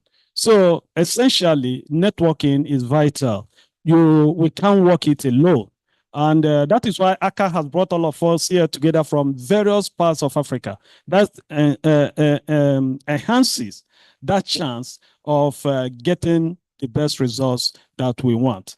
In talking about carbon credits, a lot of conversations has been going around that issue. There are international politics around that carbon credits. And Africa, we're losing a lot of our virgin forests, where the deforestation is alarming. And who is being held accountable? And often, where these carbon credits or monies are issued, our governments use it to fuel corruption or to run their election. It does not help. It does not serve the people. What we need to do collectively is begin to, if possible, document this process and be, like one of my brothers said here, begin to hold government accountable. And it should start from the community level. The communities are ignorant of these processes. They are not part, they are not being carried along. And so how can you monitor something you don't know about? The level of ignorance at the community level is high. Let's go through, let's talk with our people, let them understand this instrument that exists. Let's call for town hall meetings and ensure that the people know what is right. We know what happened here in Kenya, the Gen Z, when the people mobilized. If we, the citizens of Africa, can also mobilize and say enough is enough for our leaders, we are losing our resources and it can't continue that way. So that is my contribution to that. Thank you very much. Bien, merci. Ma contribution. Je suis également d'avis que nous avons l'obligation de nous mettre ensemble pour faire face aux problèmes qui sont devant nous. Le problème du changement climatique, les problèmes liés à la protection de l'environnement, ce sont des problèmes communs. Et pour régler ces problèmes, nous avons l'obligation de nous mettre ensemble.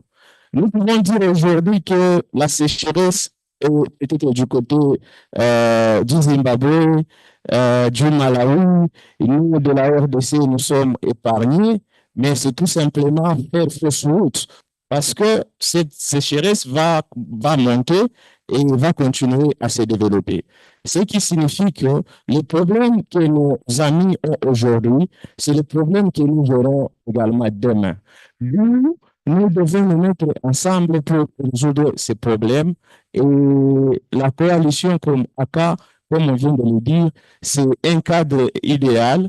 Il n'y a pas seulement ACCA, il y en a tellement d'autres. C'est pour tout simplement montrer l'importance du réseautage et de se mettre ensemble pour faire face aux problèmes qui sont devant nous. L'exemple que je peux terminer avec, nous, dans notre expérience en tant qu'AfriWatch, nous avons constaté que le plaidoyer que nous avons mené en solo n'ont pas soit abouti à de bons résultats, soit il a pris beaucoup de temps pour donner des résultats, mais tout ce qu'on a essayé de faire avec les autres en réseau, en consortium, et arriver à de bons résultats. Donc, c'est pour juste appuyer l'idée de nous mettre ensemble pour faire face à des problèmes que nous avons. Merci beaucoup. Thank you. On the question of networking, it is not an option. If we want to be effective, we have to do this. And I'll give two examples. There's a panel that will talk about the CSDD, Corporate Sustainability Due Diligence Directive in Europe, and talk about transposition. And that process will require civil society organizations in countries that are supposed to benefit from this legislation to work with those in the EU member states as they domesticate their law to make sure that it actually has the teeth that it's supposed to have. And then secondly, the world, America today, a few hours ago, decided to give power to someone who has blown hot and cold on the question of climate change. Yeah, and so what does that mean? I don't want to scaremonger, but again, is that going to see a reversal of talking about lean government? Does that mean a reversal of regulation that we have seen, not just about climate change or environment, but corporate accountability? But perhaps to try and answer Komo's question on carbon trading, I would say three things. Number one is that the civil society movement in Africa, and sometimes inevitably, has been playing catch up. We find ourselves playing catch up, whether it is to deal with the question of oil. The government knows what is happening. Companies know what is happening. So we find ourselves trying to learn what is this animal called oil that has been discovered in our area. I know, for instance, there are groups in coastal Kenya that are now trying to question whether nuclear power is renewable, is it harmful? There is a space there, information gap that needs to be filled. So we must educate ourselves. It's okay to play catch up, but we don't have to reinvent the wheel if there are groups in other countries that have been through this process. My second point is on the question of transparency. Bringing to light what is happening.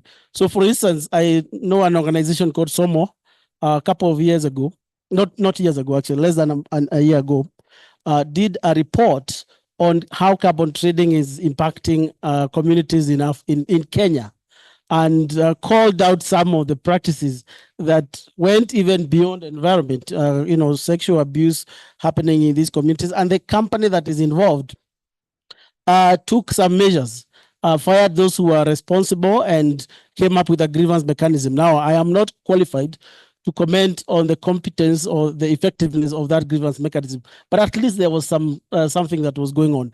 And then my final point is this whole question of ESG. We have to be very careful that we do not allow the ESG movement to cloud human rights issues, because ESG, it's a good thing, but it can be amorphous. You are deciding what you call sustainability. We have seen, for instance, a big bank in Kenya coming with an ESG report saying, oh, now we are not printing paper, and that is our contribution to the environment. Now, surely, you may not be printing paper, but you are lending money to groups that are doing a lot of damage to the environment. So we have to have good safeguards. We've got to be effective. Yes, we are playing catch up, but the ESG space is one space that I think we need to pay more attention to, not necessarily to critique or condemn, but to bring transparency to what those companies are doing, and just to make sure that there is no, what is the term used? Whitewashing or greenwashing? Yes, whatever color it is. Thank you very much. Okay, thanks a lot again. For me, on the question of the importance of networking, it creates a voice for us, because sometimes when, as Kenyans, we are facing a problem, when all of us knows exactly what is happening to the communities, and we come up with one voice, I think the government will listen us. Because remember that one person cannot make us a win, but when we are all of us, something can come out. So sometimes as Kenyans, when we cry, also we request that there are other countries, when we hear our cry, we come together. Then my second request, I'm kindly requesting that the funders can also know what they are funding, because they are funding these companies and they do not exactly know what they are funding.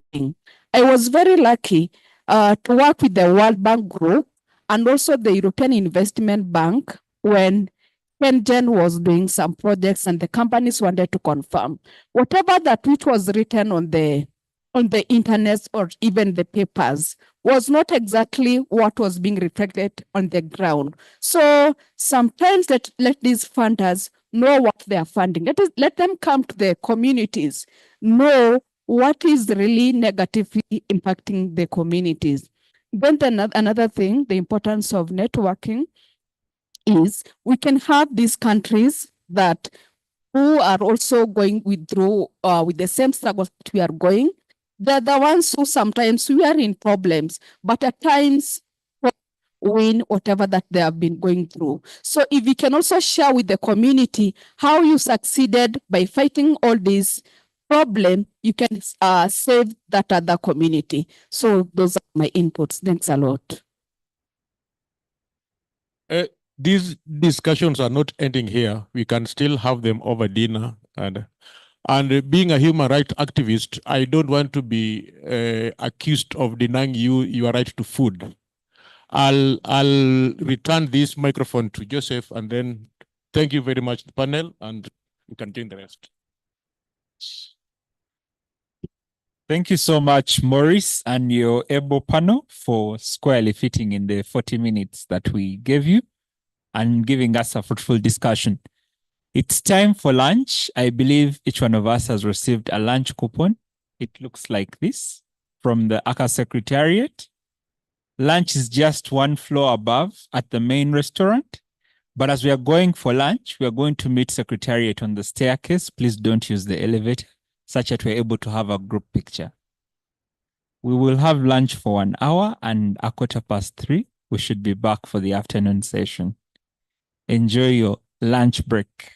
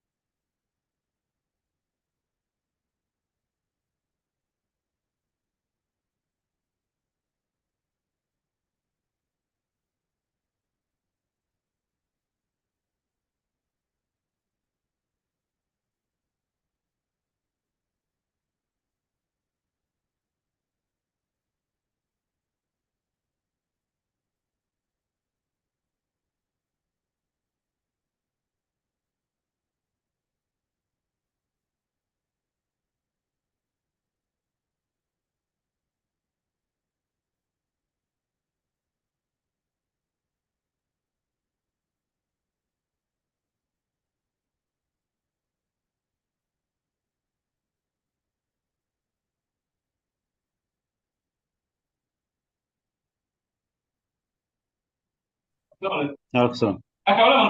Meno. Ha? Tira in kai na ya bicha bin sai tira ho. Aka ai tira gondo. Oke ko be inda bro ko kina sai tira kas kirbe. Ai de tira gondo wa da ka explicasse. Ai usba.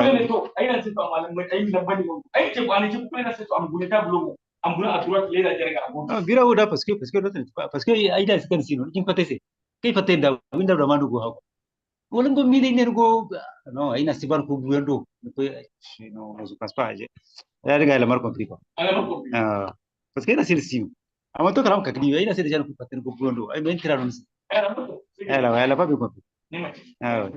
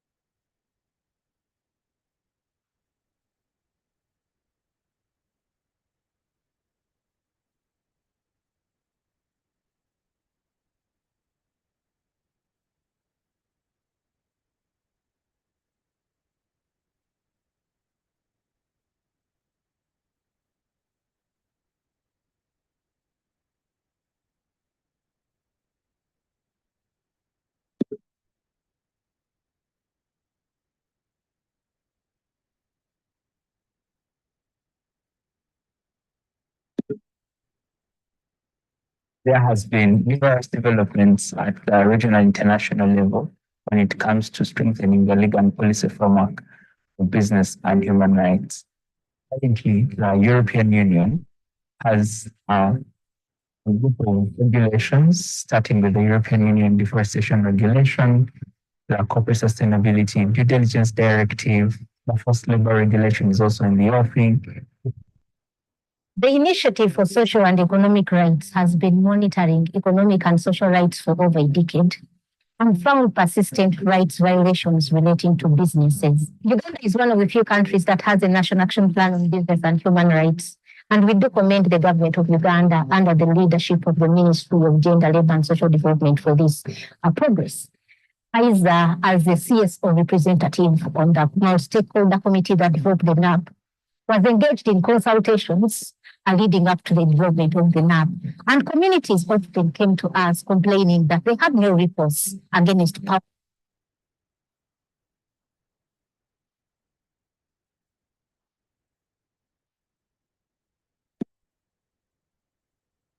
There has been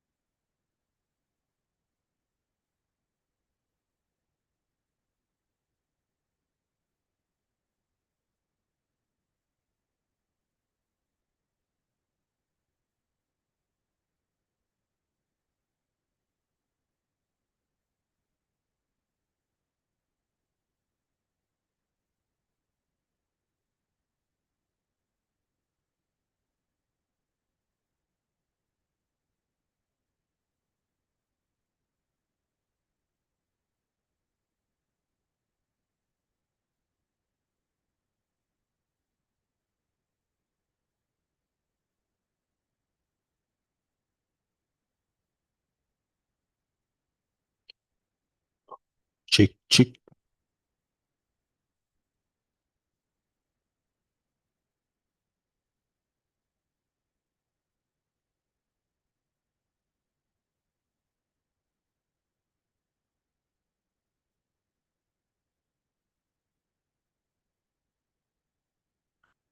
Check.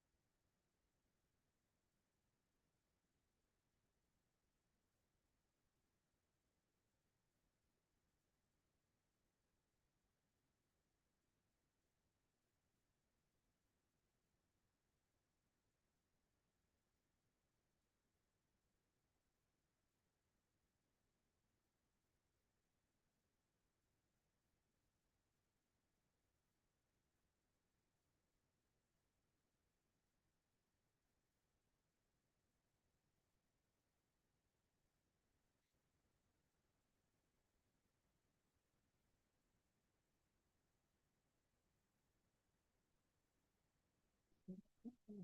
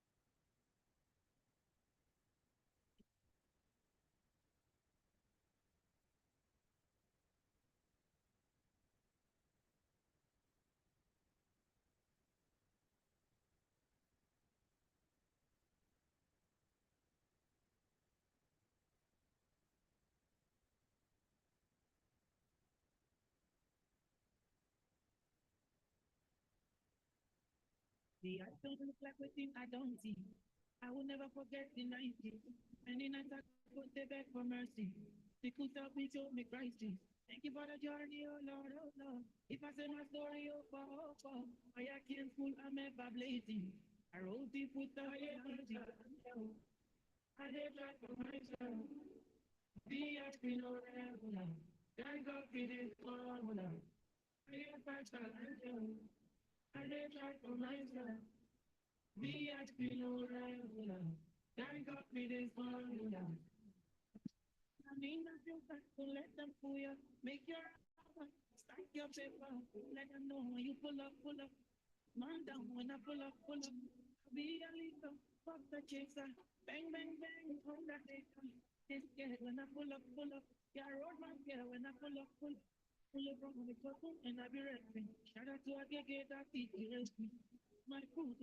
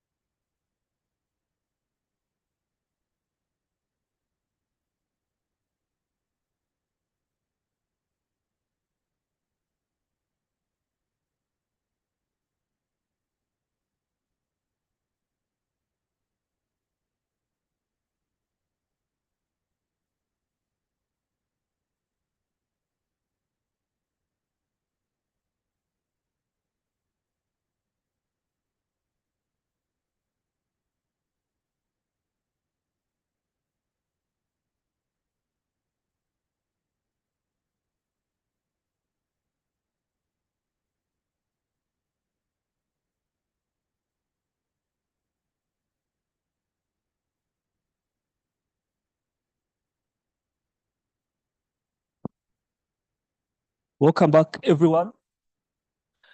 Welcome back from the lunch break. We may need to get set for the next session. Incidentally, I could be the only panelist here. Yes, the mic is working. Yes. I need to. Rosalie? No. Anesudera. Aha, exactly. Why was I?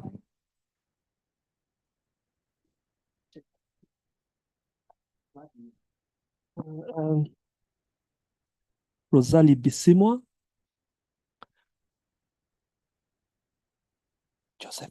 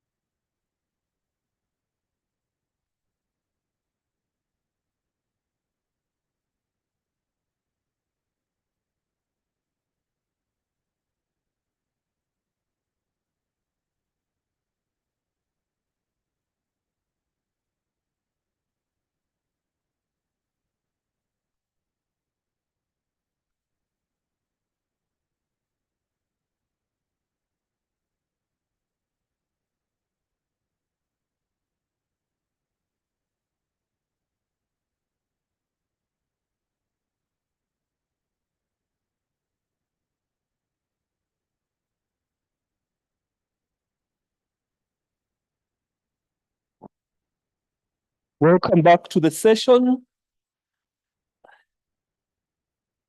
This is interesting. It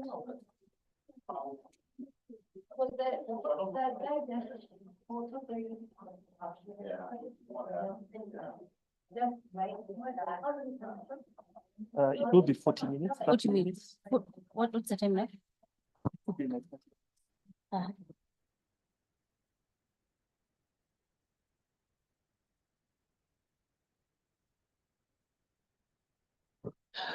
Ladies and gentlemen, it's only right that we get back into session. The other people find us along the way.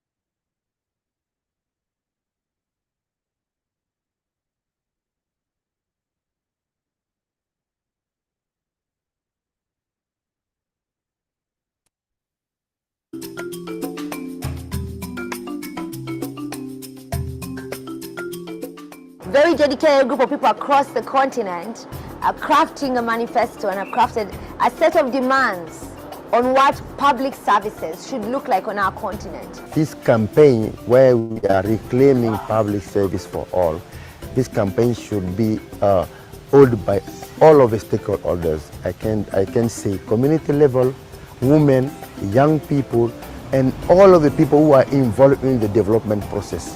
Having the Africa we want begins with everyone recognizing his or her role. When you visit our hospitals and you see what is there, are you happy with what you see? Do you think that is the ideal? When you visit our schools, especially rural schools, those that do not have voices, the voice, are you happy with what you see? So it's basically about looking at what we are supposed to enjoy, especially as taxpayers. We do not ask for these as privileges. We don't ask for these as favors. We are asking for them as entitlement. It is pretty devastating because we occasionally have stories of drug stock out in hospitals that it's a miracle for you to go to a public hospital and find medicines there. This conversation about reclaiming public services is incredibly important and necessary. Privatization is a very well-acknowledged practice of corporate power. And despite the obvious evidence that it doesn't work and that it is not, in fact, providing the services that people need, in so many spaces that narrative continues. In Zimbabwe, the government has failed to provide quality education accessible to ordinary people. You now have these small private entities, I don't know what we can call them, but they don't have a lot of money.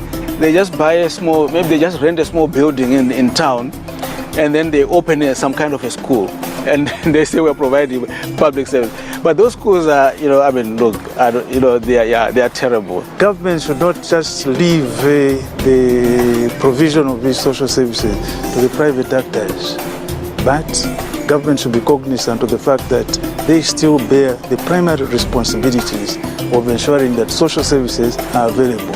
But primarily, one of the biggest issues which is provided for there is the fact that social services are a human right. Social services are not commodities to be afforded by only those that have the capacity to do so, or those that are well connected. We want everybody to be entitled to the social services which are supposed to be provided to all and sundry in Africa. The Africa we want is one where citizens demand for quality public services and that governments adequately finance these services. And I want us to work together to mobilize the people. This is about you, and therefore since it's about you, you must participate in this process.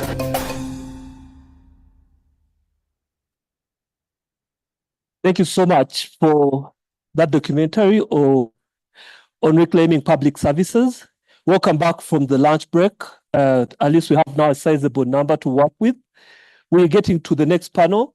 I do not know how much time we have for the panel.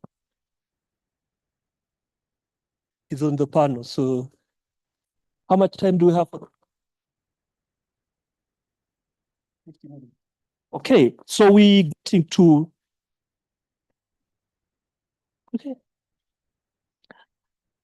So the next panel is going to be talking about human rights due diligence legislation.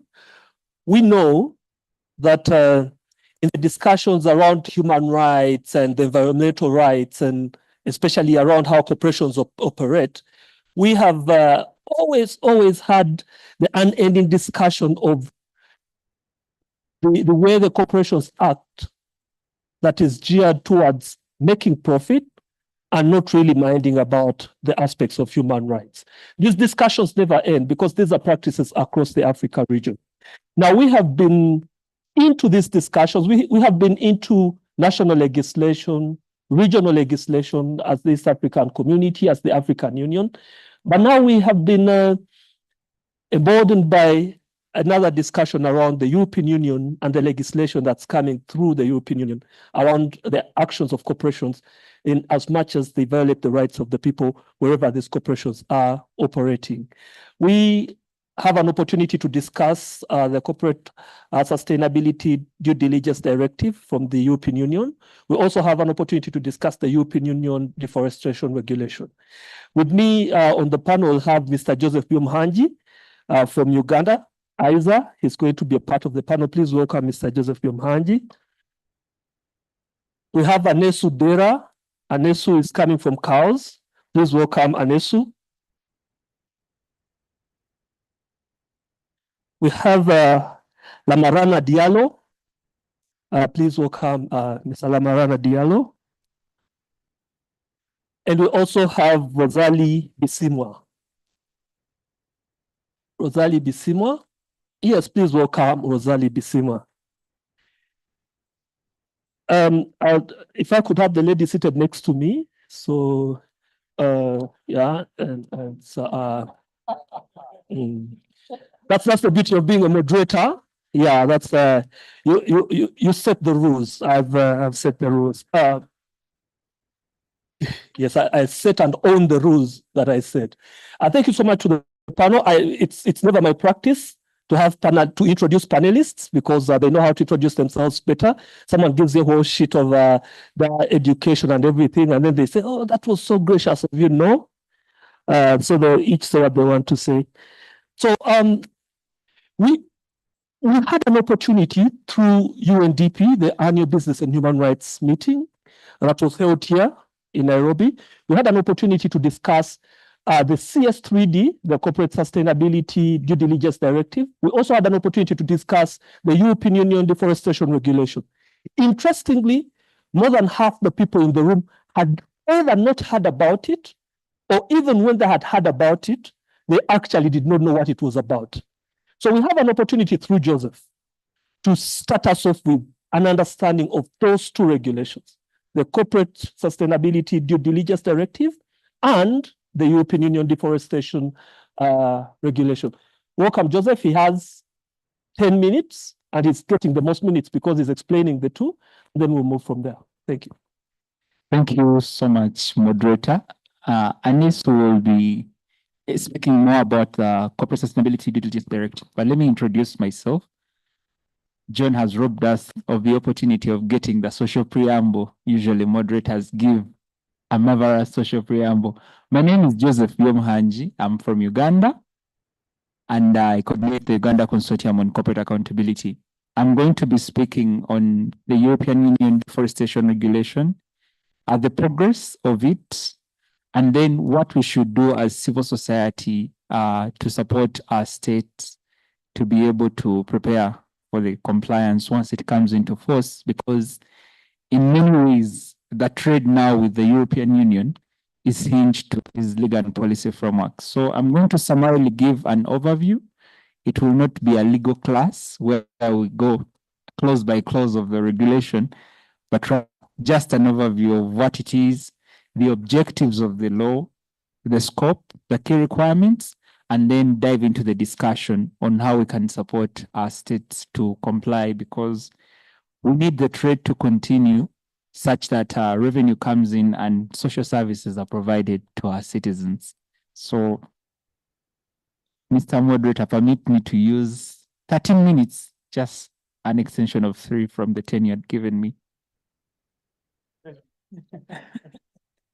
So the European Union deforestation is one of the legislative measures that the European Union as a bloc has come up with to combat global deforestation and forest degradation that is linked to EU consumption. That is items coming into the EU or leaving the EU. It's not one way like some people had assumed. It was adopted in June 2023, and it's supposed to have come into effect on December 30th, that's at the end of this year.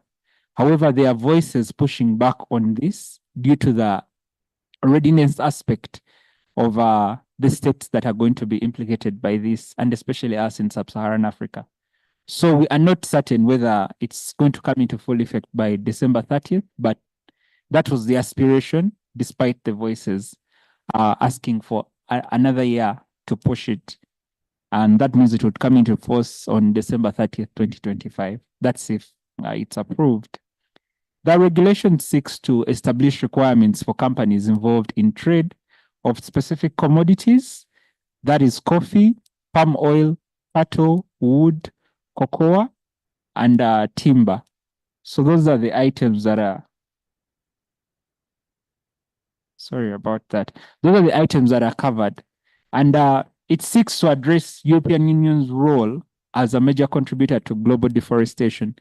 Since morning, we've been having this discussion of climate change and environmental protection.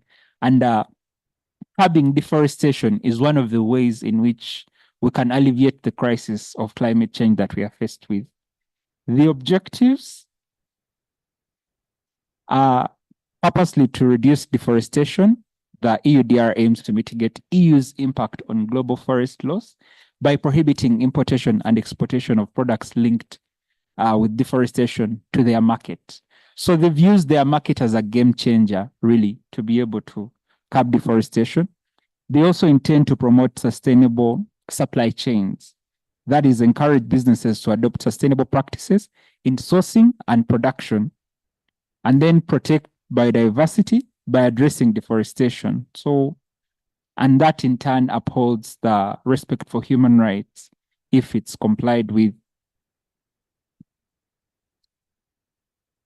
The scope and applicability, the deforestation regulation seeks to apply to all operators and traders who place relevant products on the EU market. That is us who export, and also those that are in the EU and rather export to the world, and then the importation that happens. It's two-way. So, and it includes both large companies and also small and medium-sized enterprises. The distinction in terms of compliance deadlines differs a bit for the SMEs. They have until 30th June 2025. But if there is a push for the general coming into force, certainly there'll also be a push for the SMEs. The key requirements to comply with the EUDR is that businesses must meet three fundamental criteria. Firstly, the non-contribution to deforestation, because this is the core objective of the regulatory framework. Products must not be sourced from land that has been deforested after 31st December 2020. And that includes conversion of land from a forest to agricultural use. And most of us in sub-Saharan Africa are converting forests into agricultural use. So this is something we have to pay attention to, especially if the products we are growing fall under the 7 that we mentioned above. The second aspect, which is of great importance to us as civil society who monitor, is compliance with the local laws, the national legislation. The production of these goods must adhere to the relevant legislation in the countries of origin. So if cocoa is coming from Ghana or Ivory Coast, or coffee is coming from Uganda, we have to ensure that the legal framework that speaks to land use rights, environmental protection, labor rights, and the human rights law is all adhered to, such that we're able to access the EU market. Then the third aspect is the due diligence statement, which requires companies to provide that statement that demonstrates compliance with the above criteria. Before we go to how we can support our state's government to be able to comply, allow me to speak to the traceability requirements. The EUDR mandates strict traceability throughout the supply chain. Each entity involved in handling the relevant products must maintain documentation proving that their goods are deforestation-free. This is something that is very challenging. Some of the panelists in the morning were speaking about the data management in our country. I don't know how robust it is, but speaking from the Ugandan experience, it is very hard to manage data. So now if you need to get GPS locators and map the coffee plantation farms of smallholder farmers, and you have about 2 million households that are growing coffee, I don't know how our states are going to be ready to manage this data. And so the partnership aspect has to come in with EU supporting the various actors along the process to be able to manage that data. The due diligence process is very central to this implementation, and it involves information collection, risk assessment, and the mitigation measures. So as I conclude, the deforestation regulation is a comprehensive framework that is designed to combat deforestation. But then for us to get the true value of this legal framework, there has to be support from civil society. So in Uganda, we have tried to have this discussion. I hope the video is going to play, and then I'll end my submission. There has been numerous developments at the regional and international level when it comes to strengthening the legal and policy framework of business and human rights. Currently, the European Union has a group of regulations, starting with the European Union Deforestation Regulation, the Corporate Sustainability Due Diligence Directive, the Forced Labor Regulation is also in the offing. The Initiative for Social and Economic Rights has been monitoring economic and social rights for over a decade and found persistent rights violations relating to businesses. Uganda is one of the few countries that has a National Action Plan on Business and Human Rights, and we do commend the government of Uganda under the leadership of the Ministry of Gender, Labour and Social Development for this progress. ISA, as a CSO representative on the multi-stakeholder committee that developed the NAP, was engaged in consultations leading up to the development of the NAP. And communities often came to us complaining that they had no recourse against powerful corporations. It is good to see that the European Union is making respect for human rights as a condition to access their market. This is a great opportunity for us to be able to implement Uganda's National Action Plan on Business and Human Rights. We see already a movement in Europe where countries like Germany and France have come up with value chain and due diligence laws, where companies now have legal obligations to identify, to prevent, mitigate, but also to remedy rights violations. By the time we adopted this National Action Plan, even EU hadn't issued any directive. It came in later. So for me, it's a good coincidence. It's an opportunity, yes, we have to take advantage of it, but there is already a shift in terms of industry, in terms of reporting, in terms of people and the planet, you know, balancing that, people and the planet, in terms of climate change, you know, and if you don't do that, then disaster will strike. The new EU legislation has reflected what we have always known, that you cannot have development without rights. Rights matter, they are not mere suggestions. We must be able to ensure that human rights are being respected at every element of the value chain. What we have sometimes seen is that when they get down along the value chain, particularly when dealing with vulnerable groups, there's a lot of rights violations. We see violations around the environment, around land, around forced displacement, around child labor. The impact of the EU passing the European Union Deforestation Regulation has a bearing on the smallholder farmers that are growing coffee across the villages in Uganda. The market standards that the EU has set require that all coffee going to their market from Uganda has to be free from deforestation. Tukiririza ddala era tuwagira embeera yonna tuikwatako etugamba nti tulina okuba nti emmwanyi yaffe eno tugirwanirira okusigala nga esigala katale. N'olwekyo byonna entereza yonna gye batuleetera gamba nga okwewandiisa abalimi b'emmwanyi tugikiririzaamu, amateeka g'emmwanyi agajja tugakkiririzaamu tusobole okufuna obutale kubanga bannaffe gye tuweereza be balina obutale. Nze ng'omukyala yawerera abaana bange sandyagadde baana bato kubatwala kubakozesa mu ssamba, abaana balina okusoma nabo basobole okubeera ab'omugaso mu nsi yaabwe mu maaso. Nze mpagira ekyokuuma obutonde bw'ensi kubanga bakadde baffe singa tebaabukuuma oba oli awo naffe tetulina kye twandikoze. I used to travel a lot to the African Commission on Human and People's Rights. We have let out a lot of resolutions to protect people in Africa. The one that I remember very well is on extractive industries.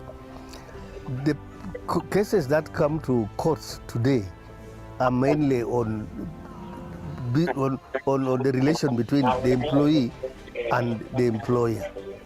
Now, we have not yet even started on the oil. We are just trying to extract. So I think this is now an opportunity for us to start learning, getting these instruments to our people so that when the time comes for us to do the real work, we are going to be on top of the job.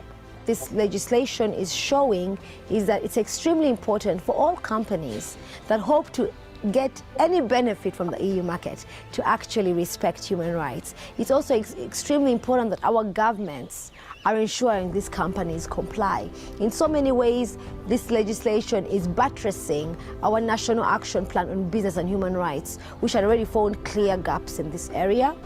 These frameworks are changing the landscape of business and human rights, and they are going to shift the dynamics by setting new market standards. For example, the European Union Deforestation Regulation is discouraging any products that are laced with deforestation to access the European Union market.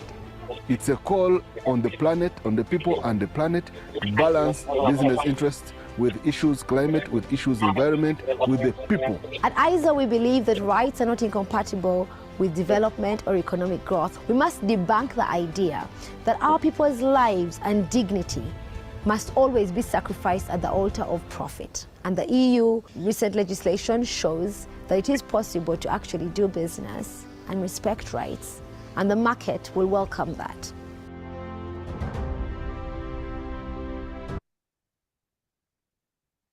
Thank you so much. That's the summary of the experience sharing from Uganda on how to align the developments at the EU with the national efforts, and also how civil society has to support the state to be able to adequately prepare to implement these frameworks. Thank you so much, Joseph, for that. Just maybe to clarify one thing at the start of the video, there was an old car and Maram roads. We have tarmac roads and newer cars. Thank you for that. Just by show of hands, how many of us had heard about this particular regulation, the EU? How many of us had heard about it? Yes, the EU deforestation regulation. How many of us are hearing about it the first time? Okay, thank you so much. I hope we can have questions from you going forward. We are going to talk about the Corporate Sustainability Due Diligence Directive. Joseph Rob Dumie, 7 minutes. Thank you. All right. That's one. All right. Thank you so much. I'll try to summarize as quick as possible. All right. So the CS3D, right? What is it? I think that's the most important question. So the CS3D is a proposed directive aimed at establishing a framework for corporate sustainability due diligence across the European Union, right? So it requires companies to assess and address their impacts on human rights and the environment throughout their supply chains. But I think the most important thing to note here is that it applies across the European Union. I'll come back to that point later on. But what is the importance, right, of the CS3D? I think it reflects the European Union's commitment to sustainability and responsible business practices. Then it also aims to shift corporate culture towards accountability and transparency, theoretically. Then the background and rationale of this, CS3D. The context of CS3D is that it's part of the European Green Deal and the EU's broader sustainability agenda, which covers, even the legislative framework that was being discussed a few minutes ago.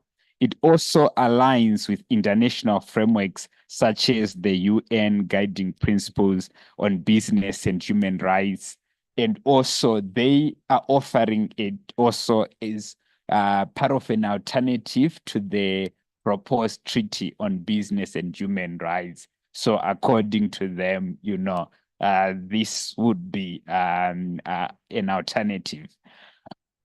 Then what are the key drivers of this? It increases increasing awareness and demand from consumers and investors for ethical business practices. So that's one of the key drivers. Then we also have legislative pressure stemming from past corporate scandals related to human rights violations and environmental degradation. Then the most important, I think, aspect is also to understand what are the key objectives, right, of the CS3D. I think the first important objective is to promote sustainable practice. So this is really meant to encourage companies to adopt environmentally and socially responsible policies. Then it also is intended on enhancing corporate accountability. So this is through holding companies accountable for their actions and those of their suppliers. Then one of the aim is also, around improving risk management. So this is around enabling business to identify and mitigate risks related to human rights and environmental issues. Then we also have an important issue around strengthening stakeholders' trust. So this is around building credibility with consumers, investors, and communities through transparent practices. Then what is the scope of this directive?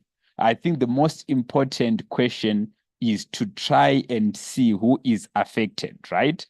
So on who is affected, this directive, applies to large EU companies and non-EU companies operating in the European Union with a certain revenue threshold, e.g. 150 million, right? So the reason why this point is very important is that there has been a lot of arguments, right, around how companies can try to evade, right, being within this threshold, really by under declaring or, having subsidiaries that falls, below this threshold.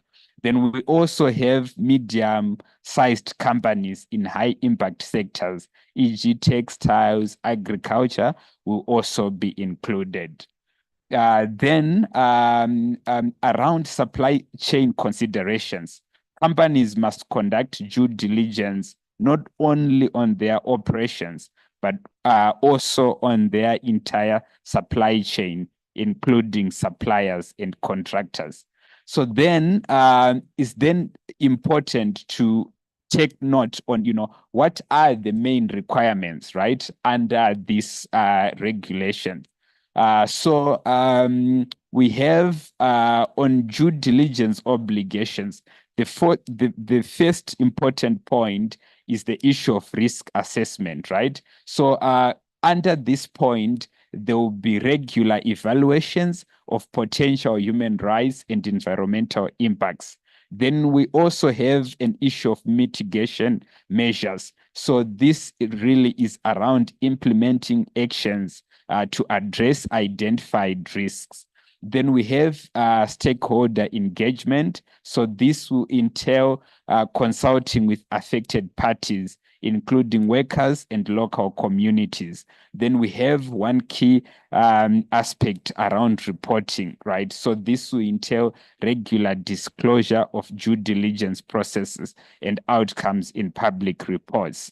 Then on the issue of implementation timeline, the proposal really is expected to become law in the coming years with specific dates for compliance to be defined. Then also there will be transitional periods really that may be offered for small companies. Then the most important then question is, what really is the impact on businesses, right? Well, so if this was or is to be implemented substantively, not only theoretically, we have opportunities. On opportunities, you have the issue of competitive advantage, right? So companies adopting sustainable practices can differentiate themselves in the market. Then we have enhanced innovation and attracting investment. Then on the challenges that might be faced is the issue of compliance costs, right? Which means initial investments required to meet due diligence, compliance might be really complicated. Then we have the problem around operational changes, and then the complexity of implementation. Well, due to time constraints, in conclusion, I think the summary of key points is that this framework really represents a transformative approach to corporate sustainability and accountability if it was to be implemented fruitfully. But the problem, as we have identified, it only applies to companies in Europe and also those that are going to be operating in the EU. So now the question is, what is the scope or context to TNCs, right? That have their origins, in Europe, but operating in the global South. We still have, the same problems as we are currently having, because the scope is not wider, which means there is room, right, for Africa to kind of implement their own framework, to govern that gap. Then also, the call to action really is, the issue around encouraging business to start assessing their current practices and develop strategies for compliance, and to foster collaboration among stakeholders to share best practices and resources. But the key really issue or problem that we still have is that, this framework is best, or is mainly focused on companies operating, in Europe, and is quite silent on the dynamic between TNCs and their operations in the global South. Thank you. Please clap for him. Thank you so much, Anetsu, for that. Corporate Sustainability Due Diligence Directive. How many of us have heard about it before this meeting? Just by show of hands. How many of us are hearing this the first time? Thank you so much. One thing I would love to emphasize is that the threshold was put really high. The corporation should be having a turnover of 450 million euros. That's a very high threshold. It should be employing more than 1,000 employees. That basically means you should evaluate how many of such corporations are in your country. But also, it also shows that much of what they will be looking at in our countries is going to be within the supply chain, the entire value chain. So these are things that we need to look out for. Thank you so much. Now we need to make a bit of adjustments, because now we're getting into French, and we may need to, she may need to sit here, so we share that. Joseph, you may need to shift. So that.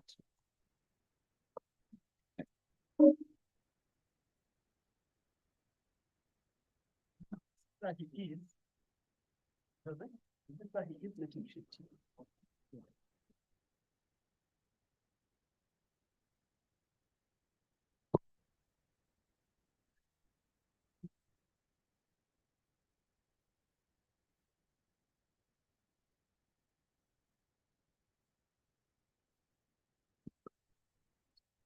Feel like a pilot. Eh? Yeah. So, okay. The microphone you can. Okay, so let's now get to our experiences as civil society. And we know that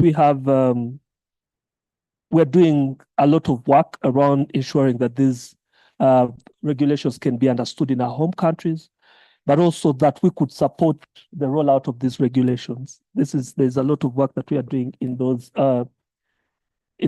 areas. So I could start from here. What are we doing within?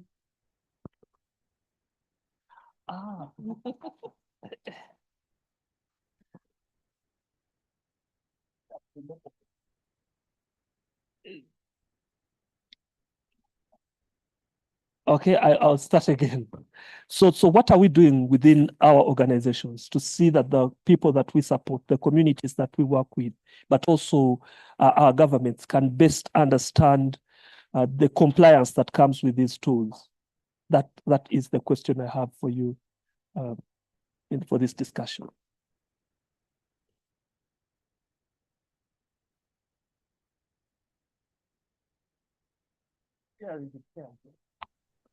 Merci beaucoup. Au niveau de notre pays, par rapport aux due diligence, c'est quand même il y a vraiment beaucoup de défis. Et nous, en tant que des organisations de la société civile, nous accompagnons le gouvernement congolais, mais aussi les communautés, pour qu'il y ait applicabilité du devoir de diligence au sein des industries extractives. Mais le grand défi réside au niveau de l'identification des incidents, parce que parfois les entreprises n'identifient pas correctement les incidents liés à leurs activités, mais aussi les mesures d'atténuation de ces incidents, parce qu'on ne peut pas donner de mesures de mitigation à des incidents qui sont très mal répertoriés ou très mal identifiés. C'est parmi les défis majeurs que nous avons constatés. Mais aussi, il y a un problème lié à la réglementation. Avec le nouveau code minier, nous avons constaté que il y a quand même des avancées parce que le gouvernement est en train de capitaliser les recettes, si je peux le dire, mais sur le plan droits humains et environnemental, il y a quand même de l'acquis où le code n'a pas vraiment donné les attentes que nous, en tant que les communautés, nous attendons. Le code n'a pas vraiment donné un éclaircissement les attentes par rapport aux impacts des droits humains, mais aussi aux impacts environnementaux, ce qui constitue vraiment un grand. Mais aussi par rapport à l'octroi des licences. Nous constatons que parfois la consultation au niveau des communautés n'est pas vraiment effective, où le gouvernement ne sait pas aborder d'abord les communautés sur l'octroi des licences. Et là, il y a quand même des conflits qui surgissent, des conflits fonciers au-dessus le titre minier au-dessus des conflits fonciers qui sont aussi des violations des droits humains par rapport aux communautés locales.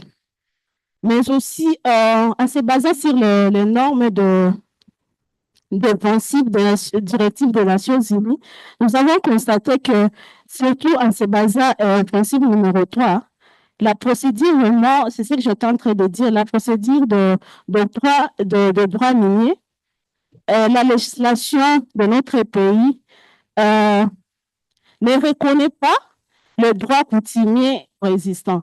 Et cela cause beaucoup de problèmes et de violations, parce qu'il y a des problèmes d'indemnisation des communautés affectées par les activités minières et parfois le problème également les problèmes environnementaux dit justement à ce manque de collaboration entre communautés, entreprises et le gouvernement.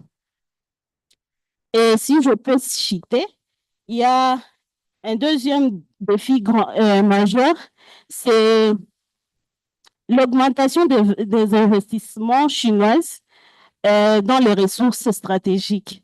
Aujourd'hui, on est en train de parler de la transition énergétique, tout ça. Mais les minerais stratégiques vont beaucoup contribuer dans cette transition énergétique. Avec les investissements chinois au niveau de notre pays, quand même, il y a à boire et à manger, si je peux le dire. L'accompagnement en matière de responsabilité, mais aussi en matière de diligence est vraiment mis en écart. Les entreprises sont là, ils exploitent, mais sans tenir compte des droits humains, des droits des communautés, des droits environnementaux, et la population est en train de se dégrader du jour au jour. Mais aussi par rapport aux défenseurs de l'environnement et des communautés concernées, je pense qu'on devrait recourir à des actions en justice, par exemple, afin d'influencer aussi les actions climatiques. Parce que si une fois, nous, en tant que les organisations, nous organisons des plaidoyers de grande envergure, par exemple, entre pays membres d'Afrique sur les questions environnementales et les différents investissements qui ne respectent pas le principe de l'Union européenne, mais aussi le principe des Nations Unies sur les droits humains, et que nous faisons de plaidoyer dans ces cadres, surtout en tenant compte des consentements des communautés, afin que le gouvernement puisse faire quelque chose et agir. Je pense que j'ai un peu dit. Thank you so much for that submission. Thank you so much for the submission and for the effort that you are having as civil society in ensuring that compliance that there is compliance in these aspects. Let us also.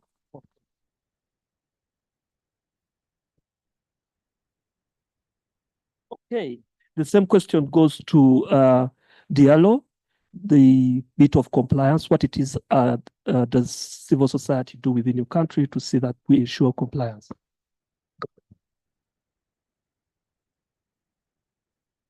Merci beaucoup.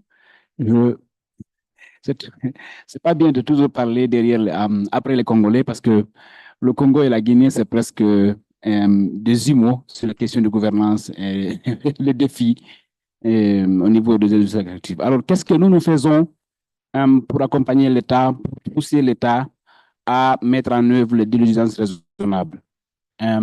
Mes collègues ont bien briefé, ont bien expliqué ce qu'est la diligence, mais malheureusement, des diligences raisonnables pour l'instant qui existent sont venues de l'extérieur.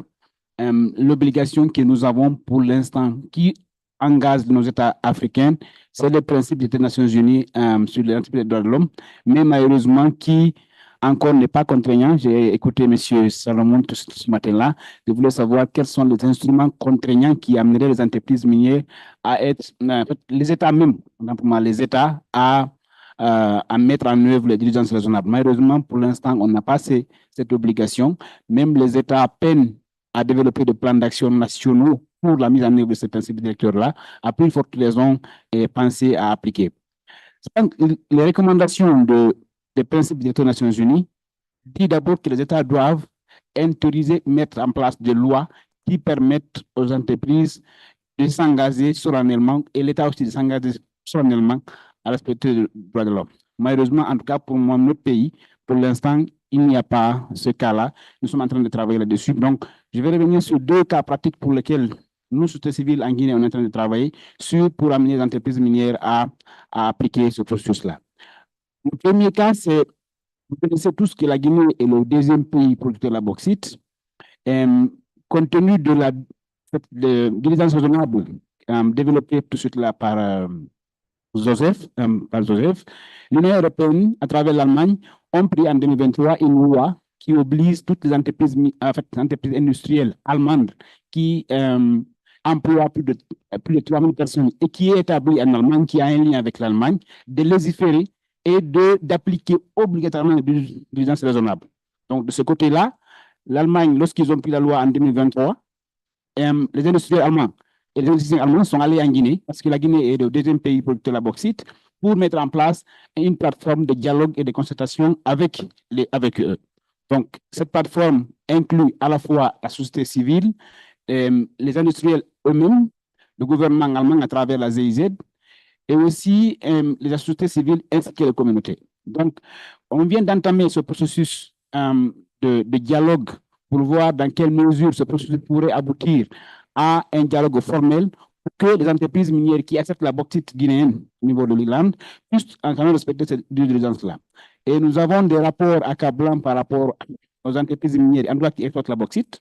Nous avons des rapports qui accablent, qui vous disent que pour l'instant, les entreprises ne respectent pas les droits humains. Donc, dans quelle mesure pouvons-nous mettre en place ce processus-là? Nous nous sommes engagés avec German Watch, avec PowerShift, c'est deux ONG allemandes qui travaillent sur la question-là. On est en train de travailler, je pense que même il y a une délégation guinéenne qui doit aller en Allemagne au mois de ce mois-là même, à partir de 16, pour commencer ces discussions-là. La deuxième des choses, que au niveau de, vous savez que la Guinée aussi va abriter le plus grand projet de mine de fer, qui est le Simandou, où nous avons une coalition de la société civile qui travaille sur la question pour amener l'État à mettre en place des lois qui pourraient obliger les entreprises minières qui sont promoteurs de ce projet-là à respecter les droits humains. Mais, encore une fois, le défi est là, le défi est grand parce que la plus grande partie des entreprises minières qui font partie de cette construction-là sont des Chinois et qui n'ont pas de instruments de résolvabilité ou bien de mécanismes de suivi indépendants de ce truc-là. Donc, c'est ce qui complique un peu les choses et que malheureusement aussi, l'État guinéen a pris ce projet comme étant un projet prioritaire. Depuis que ces militaires sont venus au pouvoir, ils ont fait signer une douzaine de contrats dont nous ne connaissons pas le contenu et c'est difficile d'appliquer. Mais on est en train de travailler pour amener l'État à ouvrir un couloir de dialogue pour exiger, parce que ces entreprises-là, ils n'ont pas ces mécanismes de résolvabilité qu'on pourrait utiliser contre elles. La troisième des choses que nous sommes en train encore de travailler avec la Chambre des mines de Guinée, en collaboration avec le Haut Commissariat des Nations Unies aux droits de l'homme, sur une table ronde portant sur les droits humains dans le secteur minier. Depuis presque une année, on est en train de travailler avec l'ensemble à travers cette structure fêtière qu'on appelle la Chambre des mines de Guinée, pour qu'on ait à la fois un plan d'action national sur les questions des droits humains, mais aussi pour amener l'État à prendre un engagement solennel à élaborer le plan d'action national pour mettre en œuvre les principes des Nations Unies. Cette table ronde était prévue ce mois-ci, mais encore ça tarde parce que c'est les miniers. Chaque fois qu'on est proche, il y a une société minière qui dit que non, nous ne sommes pas encore prêts, attendez un peu. Donc, nous pensons quand même d'ici la fin de l'année, là, on aura cette table ronde et qu'à l'issue de cette table ronde, on peut avoir un plan d'action national d'abord pour la mise en œuvre des principes des Nations Unies, mais aussi un plan de suivi des impacts de tous les projets miniers au niveau de la Guinée. On me dit que le temps est fini. J'ai beaucoup de choses à partager, mais je m'arrête là. Merci beaucoup. Can I add something, please?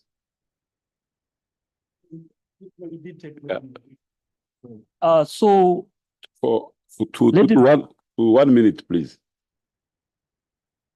Are we under attack? I can. I want to add because I'm Guinean again. Yes. But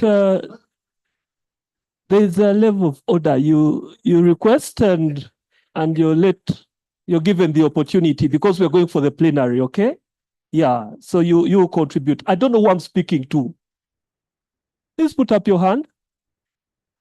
Okay. So we get into the plenary and we're going to give you an opportunity. So thank you so much, the panelists.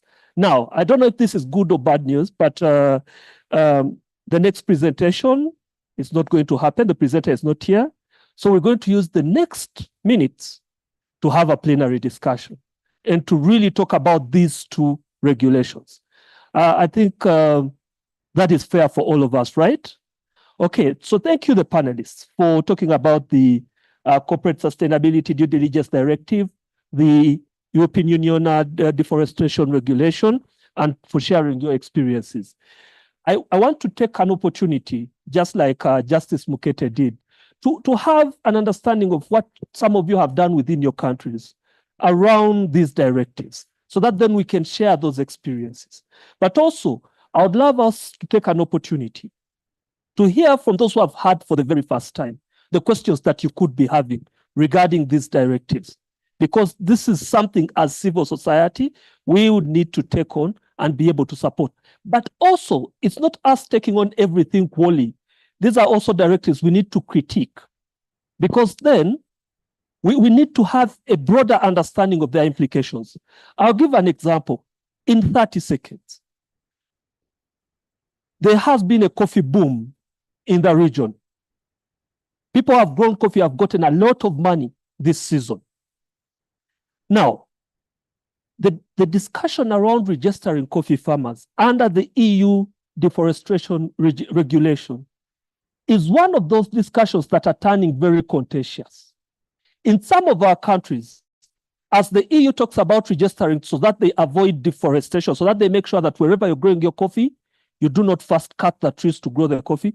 In some of our countries, if we give a context-specific description of this, they believe that you want to register so that then you're able to have that high-handedness over what it is we produce and how we produce. So you can see the difference in context. Okay, so as the EU talks about growing so that you stop deforestation, other countries are saying registration is not in the best interest of us, the coffee growers, because then you want to put more regulation on us.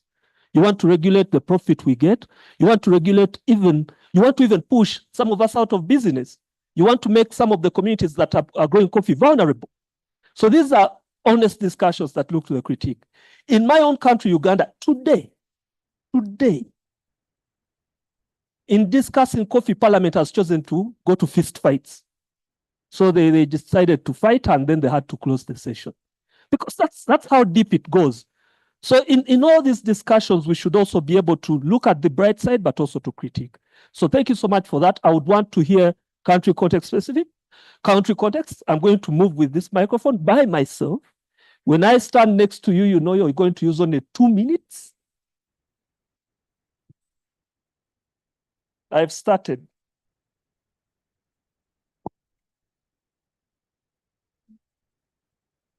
Let me join you in thanking the members of the panel for sharing their insights on these instruments. I think the last experience that you yourself have shared about the debate that is unfolding in Uganda is instructive in terms of thinking about what kind of legal regime do we need to have in place in order to advance human and people's rights, environmental sustainability, and of course, alongside that, ensuring that people do also have livelihoods and are able to live and work on their land and benefit from the resources of their labor and their work.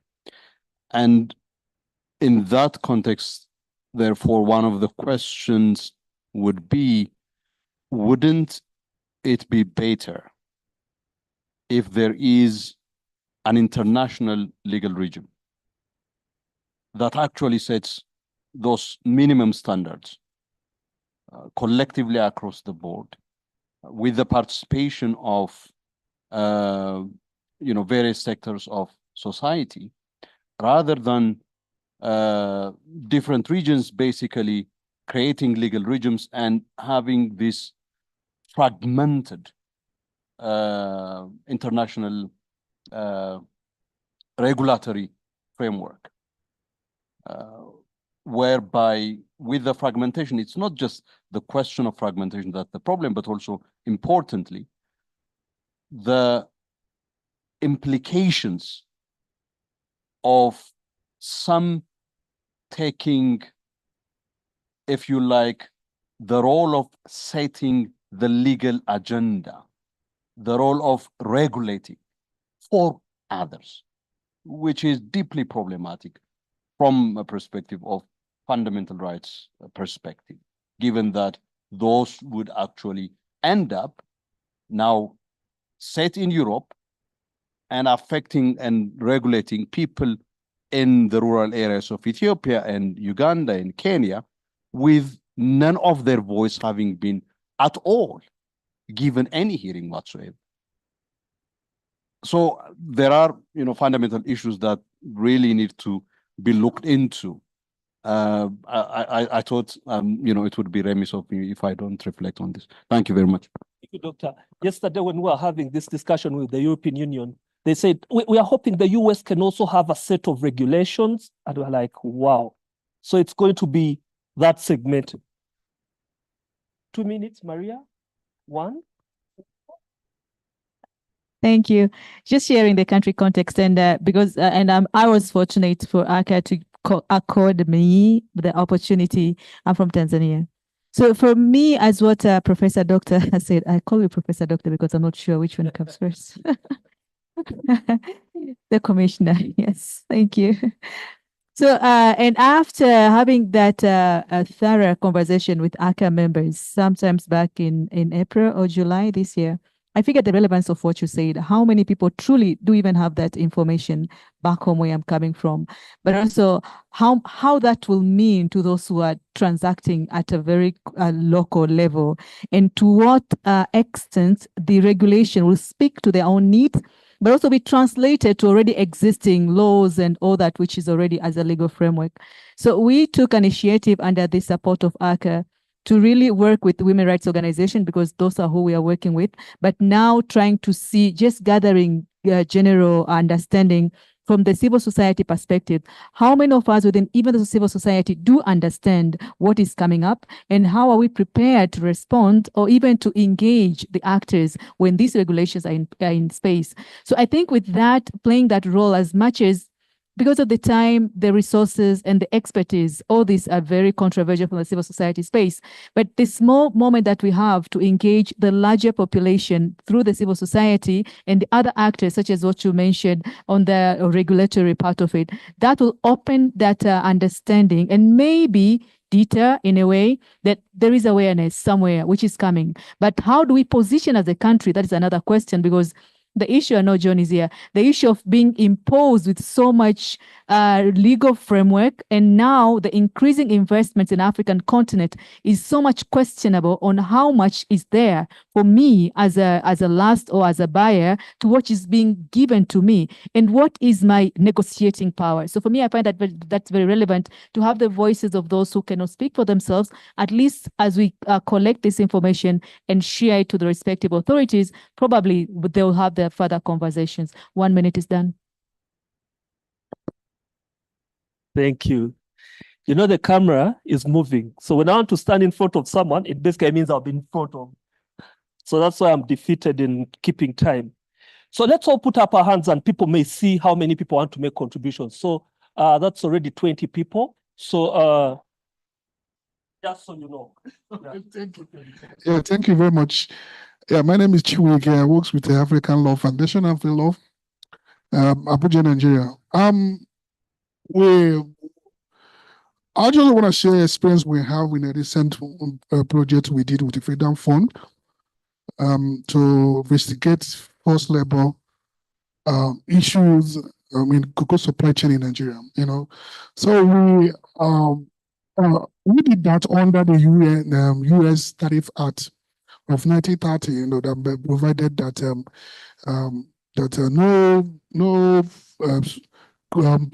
any goods that can come into U.S. without with any issue of forced labor and all that, and which Customs and Borders Protection Agency can put up with WRO, that is withholding release order.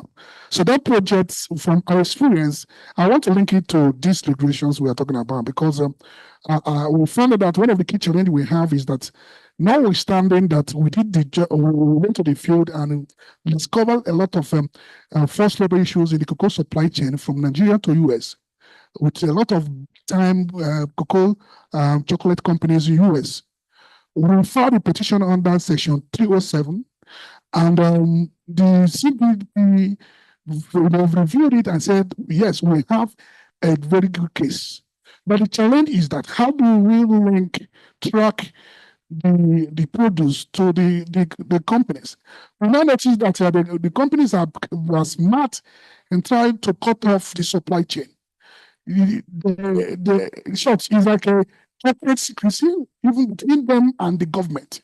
That if you have been seen as an enemy of the country when you want to investigate and find out what is the supply chain to identify these issues and take necessary actions. So I think notwithstanding how beautiful these delegations are, I think the implementation is key. How do we, within our countries, make sure that in implementing it, that the right things are done, that governments and the corporate actors are able to use that as instrument to ensure accountability, especially in the supply chain. Thank you very much. Thank you. No, Alana.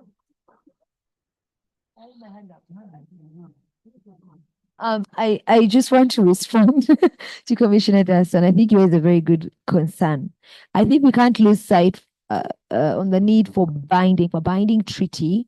And we've been advocating on this for a really long time, and these countries play games. I think that that said, this is important as well, because the extent to which you're able to get this and then do the difficult work of trying to get the good out of it and put it in your laws and policies, or at least insist on that, is really useful. Because right now we're in a lacuna. I think it's very important for the African continent to have something that is particularly making the linkages between business and human rights and livelihoods, and making sure that we're able to really, the beauty has always been the supply chain and all of that. But I think being able, we can strengthen, it's a start. I don't think we should, I agree with John that if every country is doing it, becomes very confusing for policymakers. We should keep pushing for binding one, but binding and at the African level, those two are the key areas I need us to work on. Thank you, Alana. So for purposes of the video recordings, please stand up when you're making your submission so we can look more organized and structured. Thank you very much. My name is Malvin Mudiwa. I come from Zimbabwe.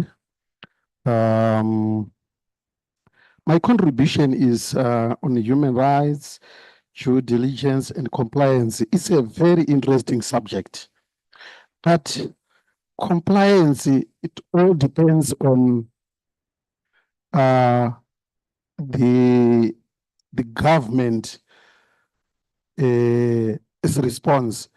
When the government becomes a player and a referee at the same time, it will we will face very serious challenges, because they also focus on making profit rather than trying to make sure that policies and laws are respected.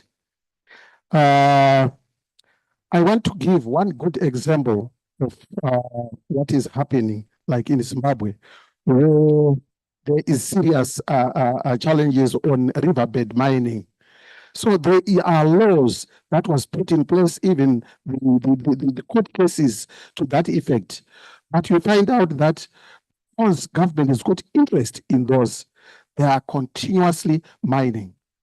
So I think as a recommendation is, when we bring our voices together, like what we did with the Environmental Management Agency, they were also acting on the community voices. And then after you name and shame them, they will retreat. They don't want to be exposed. So I think we really need a collective voice from civil society, communities, and even government departments that supports our initiative, and then we can win. Thank you so much. Yeah, sure. So my name is Deogratias. We're from Tanzania. I work with the organization called the Legal Environment Center. Well, mine is both contribution and a question. Yeah, I think I'm allowed. Eh? Well, in terms of contribution, taking from what Maria has said, because actually we're coming from one country, well, the understanding, the awareness thing, it's an issue. Another issue is on, these directives and guidelines are more of voluntary in nature. they are not mandatory in terms of how corporates can be accountable to what they are supposed to do. And actually, they are very voluntary in nature. And this is my contribution. That's actually what is happening even in our country. Like, you engage more with corporates rather than making them accountable. You just engage with them, you pursue them. Yeah, it's like engaging with them. So how long as we actually going to get into just engaging rather than making them accountable? Because we are supposed to make them accountable. Well, another thing which is actually going to a question in a minute, the presenters and everyone who is presenting or is talking here is saying the status of the National Action Plan on Business and Human Rights. So Uganda has one and Kenya has one. Tanzania, we are actually developing one. So I wanted to ask, do actually these national action plans help? I wanted to learn from you because we are actually developing one. Do they really help in terms of developing the legal framework, which would help in making the corporates accountable? Do they really help? Because nobody's talking of them being helpful. Thank you. So, but Joseph will respond to that. Been involved in that process. Okay. Thank you. Merci beaucoup. Moi, je suis Diallo Aboubakar. Je suis le directeur exécutif de l'ONG CECID, membre fondateur de ACCA. Alors, parler de diligence raisonnable, c'est d'abord demander qu'est-ce que c'est que l'État. C'est extrêmement important. Les États, nos États africains, on dit que l'État travaille normalement pour les usagers, pour la population. Mais le problème, c'est qu'à cause de l'argent, il y a très peu d'États en Afrique qui respectent les communautés. Donc, est-ce que peut-on parler de diligence raisonnable? Un droit s'arrache. Le droit s'arrache. Il ne faut jamais s'attendre que l'État alors facilite l'accès aux droits aux communautés, même s'il travaille pour ces communautés-là. Je vais partager un petit exemple avec vous en Guinée, avec mon ONG CECID. La Banque mondiale édicte les normes de performance. Quand tu viens demander de l'argent à la Banque mondiale, tu es soumis à ces normes, tu les ratifies. Il y en a 8. On les appelle les NP8. Les 8 normes de performance. Dans ça, il y a la question d'accès. La 5e norme a trait à la question d'accès à la terre et à la compensation. Alors, une société qui est chez nous, qui est une multinationale, a fait une réinstallation forcée devant tous les principes, les principes en matière de sécurité, les normes de performance ratifiées. La société a réinstallé en violant systématiquement les droits de toutes les communautés. Donc, mais il y a des voies de recours. C'est ce que nous devons utiliser. Nous avons utilisé alors ces normes de performance, puisque au niveau de la SFI, il y a ce qu'on appelle le CAO, Office of the Compliance Advisor, qui est chargé de veiller sur la conformité de l'argent qui a été emprunté au niveau de la Banque mondiale. Quand nous avons compris que nous sommes partis faire l'étude, c'est moi-même qui ai dirigé l'étude. On a partagé les informations des communautés à la société. La société a rejeté. Nous avons partagé les informations avec l'État, comme quoi la société a violé 6 droits des communautés. L'État aussi a rejeté. Très malheureusement, pourtant c'est l'État qui devrait nous supporter. Mais comme nous savons qu'avec des partenaires, nous savons qu'il y a alors le CAO et de la SFI, nous avons porté plainte. La plainte a abouti. Je vais raccourcir. la Banque mondiale a obligé la société de discuter d'égal à égal avec les communautés. Nous avons chapeauté ça depuis 2018. C'est en 2016, et c'est cette année, en 2024, que la société a payé des millions de dollars espèces à la communauté, chose qui est rare, qui se fait très rare en Afrique et qui ne s'était jamais fait. Donc, c'est des mécanismes comme ça qu'il faut utiliser et il ne faut pas s'attendre absolument à cette question de diligence raisonnable. Donc, c'est ce que j'avais à partager avec vous. Merci. Thank you so much. I was looking for the word 1 minute in French, but I wasn't getting it. Yeah, so. Merci beaucoup pour la parole. Je suis Lance Louvre de l'organisation CBHE qui travaille en province du Sud Kivu. Je voulais parler de 3 aspects pour gagner du temps. Par rapport à la diligence raisonnable, par exemple, nous avons eu à renforcer les capacités des agents de l'État, mais aussi des autres membres de la société civile Sud Kivu avec l'appui des fonds d'ACCA pour cette année. Je crois que c'était au mois d'août de cette année. Et ça nous a donné une bonne expérience parce que nous avons compris que dans la province, par exemple, les entreprises ne comprennent pas qu'est-ce que c'est la diligence raisonnable, mais aussi nos collègues qui sont dans la société civile. Donc, c'est une thématique nouvelle.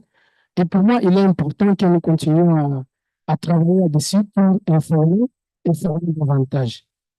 Le deuxième aspect, c'est que nous avons constaté que dans presque toutes les entreprises qui travaillent en RDC, la plupart n'ont pas d'études d'impact environnemental. Ça, c'est un souci énorme. Comment vous allez réduire un impact lorsque vous n'avez même pas une étude si c'est que vous devez faire? Ça, c'est vraiment un problème. Et nous pensons pouvoir encourager les entreprises à pouvoir élaborer des études d'impact environnemental parce que c'est légal et c'est une exigence pour eux. Par rapport aux innovations de la nouvelle norme ITE, pour la norme 2023, l'aspect qui a été innové, c'est par rapport à la transition énergétique. Et pour nous, il sera exigé à toutes les entreprises de déclarer ce qu'ils ont fait par rapport à la réduction d'impact environnemental. Et nous, comme organisation de la société civile, nous participons activement à ce processus CTE et nous pensons pouvoir suivre ce que chaque entreprise fait dans l'entité où elle est implantée et peut-être aussi savoir ce qu'elle fait pour réduire ses impacts au niveau de la communauté. Donc, c'est ces 3 aspects que je voulais porter à votre connaissance, mais aussi, nous avons porté plainte à une entreprise chinoise qui a fait une destruction massive de l'environnement au niveau d'une entité, c'est à Londres. Il y a plus de 34 entreprises chinoises qui presque n'ont pas de permis de recherche ou de permis d'exploitation. Là, vous imaginez dans un état sérieux, il y a 34 entreprises sans documents. Donc, il y a des aspects qui me fâchent. Nous allons les prendre en charge pour répondre à certaines préoccupations. Merci. Thank you so much. I noticed that this mic is a symbol of power, so start using your own microphones. You said. I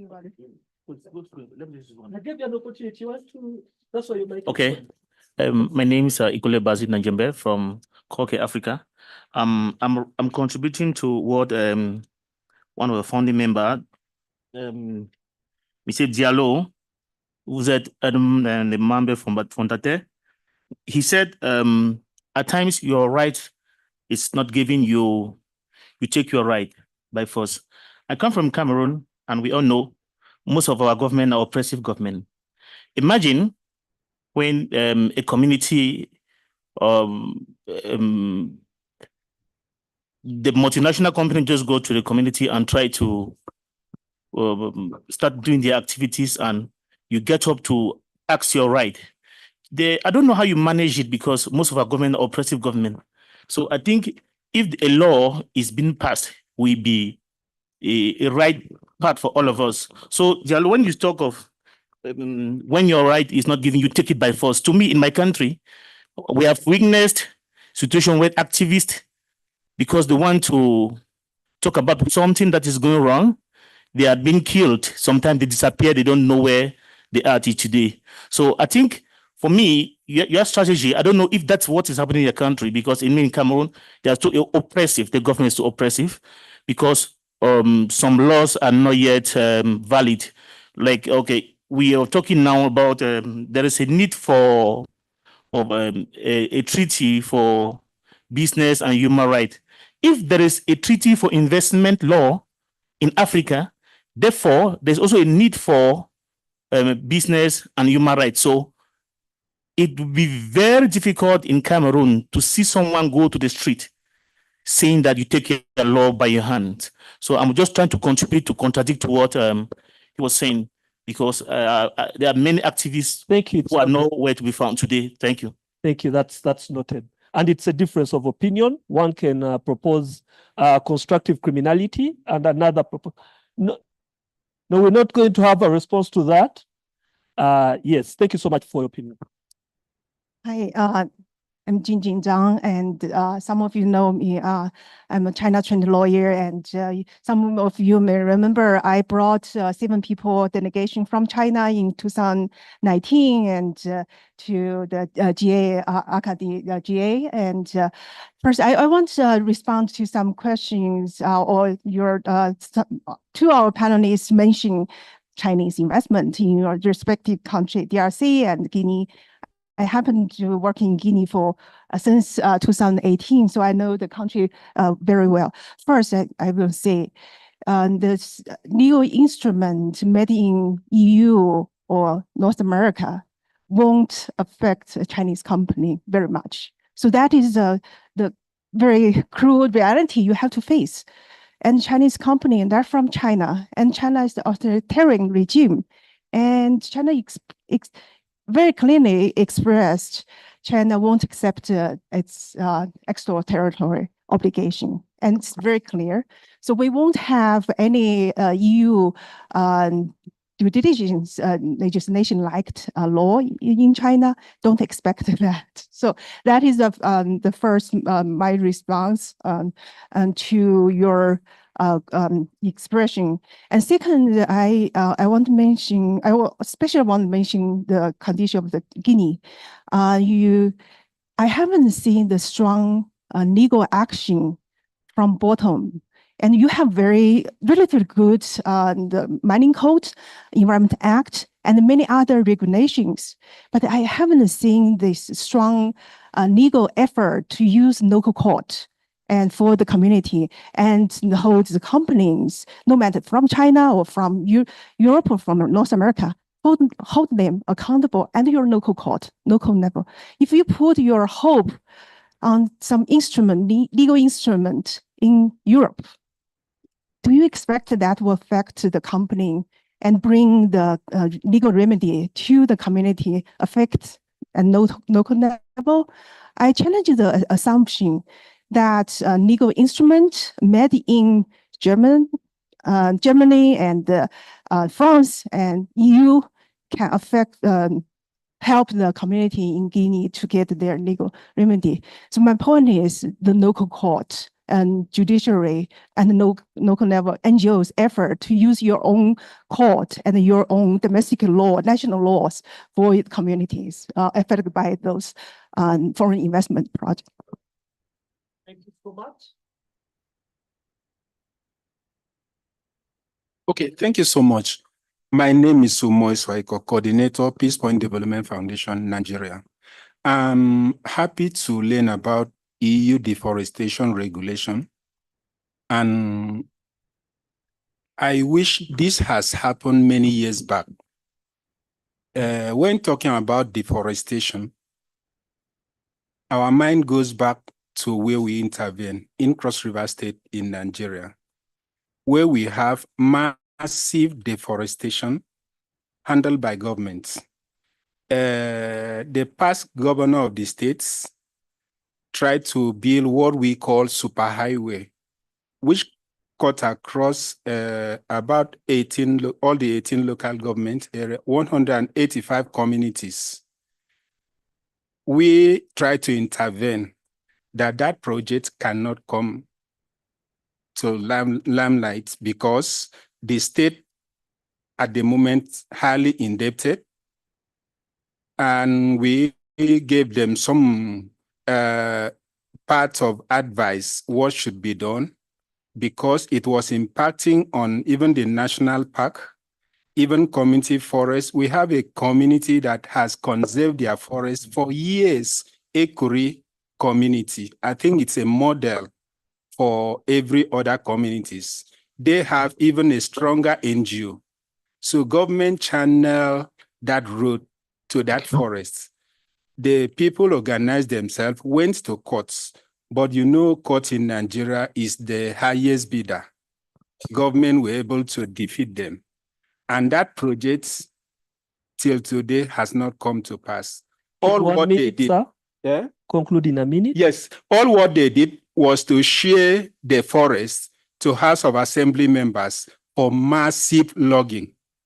Till today, there was a ban for over 10 years, but now it's a free-for-all logging. I hope EU can come in because that forest was conserved for EU projects. I wish these tools will be applied to call them to order. Thank you. Thank you so much. I noticed that our hosts, the Kenyans, have desisted from making any submissions. We note with concern, and we're not certain we are safe if you're not saying anything. God bless you.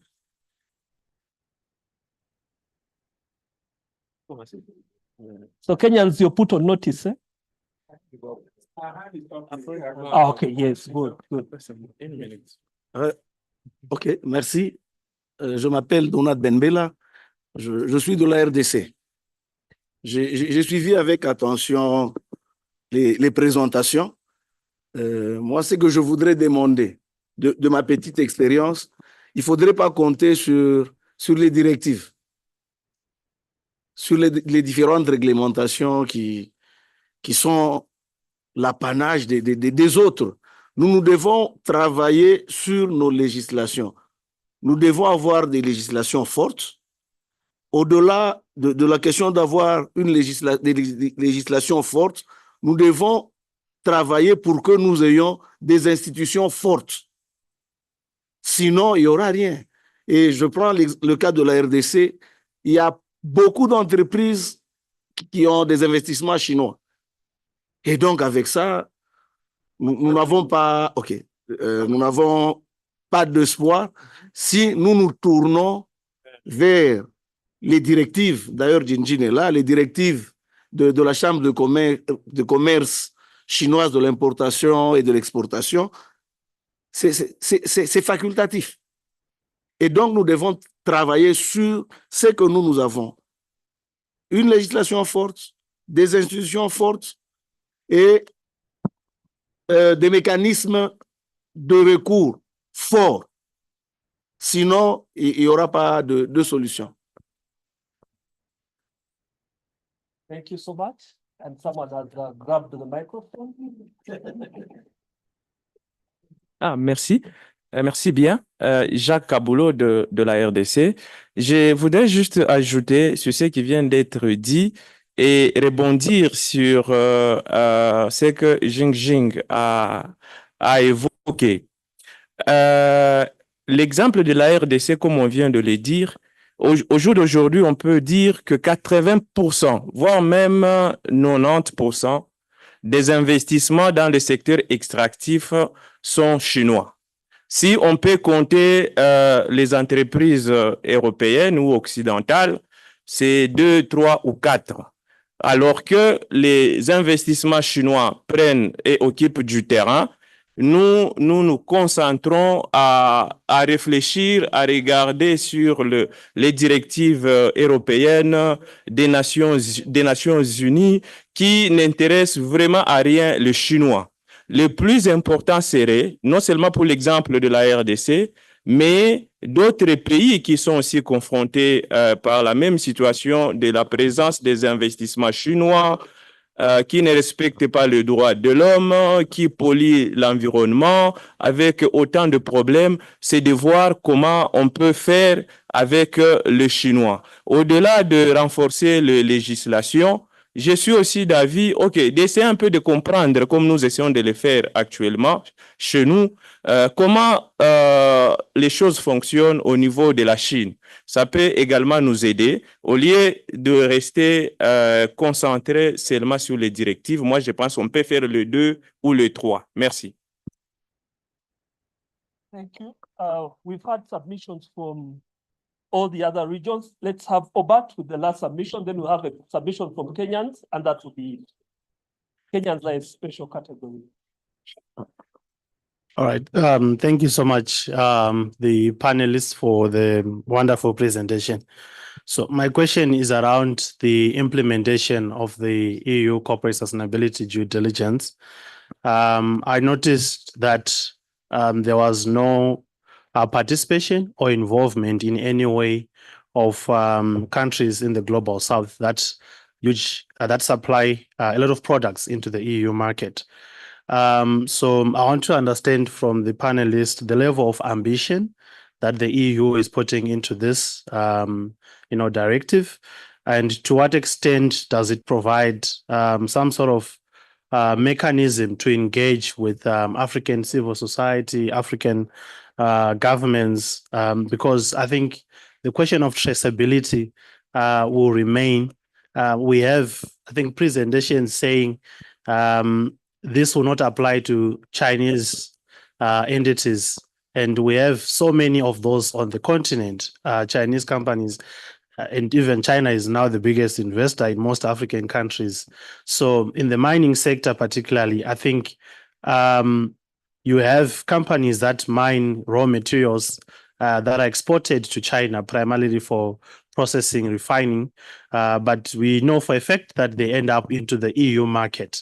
So if you trace the value chain, China is involved both in the mining, the extraction process. They're also involved in the refining, but these products are ultimately consumed into the EU market. So to what extent is the EU also thinking around traceability, particularly catching them all, particularly those Chinese companies that we think would be problematic in terms of enforcing? So yeah, that's my question. I think Joseph and Anesu should be able to answer that. Yeah. Thank you, Obat. We also will have Dr. Elvis Bembe Binda responding in Chinese. So Dr. will be... Savvy, I'm not giving you an opportunity. We've had enough submissions from the Nigerian team, and so let me hear from the Kenyan team. Good afternoon, everyone. My name is Tatiana Njenga. I work with the Kenya Human Rights Commission. I'd like to begin by welcoming you home. Welcome to Kenya, in the fear of being called out once again. But I have two key submissions when it comes to the issues pertaining to corporate accountability. The first one is, I'll speak from a perspective of civil society organizations, is that as CSOs, the best strategy to that can be utilized to ensure that we engage with the business sector or corporates in a manner that doesn't really have pushback on us is picking one of the three things on what role we can play. And that's either doing advocacy, being a critical friend, or a third-party assessor. Those are the three things I'd advocate as much as possible. You can do all three, and that's why I also insist on the ideology of coalition building. In Kenya, I think the coalition that deals with the extractive sector with civil society organizations is Haki Madini, and they've done a lot of work in regards to calling out corporates or big corporates in the taking part in the extractive sector and the effects that they've had in the various communities in Kwale, Kilifi, Turkana, amongst other. So that's the first point I'd have. The second point is the beauty of the CSDD is that it touches on all enterprises, and we need to actually realize that this effects trickle down. So one thing I'd say that Kenya Human Rights Commission has done is utilize strategic public interest litigation as a front. I think someone touched on litigation. So I think by looking at cases where you call out not necessarily the domiciled companies, but the mother companies, and ensuring that even the effects that are being felt maybe in one domiciled country, let's say Kenya, for example, and if the case does, we have one success story, I think, with one of these big companies, and it has had ripple effects within the region. By doing so, I think this is something that you can emulate as well for different regions in the country, in the continent.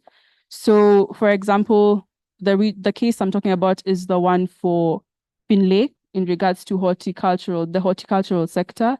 So this can also be applied in the different regions, whereby you start by calling out the domiciled corporate, and then for accountability purposes and also transparency purposes, and in turn, looking at the mother company, which will finally result in the mother company ensuring that the CSDD and human rights due diligence directives are followed through all the domiciled countries, domiciled corporates within different countries.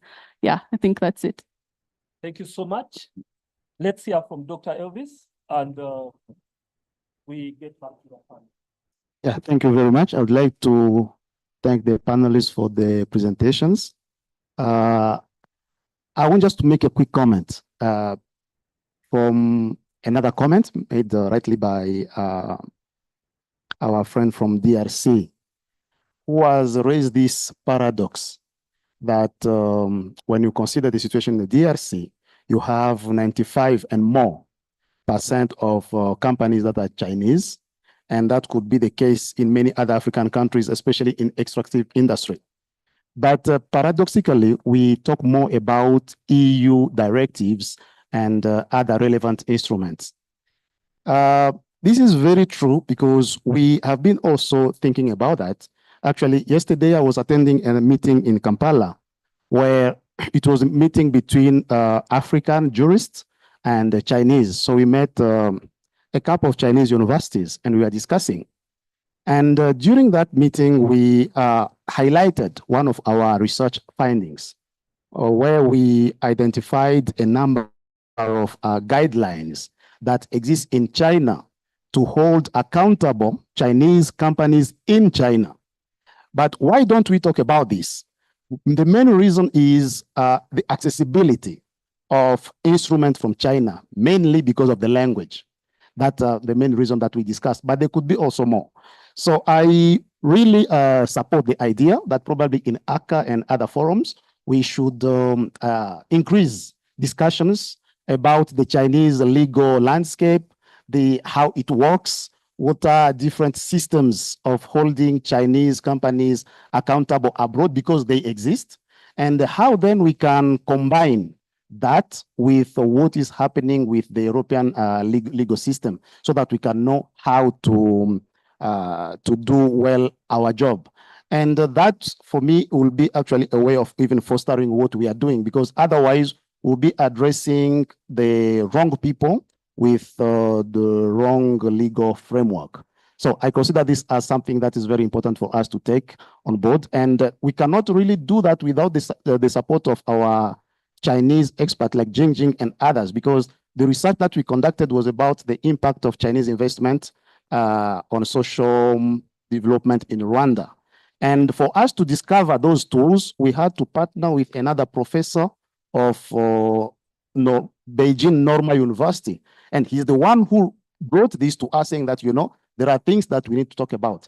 And I think it is more and more important to raise awareness on this as to a way of strengthening the capacity of ACCA members. Thank you. Thank you, Dr. Elvis. I remember in the address of Professor Jinjin, she said that China is also a dictatorship. So if we are to go back to a country that's a dictatorship, to ask that it enforces these regulations where their corporations are working, it could be quite a stretch. But these are all the discussions that we are having. Thank you, Doctor. This gentleman could. Thank you. I did it out of fear. And I may withdraw your visa. Thank you. My name is Wilson Kipkazi. I'm from the Endorais indigenous community, and I want to speak specifically on indigenous communities and local communities. One, government has been one of the perpetrators, and I'm sure the person for Kenyan government has been the perpetrator of a human rights violation, business and human rights violation in Kenya. One, the government tend to coincide with the investor, and therefore they oppress the citizens by either taking the land by force. You challenge, you are shot. You challenge, you disappear, and you don't come back, especially now, the government that we have.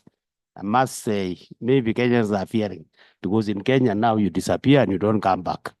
So they may not want to talk, but I'll talk.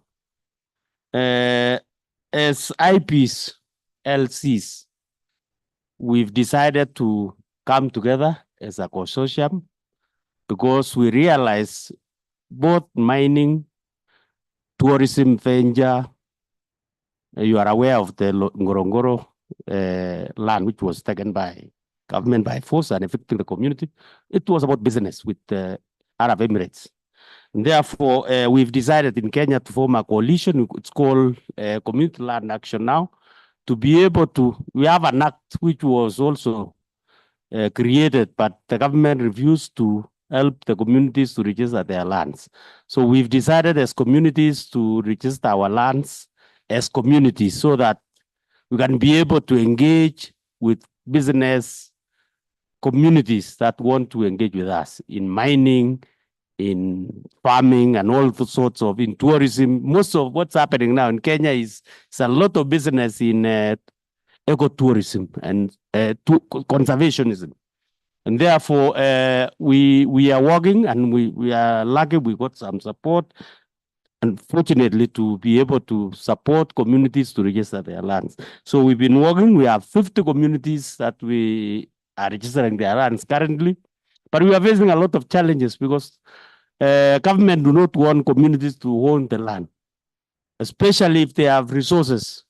Where I come from, the Endorois, we lost about 31,000 acres of land, 11,000 hectares of a gazetted adjudication area. It was converted into a forest because it has resources in it. It has rubies, it has some gas, and therefore we have a lot of challenges, and most of it in Kenya is perpetrated. Of course, we have those also who are business people from a corporate world. They have been around, and but they have to come through government, and therefore we've not been able to engage even the action plan. I know Kenya Human Rights Commissioner knows that the action plans are not working. Somebody asked a question whether it's working. We have it, but it's in paper. You try to implement, even the government itself do not know that there is an action plan for business and human rights. So it was developed by a few individuals in government. Even if you look in the website, it's not comprehensive. They have not even posted. So we have challenges, and we want to have this ACCA support institutions that work with communities to be able to engage more. Thank you. Thank you so much, Wilson. To my panel, I don't think we really have so much to respond to. It was mostly discussion, but we can give our parting shots because we have run out of time. So let me, Joseph had something to respond to before. You gave me a specific question. Yes. Thank you so much. In the interest of time, I'm going to make just 3 points. The first point is a general response, listening in from all of us are responding to the discussion of the regulations coming in from the EU. I must say that regulation of corporate activity is not something easy. There is pushback. Even in Europe, where these regulations are coming from, there was pushback. Early this year, we had to join European organizations to call for the passing of the CS3D because Germany was using its power in the European Union to stall it. I don't know if you followed that discussion. So it's true, we probably need to have our own frameworks as Africans But even these that are there, that are existing, didn't come easy. It was a lot of work to push and have them. Just last month, we got communication that the treaty negotiations for the legally binding treaty had been shifted from October to December. And nobody communicated. They waited till the tail end to say, we have shifted to 16th to 20th December. In your work plans, most of you would have closed off for the festive season. That means very few people are going to be in the room and important discussions are going to be made this year. We have always had these negotiations and have back and forth conversations because the groups are so many. But this year, I'm very worried that there'll be little representation from civil society and major decisions are going to be made. Don't be shocked when we come back next year and there is something strange in that process of developing the binding treaty. So you need to watch out. Corporate actors don't want regulation. They will push against it. So that's the general comment. The second comment is going to answer the question to the brother from Tanzania. Do national action plans work? I'm going to share the Ugandan experience. Our experience was a partnership with government, civil society, and also business actors in developing the NAP. So we now all have a responsibility to ensure that it's implemented. And that partnership didn't stop in the development. It has continued even in the implementation. One of the things Wilson has just mentioned is even government officials in Kenya do not know about the NAP. For us as civil society in Uganda, we took that as a responsibility to popularize the NAP right from government officials down to the local government and then to the communities. Because the obligation to bridge the knowledge gap cuts across stakeholders. It's not only for communities, but also government and the business actors, such that everybody knows what policy framework you have as a country. The major thing I must say Uganda's National Action Plan on Business and Human Rights has done for us is to shift the mindset of all stakeholders. Prior to it, our president, who has been in power for 4 decades, always said, leave my investors alone. But when we passed the National Action Plan on Business and Human Rights, and then people heard that it's a government policy document, their minds shifted. They now got to know that the government is thinking about responsible business conduct. We have not gotten there. It's not yet Uhuru, but it's a work in progress. We are starting to be able to shift their mindsets to know that it's okay for you to do business, but then you need to respect the rights of all stakeholders, the host communities, the workers, and those in the value chains. The other thing, as civil society, we have used the NAP to inform legislative advocacy. Ever since Uganda enacted its NAP, we have had legislative reform. In the various sectors, we have a new Mining and Minerals Act that speaks to issues of free, prior, and informed consent, that speaks to issues of stakeholder engagement and development of community development agreements. That all comes from the National Action Plan on Business and Human Rights. So as colleagues here in the room that have national action plans, find opportunities to make it work. Do not join the others that will sit to see the NAP work to change the situation of business and human rights. Use it as a tool of change. It has worked for us in Uganda. At least we have that win in the Mining and Minerals Act, in the Occupational Health and Safety Act, in the Employment Act. We've had 2 amendments so far. And now we are developing what they call the Social Impact Assessment and Accountability Bill. It's going to be a game changer because most of the investors focus on environmental impact assessment.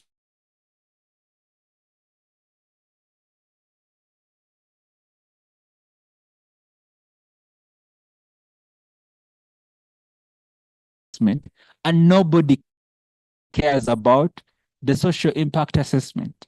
So that when an dependency, how should they be? It should not be left only for the environmental agency.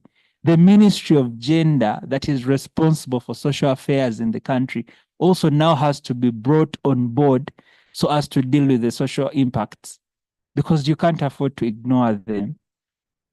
I will now move on to the third aspect that that Albert asked about. It is true, we were not involved when the EU was developing their legal frameworks. I must say I was just the lucky person to feature in one of engagements with the three organs of the EU through a partnership with an organization in Europe. I happened to be that African person in the room to try and speak about our experiences, but I don't call that participation. We were not involved. And this is something I have told them, that your legal frameworks impact us greatly, but we're not involved in developing them. And so they are pulling on the aspect of partnership in their legal framework, and EU delegations in each of our countries now have to work ×3 to ensure that they engage the government, the businesses, and also civil society on how best to prepare for compliance of those legal frameworks. So, unless we will pick it up from there, but for civil society, they shared a link with their EU help desk, asking us on how we want to be engaged so as to contribute to that process. It's something we can start from and see how best to speak to the CS3D particularly. For the EUDR, John has robbed me of time. I was going to share the Ugandan experience. It is a mess. And like he told you, today our members of parliament have fought over coffee because it's one of the major foreign exchange earners for the country, and it's impacted by this deforestation regulation. Thank you. Thank you, Joseph. For all the ACCA partners, an email has been sent to you. Please look at your emails after here.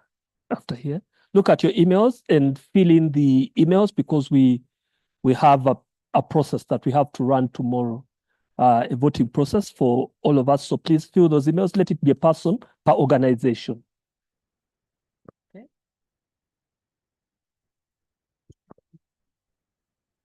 Thank you. The email was sent to ACCA members. You know, we are having elections tomorrow. Please fill in the Google form that I shared with you, and so that we can nominate one person per organization. You shouldn't have two people from one organization. We'll have one person who will be voting. So please fill in the Google form as soon as possible, because we have to actually put it in a specific app to allow transparency during the voting process. Thank you. Thank you so much.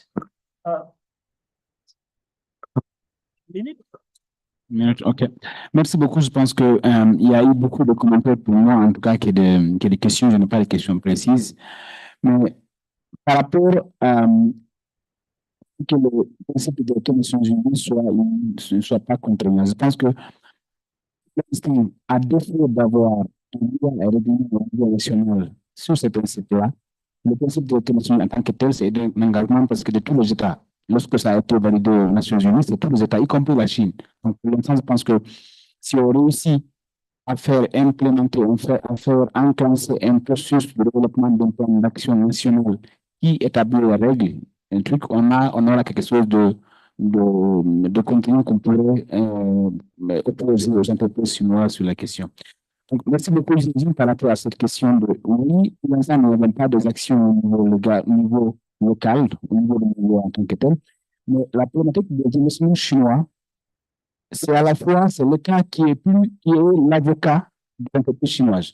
Les entreprises chinoises, quand ils viennent, la faiblesse des institutions ou la corruption aidant, ils s'accommodent sur l'entreprise chinoise, ce qui fait que l'État lui-même est plus garant pour l'entreprise chinoise. Parce que quand tu envoies un demande à l'entreprise chinoise, il te prend ça, il dit va voir le gouvernement. Donc, c'est un peu plus compliqué pour l'instant, étant donné que il y a des lois qui obligent, ce sont encore une fois qui sont très faibles en termes de capacité technique et aussi capacité opérationnelle, même pour le suivi sur le terrain. Donc, ça aussi, c'est une question qu'il ne faut pas perdre de vue. Mais je pense que c'est un processus qu'on peut aller au fur et à mesure. Par rapport aux politiques de diligence de l'Union européenne, on ne peut pas opposer les politiques de l'Union européenne aux entreprises chinoises. Ce n'est pas possible. Par contre, ce qui se passe en ligne actuellement, la loi allemande sur la diligence raisonnable ne s'applique que seulement aux entreprises qui exploitent la bauxite et qui vendent aux entreprises allemandes. Donc, le PDI, en tant que tel, ne dirige que vers l'entreprise allemande qui accepte la bauxite guinéenne et qui transforme dans l'industrie automobile, Mercedes-Benz, BMW et autres. Donc, oui, je pense que c'est... Je voudrais aussi m'arrêter là pour dire que nous savons que nous n'allons pas construire des dynamiques au niveau local. qui à la fois impliquent la société civile et les communautés, c'est difficile de faire face à ces entreprises-là. Donc, les coalitions peuvent bien marcher parce que, de vue sécuritaire, il y a des fois des missions locales, quelqu'un a dit tout de suite là. Dès que vous commencez à critiquer, à enquêter ou bien à donner des preuves ou bien des impacts, c'est là quand même qui se met en devant pour dire que non, vous êtes des saboteurs. C'est un exemple du projet Simandou actuellement. Tout ce qui parle du projet Simandou sont considérés strictement comme des saboteurs du projet. Donc, on veut arrêter le projet. Alors que parfois, ce que vous faites, c'est vraiment scientifique, c'est vraiment quelque chose de concret. Donc, oui, merci beaucoup. Oui, par rapport à la RDC, comme mes collègues étaient en train de dire, je pense le problème ne réside pas seulement à l'acceptation de la Chine aux différents internationaux, mais je pense aussi par rapport à notre législation, c'est ce que j'étais en train de dire bien avant, il n'y a pas un plan national sur les entreprises par rapport aux droits humains. Oui, ça peut être la cause, mais aussi, nous, au niveau de la société civile, nous organisons des campagnes, mais aussi des sensibilisations.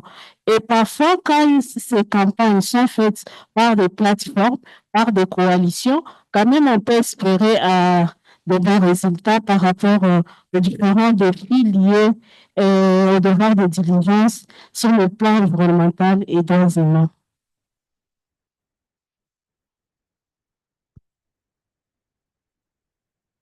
All right, thank you. I'm not going to say much. I think Joseph has covered a lot, but I'm just going to emphasize on the fact that, yeah, yes, there is no participation of African, companies or even, anyone from Africa, and that's problematic.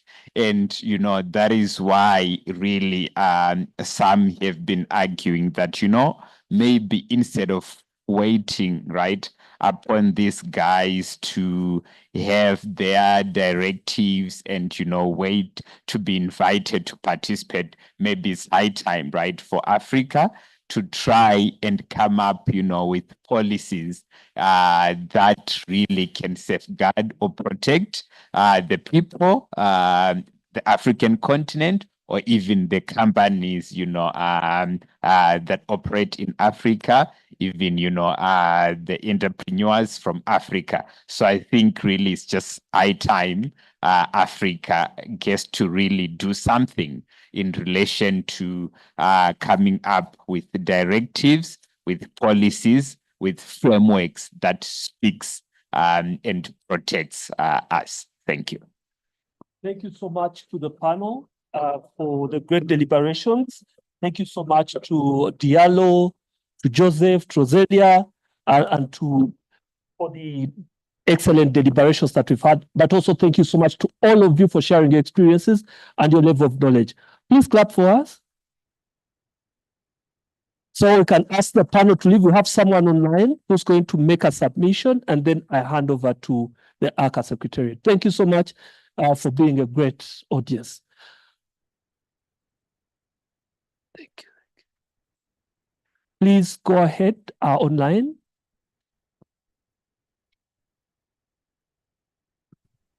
Hello, does that mean me? Yes, we can hear you. Great. Hello, everyone.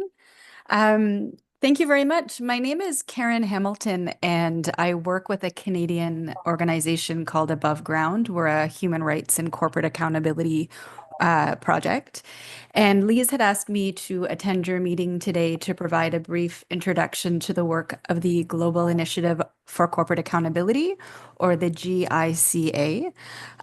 So I'm grateful for the opportunity to be here with you today for a few minutes to explain that work. I would say, while many of us in Canada are still digesting the news regarding the elections in the US, I would much rather be with you there in person. Unfortunately, that wasn't possible. So I will be sharing a very short slide presentation. So please let me know if you can see it.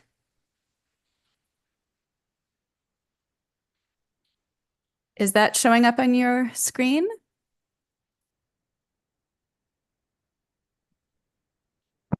Yes, it's showing. It's showing? Okay, great. So as I mentioned, I work with a Canadian project called Above Ground, and Above Ground is the chair of the Canadian Network on Corporate Accountability, which, much like ACCA, is a network that brings together various groups working on corporate accountability in different ways. But over the last couple of years, a number of these different kinds of networks and groups have come together in a initiative that we've called the Global Initiative for Corporate Accountability. And the objective of that initiative is to bring together groups from around the world to advocate for strong mandatory corporate accountability measures with a focus on mandatory human rights and environmental due diligence. I will say at the outset that the GICA is not uncritical of MHREDD. We seek to explore the ways that MHREDD can be used as a tool, but also the unintended impacts and the weaknesses of it as a tool. And part of the bringing together of these groups from around the world is to really explore the opportunities as well as the challenges that MHREDD represents. We seek to create a united global front. So I'm not sure if this was discussed in the earlier panel, but the ways in which different corporate accountability tools and language is at times used differently, for example, by governments or by corporations, such as, the way that the term due diligence is used in those contexts. We really seek to create what is civil society, how is civil society defining these terms and these tools, and where there's consensus globally. The GICA formed formally in 2023, though the groups have been working together since around 2019, when we first started discussing the value of having a global group to work specifically on MHREDD. And it's currently led by 11 organizations. And you can see here the list of who those organizations are. So I mentioned the Canadian Network on Corporate Accountability, or the CNCA, Above Ground. We're two Canadian organizations, very small. We're a total of 4 people between the two organizations, but we've been holding the secretariat for the past couple of years for the GICA, meaning that we've been just helping convene the meetings and ensure that we're on track with our objectives. And the other groups are the International Corporate Accountability Roundtable, some of you may know, based in the US. Project on Organization Development, Education, and Research, which is based in Mexico. OMA, or the Instituto de Derechos Humanos y Empresas, which is based in Brazil. Your coalition in Africa. The European Coalition for Corporate Justice, based in Europe. The Corporate Justice Coalition in the UK. Human Rights Law Center out of Australia. Partners in Change representing South Asia, and Korean Transnational Corporation Watch, which is based in South Korea, but is well connected to the work happening in East Asia. I mentioned that we are 11 groups. At this point, we're not expanding the membership. We're really focusing on a small number of groups. As many of you know, this kind of organizing across time zones, across languages, across countries can be quite complex. So we've decided to keep the steering committee quite small for the moment, but there may be in the future the opportunity to expand. And our main activities, as I mentioned before, convening discussions to share information, analysis, and to strategize. I would say this is really, really key, and at least for us in Canada, has been extremely important. And I will say that last week in Canada, we held a parliamentary business and human rights symposium. And a lot of the strength of our symposium was because of connections made through the GICA. So for example, through connections with our European partners, we were able to bring in the parliamentarians that were behind the French duty of vigilance law, the German supply chain legislation, and the directive in Europe. They spoke at our event, but also we brought in Lise, who was able to speak on behalf of ACCA to the folks who were at our event. And it was extremely useful to have have those perspectives and for a Canadian audience to hear, what are developments outside of Canada and how to strengthen what's happening in our context. And I think I speak on behalf of the other members of the GICA when I say that that's been equally important. These kinds of connections and strategizing and thinking together and having a dedicated space for that has been really, really important for other jurisdictions as well. Another activity is to better understand the landscape of groups and movements that are leading or supporting MHREDD initiatives. We know that there are laws that exist already in some jurisdictions, as well as new laws being developed in places like Korea and Brazil, and elsewhere. So really getting an understanding of who is working on these and how are they working on them and what are their approaches and strategies.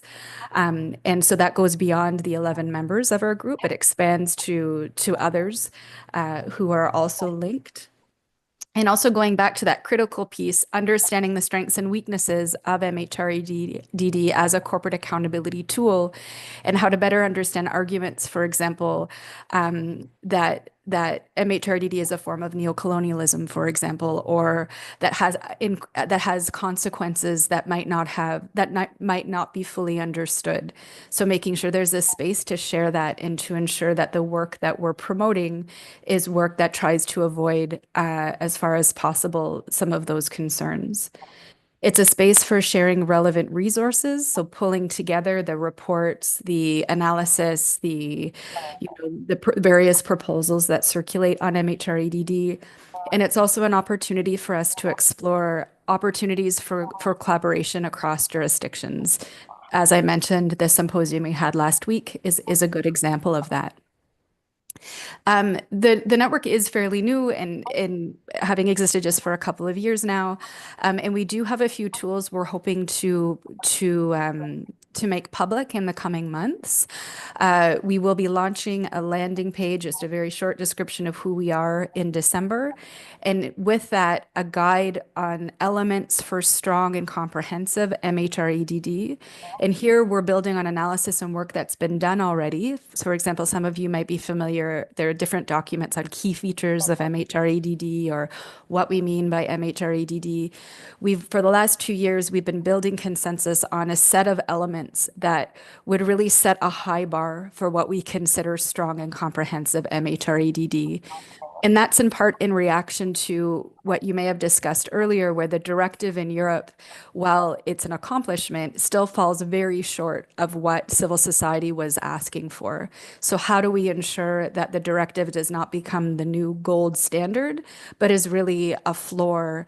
And what we're looking for is something much higher. We're looking for the ceiling. And so what would that ceiling look like? What are the elements that we're looking for strong MHREDD?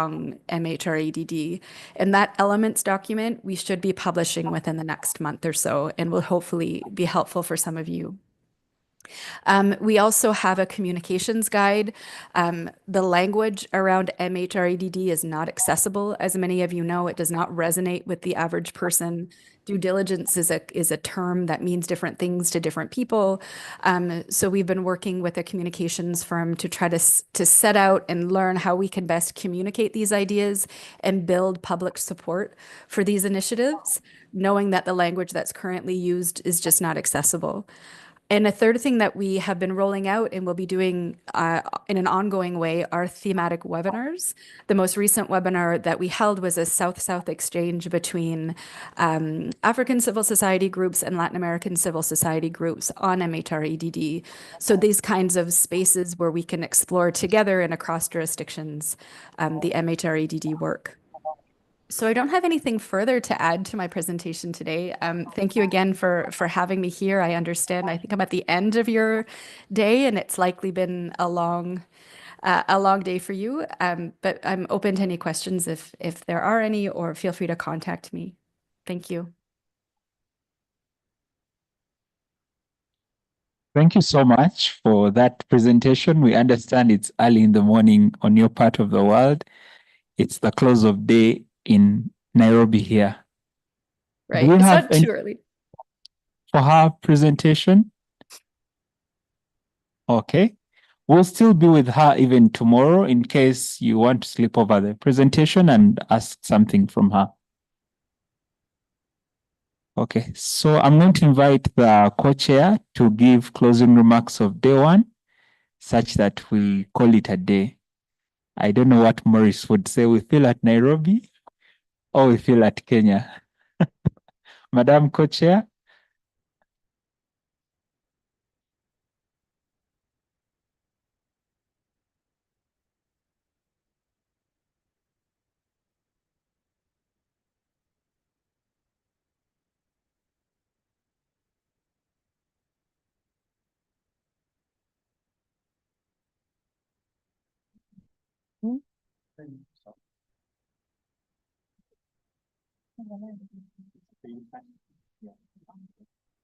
Okay.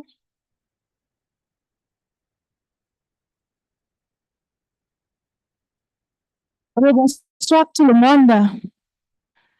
Nous voici à la fin de notre première journée. Je voudrais, dans un premier temps, nous remercier tous pour la participation tellement active et remercier, comme au début de la cérémonie, nous avons pu mettre cette cérémonie dans les mains de Dieu, dire merci au Dieu des chrétiens et des musulmans, lui dire merci pour avoir conduit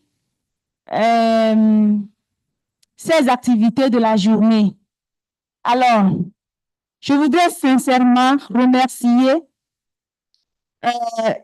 une fois encore tout un chacun de nous et noter que la journée a été très riche en communication et nous avons bien apprécié. Nous remercions les conférenciers de l'ouverture, notamment Madame Professeure Nkata Murungi et Dr Solomon, pour dire que vos interventions nous ont beaucoup édifiés. Et je reviens au professeur Nkata sur l'ouverture pour les discussions sur ACCA, qui est une opportunité que nous allons saisir, car actuellement, nous sommes dans un réel besoin de communiquer sur un certain nombre de points très déterminants. Nous remercions sincèrement les panélistes et les modérateurs. Vous avez donné beaucoup et nous avons également apprécié. Bref, vivement que toutes ces communications et tout ce que nous venons d'apprendre puissent renforcer notre engagement et nous aider à améliorer notre travail pour le bénéfice de nos groupes cibles. Demain, nous allons poursuivre les sessions. La journée est prévue commencer à 9 heures. J'imagine que chacun a son programme et cela va aider. On pourra reparcourir ce programme-là une fois dans les chambres pour se préparer pour la journée. Ce sera également une journée élective. Alors, Lise vient de donner les informations et je réitère encore, tout en vous priant de veiller à cela. Beaucoup d'informations sont passées par mail. Une fois rentrées dans les chambres, il faut qu'on essaie de les traiter et être à jour.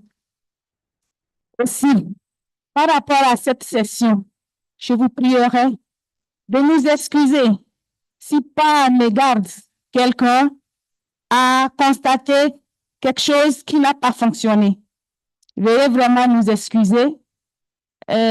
Si c'est nécessaire, faites-en part et ce serait amélioré. Donc voilà mon mot de clôture pour la journée. Et je m'en vais vous souhaiter un très bon repos et à demain. Merci.